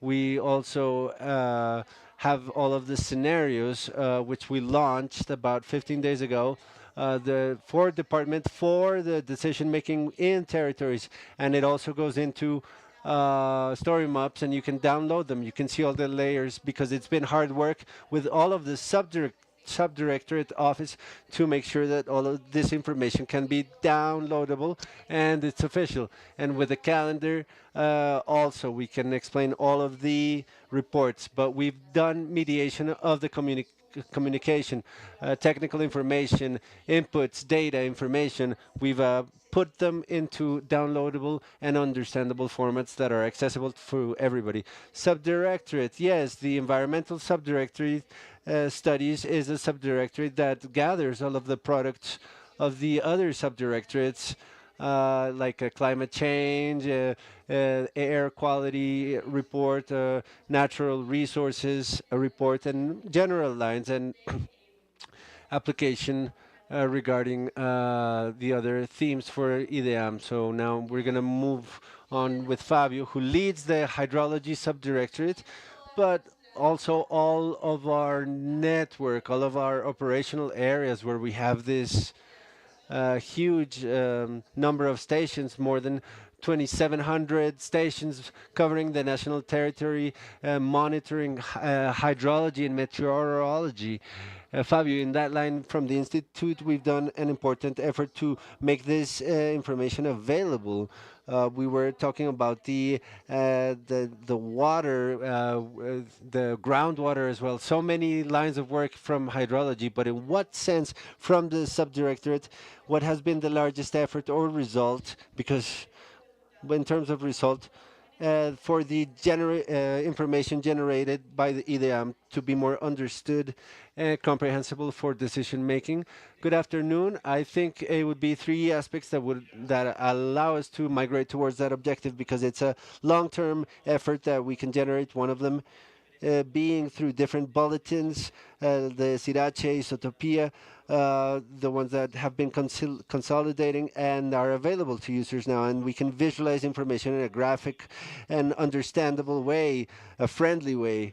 It reaches people with more impact regarding data that are not as interesting to some users to evidence characteristic aspects. Another large effort that we did was updating the Views platform, which we started last year, and it allows us to share with the users in a easy and intuitive way data that is recent and complementary information that was articulated in the last version of the platform that has other layers of useful information for the user that can be seen and the third element that is complementary as well, which is a real-time reports that we report to the alert office. Satellite monitoring has been a system that is helping us to provide information that's closer to certain sectors. We have work tables, Mohana work table, others with the agriculture ministry and OPRA, also with the water supply for Bogota. We can describe those people that make decisions, how this information is available, what novelties will be generating, and how they can use this information towards making decision making. So, for example, with floods, we can see with satellite images the evolution, and we can articulate the follow-up of what we're expecting in the hydrological regime to see what periods we can expect certain characteristics and how we can accentuate situations that we know from previous historical facts. Thank you, Fabio. Also from the Subdirectorate Office of Hydrology. It's one of the greatest users of satellite images, and it also has the challenges of organizing the geospatial images. And Fuse is a tool that's available that you can consult in our portal, and you'll get all the information of our stations in real time. But not only as far as availability of information, there was a bet that we also saw in terms of artificial intelligence, interoperability of information, and also of applying emerging technologies. Subdirector Raymond, how to summarize how these tools have been able to potentialize the impact of our products and services, and how are we projecting it on the short term, which are the next upcoming years, as far as these applications are concerned. Thank you, Director. I'm not going to be repeat with the what we've seen today beyond the official map of Earth coverage of Colombia, beyond the official map of marine, coastal, and water maps for Colombia, from uh, environmental maps, keeping in mind the logo of this event, which is Earth Intelligence. First, we have to go through the conviction and the knowledge of the officers and the team, not only officers as to speak, but the entire IDEAM team that works on each of the products and that adds to the experience, to the elaboration and creation of every product, supported in the use of new technologies, but also of traditional techniques. When you put these two together, are the conviction of our collaborators, employees, and technologies come in, and then the decision that we were just talking about in this morning within an administration that supports the advancement and the achievement of goals as far as products are concerned, then we can obtain the compliance of the products that we're already dealing with, but with better technologies. What specific products beyond the ones that we saw this morning? Well, we can see that towards the future, we're projecting to include anthropic variables to slides, to earth slides or mass removals, and to keep in mind what we see, what happens beyond what we see on the surface as far as erosion is concerned. Um, this has to do with human activity and infrastructure. We also need to keep in mind the advancement from monitoring of the forests, but also what we can have with our role in the handling of environmental information, both internally for IDEAM, but also with environmental information handling in Colombia in the products that IDEAM creates. So what we have is a huge potential that we've been working on, and towards the future, and with the decision, with the checklists that we're adding, experience, uh, ideas, and administrative decisions, we can strengthen the institute. Thank you, Subdirector. Yes, there are a lot of bets. We were talking about it in the earlier panel. We have a huge challenge, which is scaling, having a scale of better scales, of having better resolution scales, larger territories, and there. Here we also are trying to get the monitoring of forests, which, by the way, 2 weeks ago we launched the report. The entire information is available in our website, ideam.com.co. You can see the forest report for 2024 and the uh, quarter bulletins. So we have some challenges within IDEAM. We've been advancing with the appropriation of all of the geospatial information. And I have a reflection that I'm going to give it to our subdirectorate of meteorology, because it's one of the lines that it's more dynamic per se. All of the subdirectorates have a core work core that's very strong, but the meteorology all is every day delivering information, is always on the move, is the line of alert, the line of climate, of the weather, a line that has high dynamism. And there it's very important to review what occurs in the country, but we also need to be very connected with what's happening on a global level. The models that we generate are like a fractal of global models. So, with that in mind, subdirector, what do you think are the which do you think are the capacities that we need to widen?